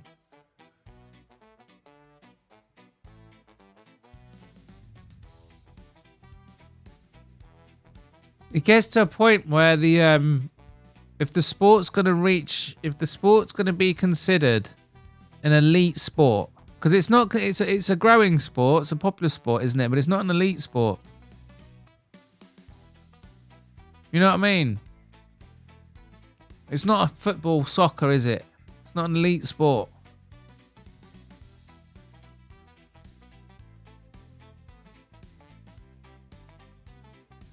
It's still quite scruffy. I mean, it wasn't that long ago they're all hanging them stupid little fucking banners with all the sponsors on it. What I mean by it's not an elite sport is it's that. The NBA treat their players the same. The NFL treat their players the same. Cricket, you name the fucking sport, rugby, players at the top level get treated a certain way. I just don't think the UFC is treating their top talent the best way. What does Bodach dream about? I don't really know.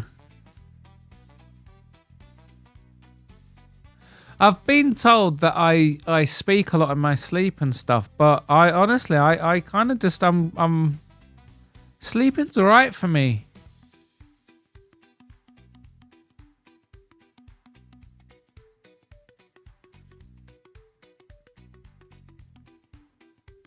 I have this wicked ability of napping. Sleeping's one of those things, man. I tell you what, I wasn't always this way though. I got into meditating once upon a time. I had like anxiety fucking problems and shit, and I thought like I was exercising. And I got into meditating, and I recommend it. Do I recommend it? I do recommend it. It helped me. I recommend it with a pinch of salt. Not a pinch of salt. What's the word? I don't know. I know it sounds silly, but hear me out. I recommend meditation. It's really good, but don't do it right though. Don't just go and lay in bed. Sit up. Even if you are support, you don't have to do the whole fucking lotus fucking posture and all that bollocks. That's all not. You don't have to do that. You need to make yourself really fucking comfortable, but you also don't want to fall asleep. You don't want to like lay down. So gaming chairs are good because you can position yourself perfectly. But yeah, meditating's really good. Just letting your thoughts run their course until you just like blank. It's a lovely experience. And then just holding it. It's nice. And just fucking being clear-headed. It's lovely. And it's like you hear people speak about it, and I know like I used to roll my eyes at it until I tried it. So yeah, if you're rolling your eyes now, just try it, man. I don't care. I don't give a fuck what it sounds like. Just try meditating. But anyway, I got good at that in a way of like just letting your thoughts run out. And I thought it also helps for sleep. So when I go to bed, I literally just lay there and just let my thoughts run their course. And then I just kind of wake up in the morning. Yeah. Apparently I'm tossing, turning, talking, but I just wake up in the morning ready. Sometimes I'm tired and yeah, I can just go to sleep. I can sleep and sleep and sleep, actually. I'm good at sleeping. But yeah, once I've had 5 hours sleep, I'm fresh and good to go. What does Bodach dream about? I don't know. What if you only tracking underdogs each week, you should make it fun and give us members a fun chance with points or numbers. Pick one dog per week for those who want to participate. Sorry, what do you mean, Lane? Explain that to me. Do you fall asleep quick, or does it take you a while? I fall asleep very quickly, usually. Why are you asking about my sleep? It's my superpower, usually. I fall asleep so quickly. Like I said, it was from meditating, I'm telling you. You just learn to switch off.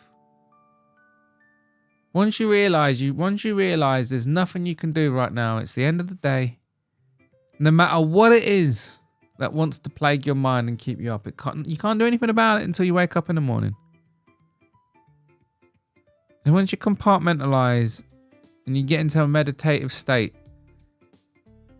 and you let go and the thoughts run through, you think obviously your thoughts run around in circles a few times. It dissipates. You get used to it. The way I describe it is your mind is racing. Especially you've got an ADHD brain like mine. You've got like an ADHD brain like mine.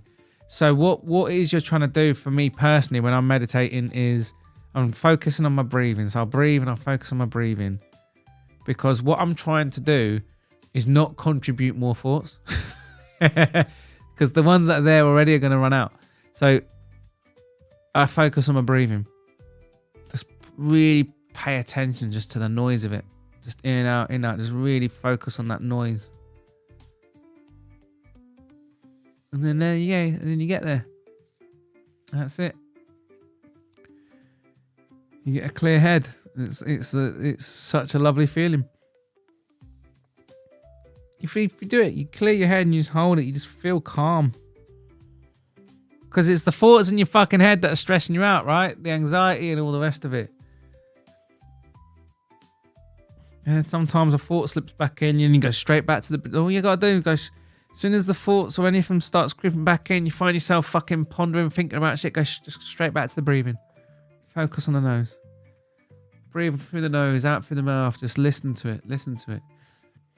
Breathe in and out through the nose as well is good.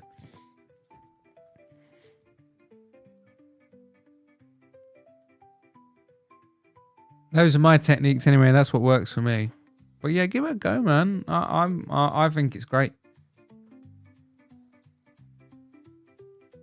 Really good for sleep though, because you train yourself. Your brain, you got to remember, your brain's malleable.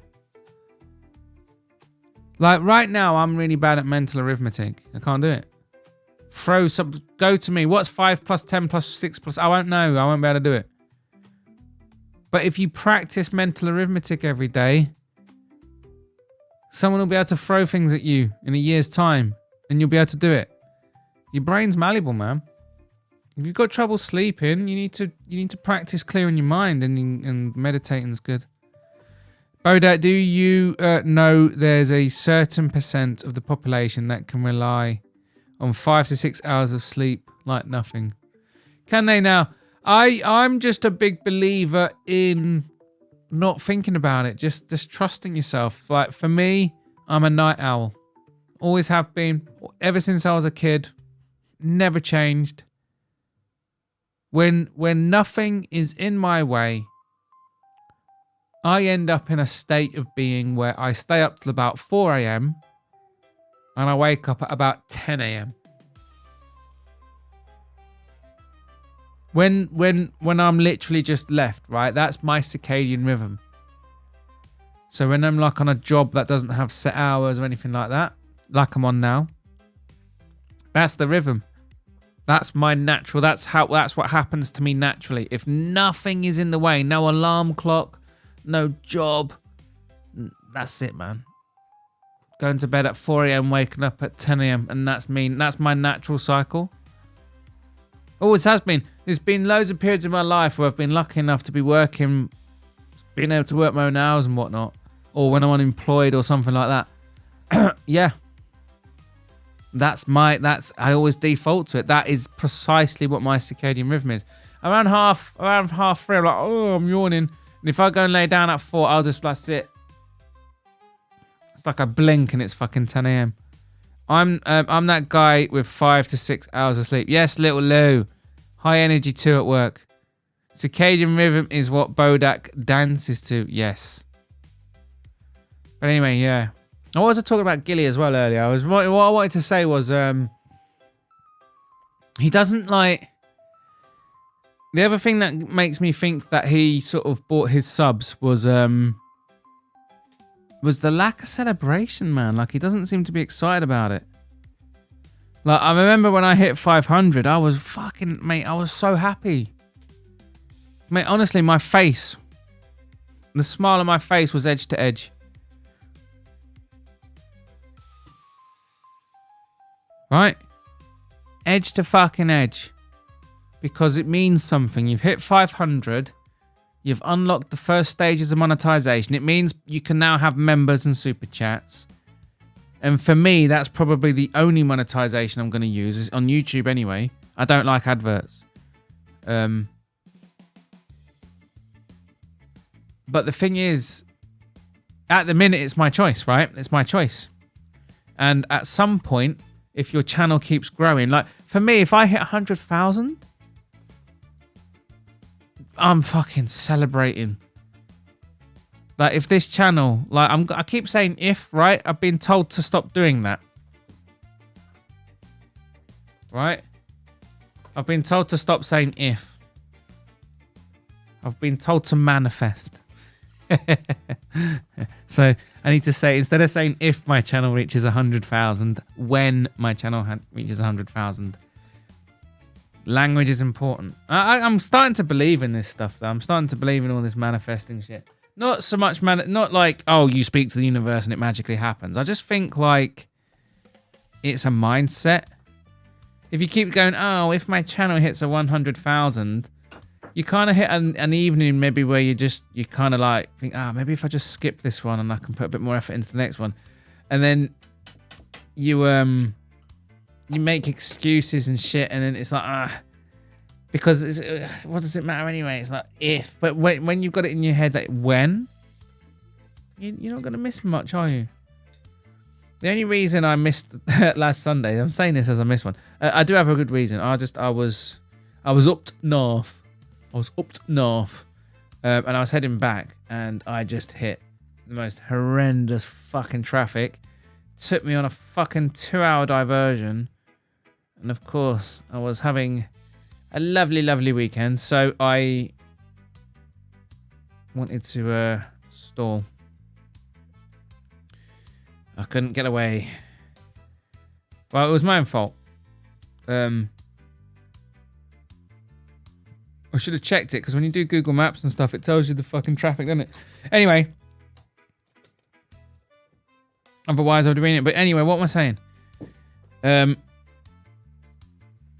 Yeah, so when I get to 100,000, I'm celebrating. And so, like, I'm not only going to be celebrating on stream, doing like special episodes. As that approaches, I'm going to want to try and do like videos and VODs and special things. I'll be asking around, trying to get like other faces involved, trying to make like a real spectacle, like really celebrating it, like really trying to show put a lot of effort into it to show appreciation for it.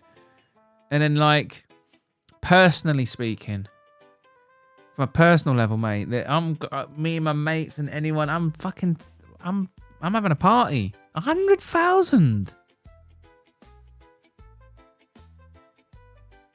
Gilly gets to 100,000. You're like, yeah, Gilly, well done. He's like, yeah. Oh, hey, thanks. Yeah, thanks. Thank you. So that makes me think it's like, fucking hell, be a bit more excited.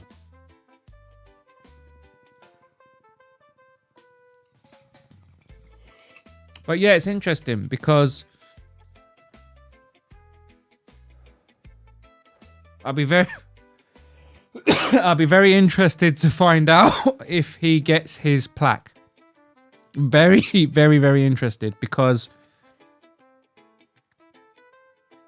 you obviously at the moment, all right, I get to unlock monetization. That's Google throwing you a bone. Just like, fine, do this. It's giving you a few little features to help you. So, like, for example, if I get some super chats, right? What I'm going to be doing with it is I'm going to be, like, using it to pay for the AI stuff.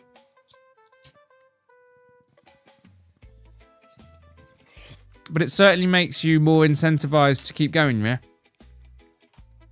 Because now you can get support. So, but they don't give you everything else. Like, you can't spam the adverts. You can't do all that. You can't, like, get involved in all the other shit you can do on YouTube to sort of milk money out of it. That's all still locked away.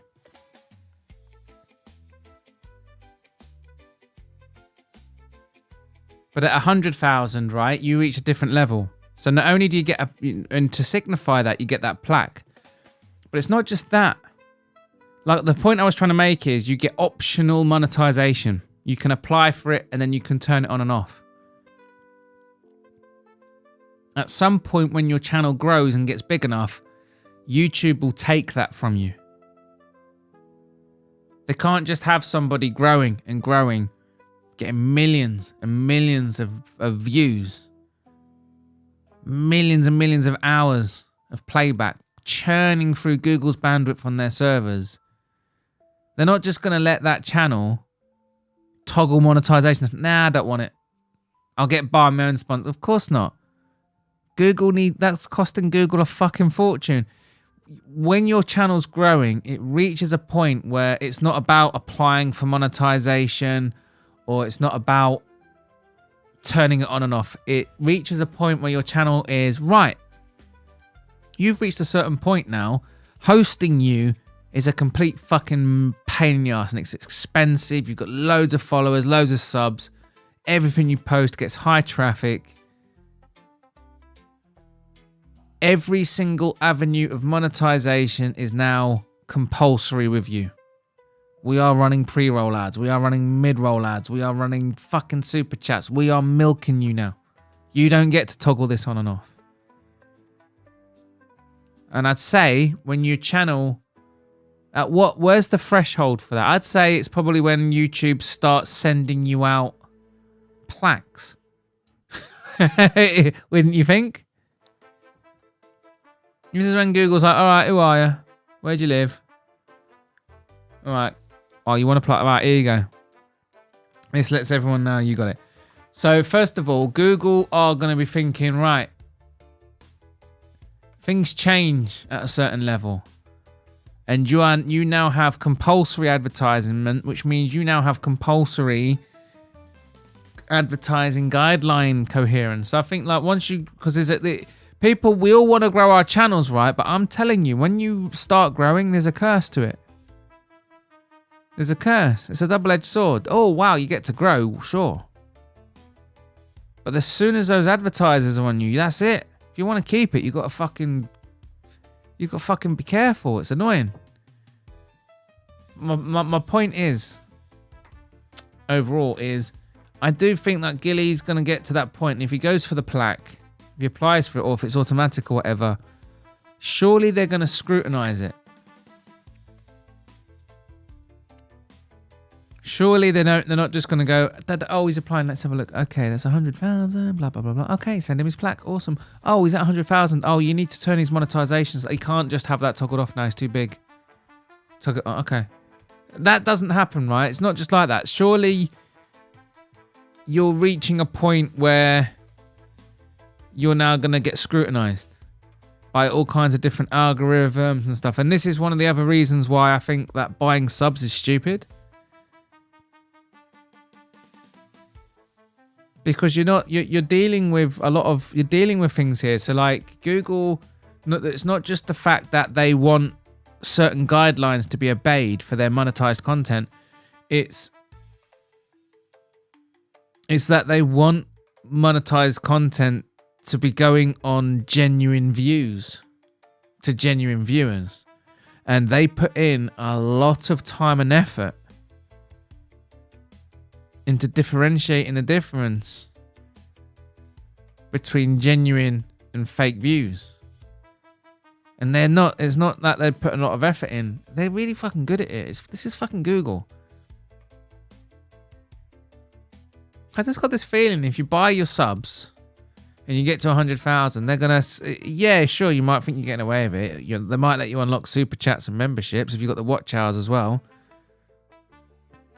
But yeah, I just think I'll be very, very interested to see if Gilly applies for his silver plaque.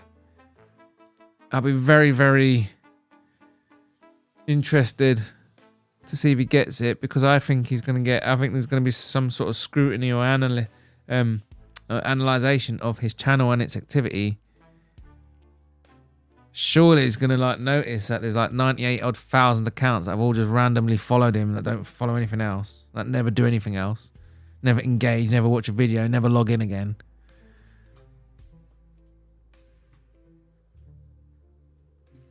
And then what happens? I'd be interested. Will Google be like, no? And I bet you, right? I bet you this will be interesting. Give it a couple of months, because obviously these things take time. If they do scrutinize it and refuse to, and here's a prediction, right? Here's a prediction. I'd say clip it, but I don't know if anyone bothers clipping me or not. I just want to hit. I'm just gonna. Don't show him though. This is a prediction. Show him afterwards. You show him the clip afterwards, so you can say, "Look, Bodach called it." Here's the thing. Let's say Google run their little gizmos, their AI analysis and that, and they scrutinize his channel. And they're like, listen, this guy's applying for his silver plaque. And he's clearly botted all these accounts. And he gets the notice saying, sorry, Giuliano Genti, you are not getting your plaque. We don't believe these are real subs. We've tested it and we don't think it's genuine. He's not going to tell everyone that. He's not going to go live and go, guess what, guys? Google think I botted my subs and then refuse him to give me the plaque. Let me tell you what's going to happen. This is my prediction. In a few months' time, people are going to start pestering Gilly. Because I do believe that their AI and whatnot is going to analyze it. I do believe it's going to get flagged. And I do believe they're going to reject it if he applies for it. People are going to start pestering him. And he's going to tell you, yeah, I got it. It's in my other apartment. It'll be in his other apartment. He's got it, it's in his other apartment. Prove it, though. Oh, but now you're raising the stakes. What's it worth? 10 grand? Bet me 10 grand.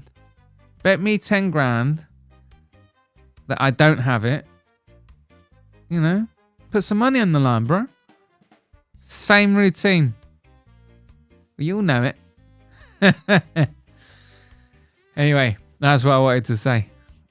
When I'm manifesting, when I get to 100,000, and I will. I'm getting to 100,000. I'm going to grind. If it takes me fucking 10 years of streaming and video making and all of it, mate, I'll even when AI has taken over the world, I'll still be fucking grinding. When I get to 100,000, believe me, I'm going to be celebrating And believe me, I'm going to apply for that fucking plaque. Literally the fucking second it ticks over, I'm applying for my plaque. And believe me, when it arrives, I will be fucking going into a real boy stream and showing that motherfucker off so you can all see what you've all fucking done. You know what I mean? This is what you did.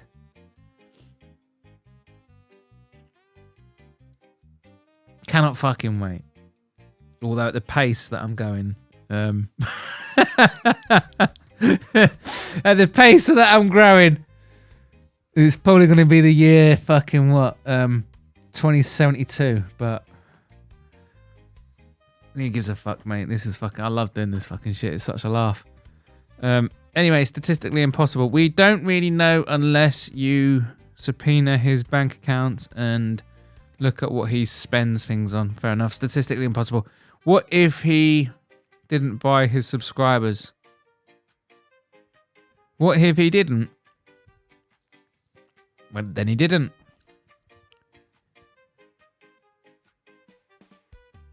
You know what I mean? It's I don't know. I mean,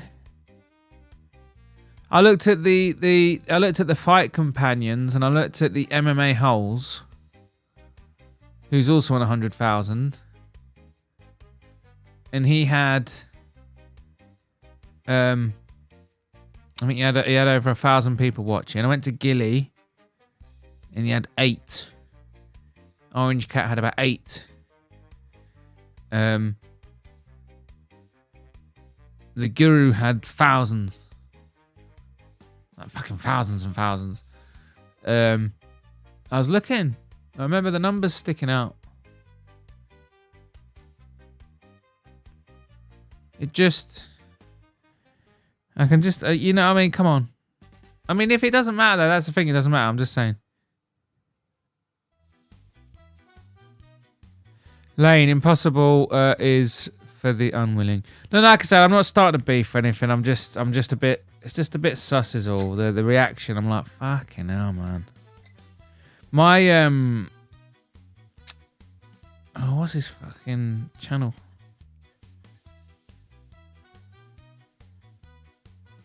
I was fucking catching up with someone from Vine. And it was like, oh, how such and such. Like, oh yeah, he went full time. On YouTube, and I look at his channel, and he had 65,000 followers. You know what I mean? The MMA holes has 100,000 people, right?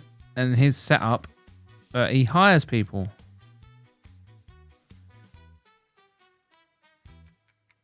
You know what I mean? So tell me he didn't bought his subs. You got one guy on 100,000. He gets 1,000 people watching his streams. He has people's wages. He has wages. His channel not only is he a full-time YouTuber, he hires people. That's what you can obtain with 100,000 people on YouTube. You can turn it into a business that creates fucking jobs. And there's Gilly with his 100,000. Come on, telling me. I'm sorry. I feel like I'm just fucking spent the last half an hour bitching at Gilly. It's because I just wanted to say that. It's one last thing, innit? It's one last thing. I wanted to. The reason why I'm bringing it up is because a couple of weeks ago we saw it coming up to 100k, and I called it. I said, I wonder if he does a big celebration for it or not. And I said, I bet he doesn't. I bet he's not that brazen with it. If he really did just genuinely fucking make 100,000, he wouldn't even be fucking thinking about it. He wouldn't even be fucking thinking about it.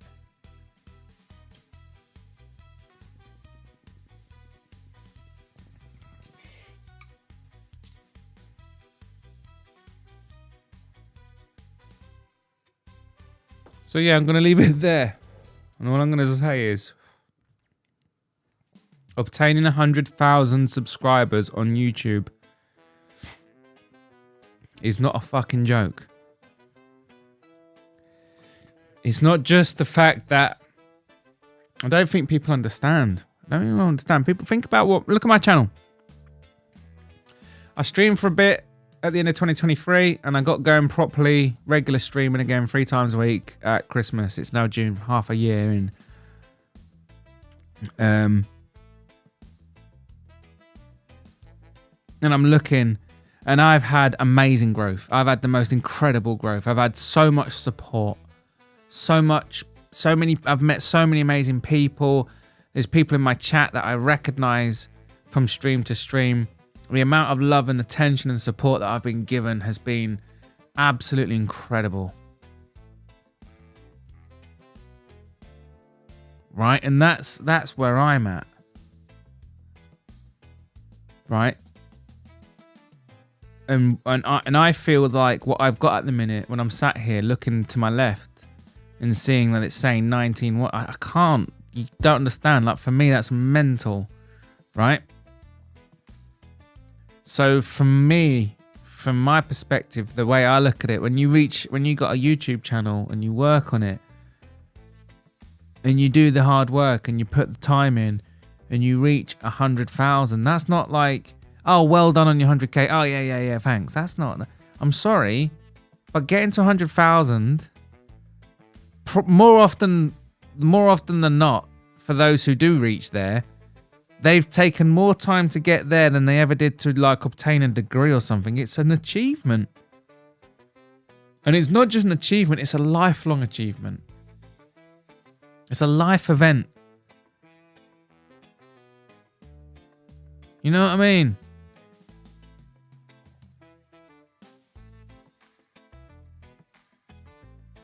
I mean, it is. I'm not being fucking hyperbolic or over exaggerating, am I? But if you build up a YouTube channel to 100,000, what you have done is fucking. Hang on, let me Google it. How many?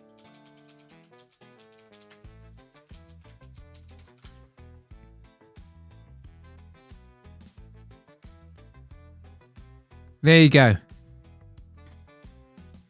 0.85% of YouTube channels hit 100,000 subscribers. 0.85%. Right? And of... Wow. 0.08% reach a million. So barely a fraction of a percent reach 1 million, right? And fewer than 1 in 100 fucking active YouTube channels hit 100,000 subs. I'm sorry. Right, how many? Hang on, let's have a look. Let's have a look.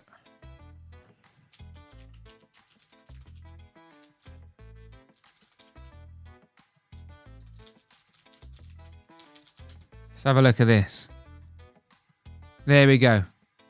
So, if I have a look, there are currently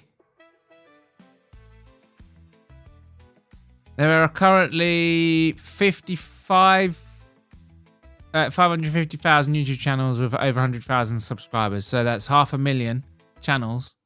To put that into perspective, every year, 70,000 people. Because obviously that's just the total number of YouTube channels. Every single year, 70,000 people obtain a PhD.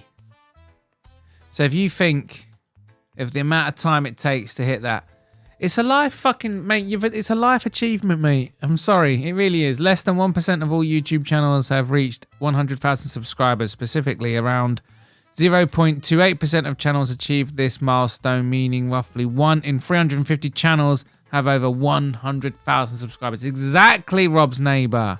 Perfect. Should call you Jamie. So that's what I'm saying. So I'm looking at that. I'm looking at how much time and investment. Like, I'm sat here with fucking all this kit. I've looked at how much has gone in to get to my, 581 subscribers. Which keeps going up and down all the time. But at the minute, 581. 100,000, man. The amount of time it's going to take to get there. I'm sorry, that's a life achievement. Being so yeah, whatever, 100, fucking hell, no way. There's not a YouTuber on the fucking planet who didn't hit 100k and fucking celebrate. Mate, I'm not even 100k, mate. When I get to 10k, I'm gonna fucking go spastic. When I get to 1k, I'm gonna go spastic. Fucking hell, 1k. Imagine having a K. Imagine having 1,000 human beings. Like, look at your show. 1,000. What's this Bodach? Yeah, I'll sub to that. That looks alright. I'll check it out if I see it around. Fucking hell, 1,000.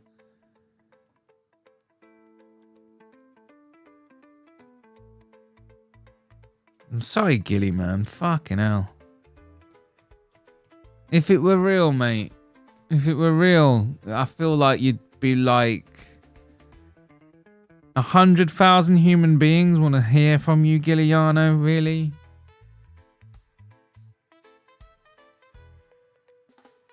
Come on, man. I'm not saying that they wouldn't, for fuck's sake. I'm just saying that many people haven't found you in that short time.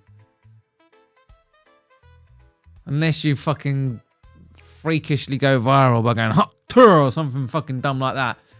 Most YouTubers take fucking years and years and years and years. Most YouTubers don't make it. And the ones that do take years. Gilly got to 100k in what, 6 months? While streaming to the same amount of people as the rest of us. Come on, man. And I'm just saying, I called it. Not going batshit fucking crazy, hitting 100k. That's like the biggest. And the other thing is, he's a gambler. Apparently, he plays professional poker.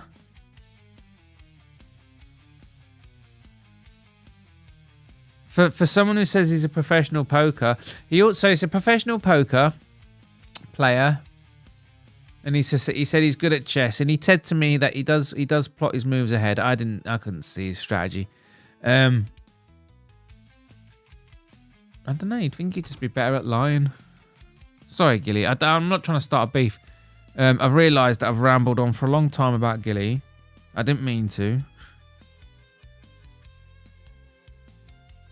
It's just it's the 100k thing. It's just, it made me laugh. I'm not. That's what I mean. It made me laugh. It made me laugh.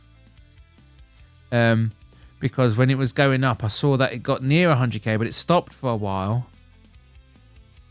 And part of me thought, he's not going to be that cheeky, is he? And then he did it. He is that cheeky.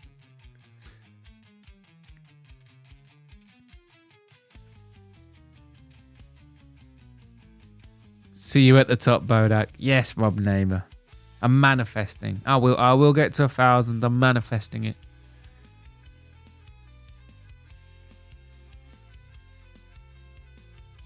At the end of the day,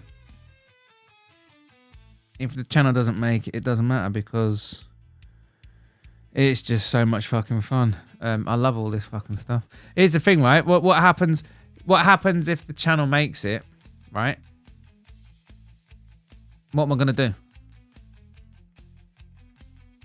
Keep doing the channel, right? So I'm doing the channel anyway. Makes no difference. So yeah, that's how I think about it. That's how I just think I'm just going to manifest it. I'm just going to keep churning it away. I'm going to start treating my streams differently for sure, because I feel like what I was trying to do with my streams and what streaming actually is. I'm obviously trying to offer something different in the streaming world, but I think that in some regards I might find myself fighting it in places. Like the format might, you know, I don't want people to feel like they're just watching. What's the word? Like watching a VOD.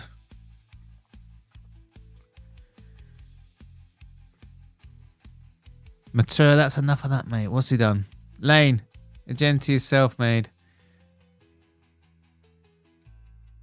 No, I don't. And he sold it for 1.7. Yeah, let's not go back over it, Lane. Lane, I've already done enough, man. I've already done enough. Yeah, and you, Lane. Yeah, I got a bone to pick with you.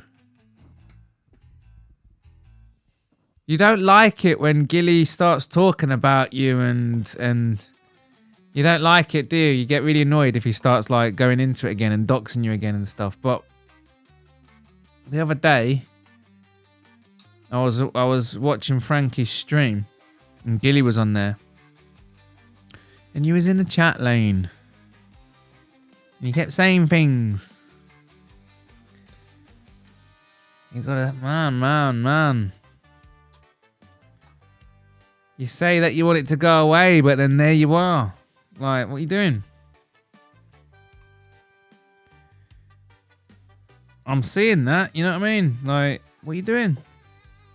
I was watching it, right, Lane, and I thought, wow, okay.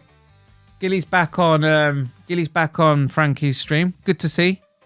Not gonna lie, it's good to see.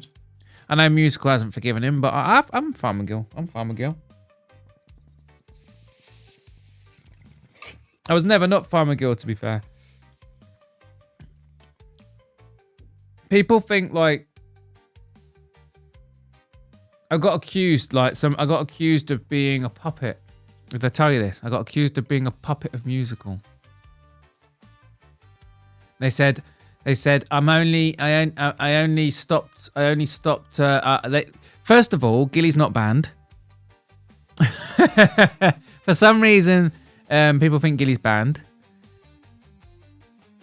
I was told, I only banned him because of Musical. Musical told you to do it, and I was like, I didn't answer this, by the way. I completely ignored it. I just thought that's so weird that people think this. People think like there's some sort of mechanism in place where there's some sort of communication line open where Musical can like phone like Batman's hotline. Like he just goes, he rings it and goes, right, listen, Gilly, get rid of him. And then like there's this belief that there's like this network of us, like me, maybe they're like looking at like me, Frankie, Brutal, and the few of us that sort of. And that's not just this growing. They think that like if Musical sort of contacts us and goes, oi, this guy, don't like him, get rid. The rest of us are like, wicked, right, Brutal, yeah, we like that we all just ban people. It's not like that, man. They think we're some sort of fucking posse that all like gang up on people. It's so pathetic, the fucking drama and gossip that goes on. I'm so glad I distanced myself from it. It's not like that. But yeah, when I saw Gilly on Frankie's stream, it was nice to see. And Gilly's welcome back on the quiz at some point. I know Musical's not forgiving him, but that's on him. But yeah, Lane, man, I saw you in the chat. Like, you gotta fucking stop. Well, no, I'm not telling you what to do. Of course, you're a fucking grown woman. You can do what you want. I'll rephrase that. Sorry, I'm not telling you what to do. I'm not here to tell people what to do. What I would like to not see, personally, is to be 1 minute saying, oh my God, he won't stop talking about it. And then the next minute, you're in the chat also doing the things you know full well provoke him into talking about it. Let it go. We need to let it go.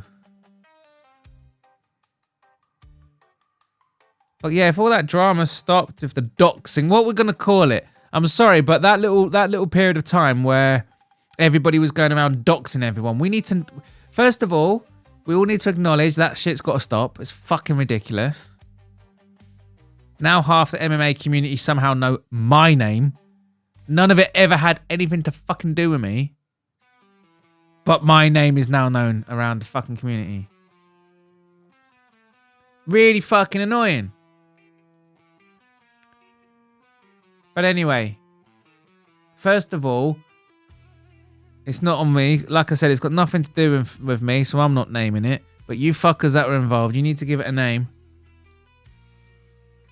Because when you name it and you give it a personality, it gets remembered. And this shit needs to be remembered because the doxing was fucking mental. But yeah, Lane, man, fucking hell. I have to say, I'm not falling out with you either, Lane. The other night when I watched Frankie's stream, you was in the chat constantly fucking taking shots at him, and he didn't bite. He behaved himself on the stream. If he then later went on and bitched about you, I'm thinking, well, fine, you brought it on yourself. I just don't want to hear this. I just don't want to hear that fucking 1 minute, he won't shut up, and then you're the one there doing that. I think you fucking hell.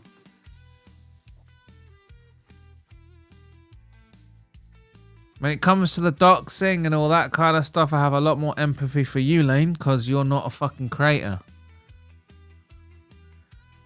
At the end of the day, I don't want to be doxed, but if someone wants to know who I am, they're going to figure it out. I'm going to keep streaming. Things will slip here and there. Some things will, you know what I mean? I'm doxed. I'm not even hard to dox anyway, but you know what I mean? If you're out there and you're a creator, you're doxable. If you're not a creator, it's if you get wrapped up in doxing, that's a bit fucking cuntish. I mean, the thing is about Giuliano is he doxes himself every time. Soon as you go outside and walk outside, and he's in New York and shit or whatever, or that's it. You're doxing yourself.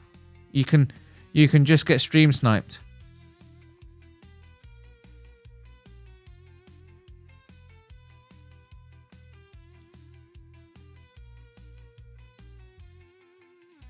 You know what I mean? And when you get and another thing is on YouTube, if you get involved in like copyright stuff, see when Goose when we got Goose doxed himself. Goose did this really stupid thing. He posted this video of Musical just to troll him, and he's talking about his kid and all that kind of shit. It was a really stupid video.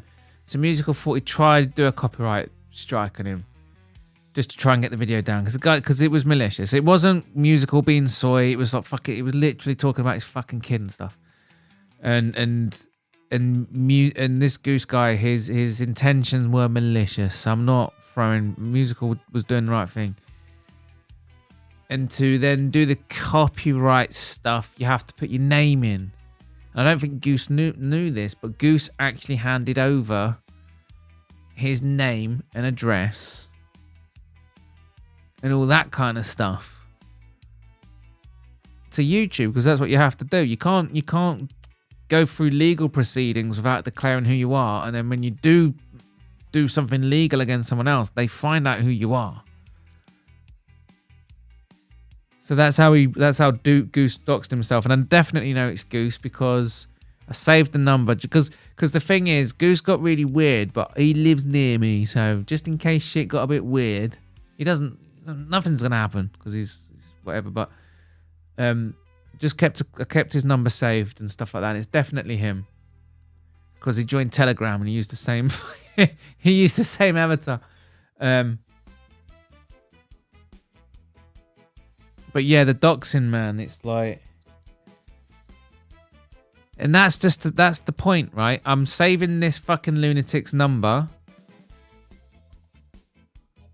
on the off chance if I turn up to work one day and all of a sudden, like, there's fucking Bodach shit all over the place. I know I've been doxed. I know it's got to my work or something like that. And if it's because of him, or if something fucked up happens, or fucking weird happens, or like someone inappropriate adds my fucking kids to their Game Pass or their Xbox Live, I mean, there you go. Go and talk to him. It's probably him. You know what I mean? You see what you can do? You can,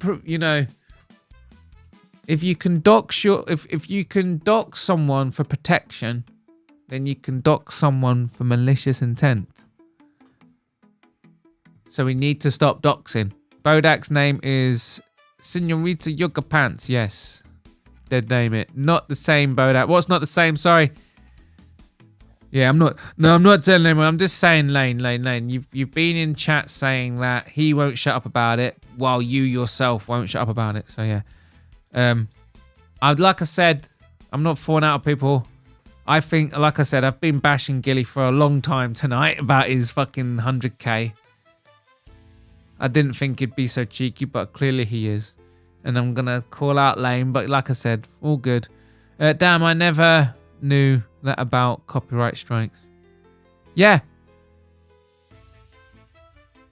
We call them ops here. You can do it through lawyers and a business or something. You need something. If you haven't got a business to act under, and again, if you do, here's the thing, even if you've got a business, that's it.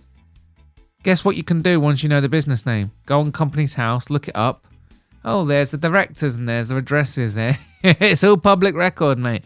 It's mad how little privacy you have when you're in the realm of this. So if you use a business, you can get doxxed. Your best bet is to use a lawyer. But who the fuck's using a lawyer? You know what I mean? Goose. Musical. Musical's not going to get a... Musical hasn't got a lawyer. See, if you use a lawyer, the lawyer acts on your behalf. And it's the lawyer's name and address that goes on the paperwork. And so, yeah, the ones who can afford a lawyer, you know, that they get to keep the anonymity. But if someone literally steals your shit and you can't afford a lawyer and you have to do a copyright strike, you're going to have to use your own name. Fuck streamer. Worst thing is he doesn't just dox. He makes a ton of other shit up to go for it. I know, Lane, listen, I agree. But it's not going to stop. There's no winning. I thought you agreed with me, man. Like I said, I'm not telling you what to do, but it's not going to stop. There's no winning. He's going to get the last word. He is the streamer. He has the platform, you don't. If you're still in the chat saying the stuff, he'll still be on the stream saying the stuff. And he's going to get the last word, and he's going to say the last word many, many times until it goes away. About better. But yeah, honestly, do what you want. I'm just hear it from my perspective, yeah? If I'm seeing someone in the chat taking shots while at the same time saying he's always picking on me, I'm like, oh, come on. It's one or the other, you know what I mean? Just what do you think that looks like from my perspective and other people who might have been sympathizing? People who might have been sympathizing with you before, Lane, what do you think it looks like to them? If you stay completely quiet and say nothing and you're not in the chat taking the shots, every time Gilly kicks off, everyone's thinking, oh, for fuck's sake, Gilly, let it go. And all we're doing is thinking, let it go.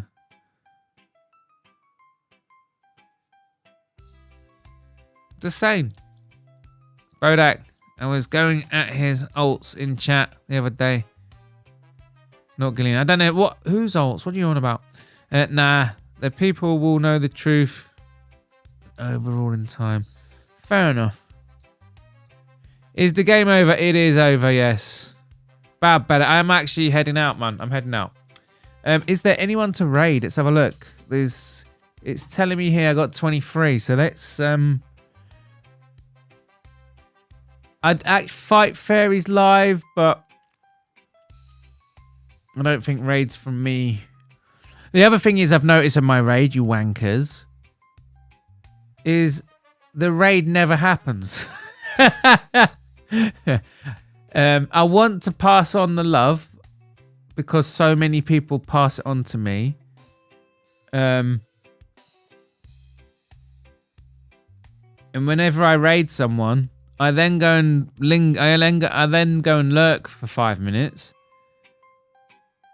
One, normally none, but sometimes one will go Bodach raid. That's it. Normally no one. There'll be like 20 of you here, and I'm like, I'll go and raid blah de blah. No one does.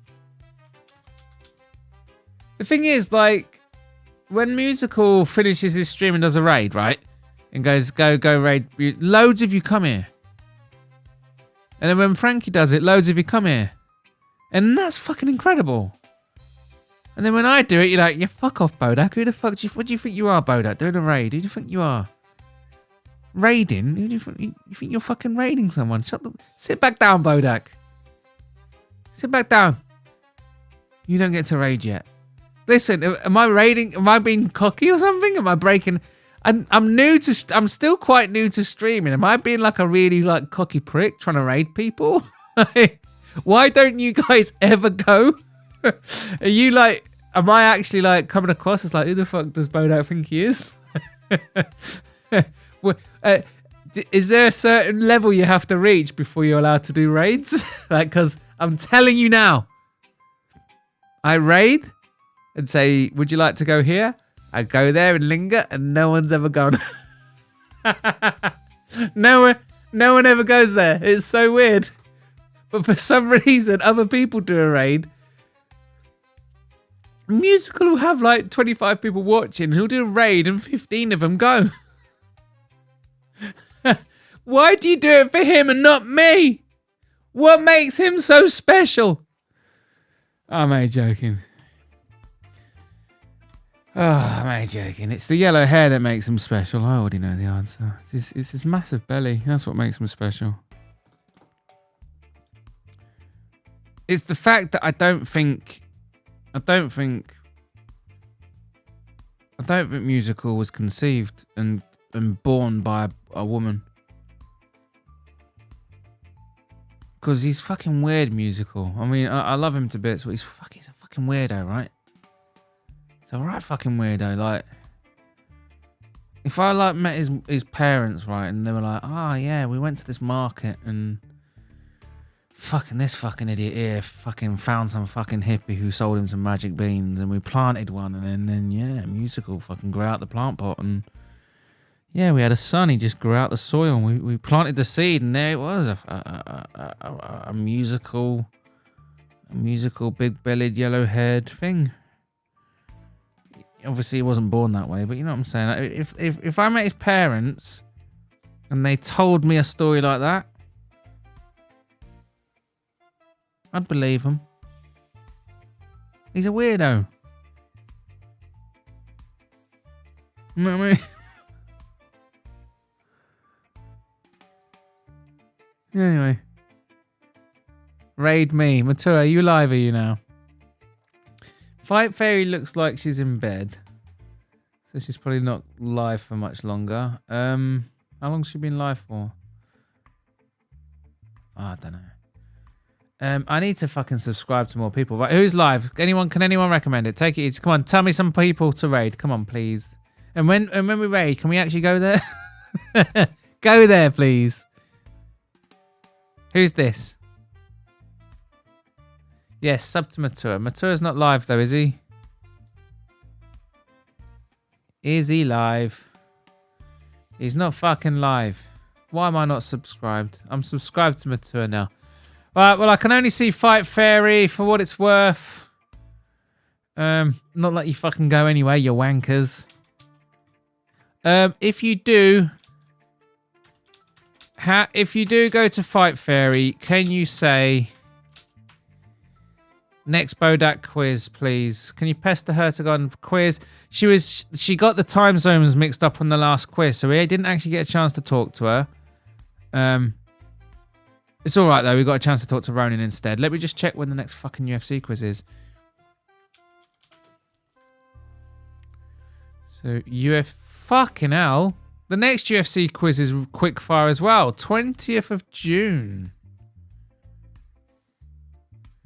The next one's in only 3 weeks as well. 1, 2, 3. All right, the next UFC quiz is on the 18th of June. So if you head over and raid her, let her know the next quiz is on the 18th of June. I'm gonna head off. Thanks for stopping by. Thanks, Little Lou, for the fucking supers. Massively appreciated. 5, 6, 7, 8, 9, 9. Fucking 10 quid. Fucking massively appreciated. Thank you for the supers. Thank you for everyone joining the quiz. Well done, Fall. I'll see you on Sunday. You might see me before then, but I'll see you Sunday for the UFC pick reviews. And you might see me for some gaming or researching members-only streams between then and now. Anyway, ciao. See you later. Like and subscribe and go and fucking raid Fight Fairy. Actually fucking go this time.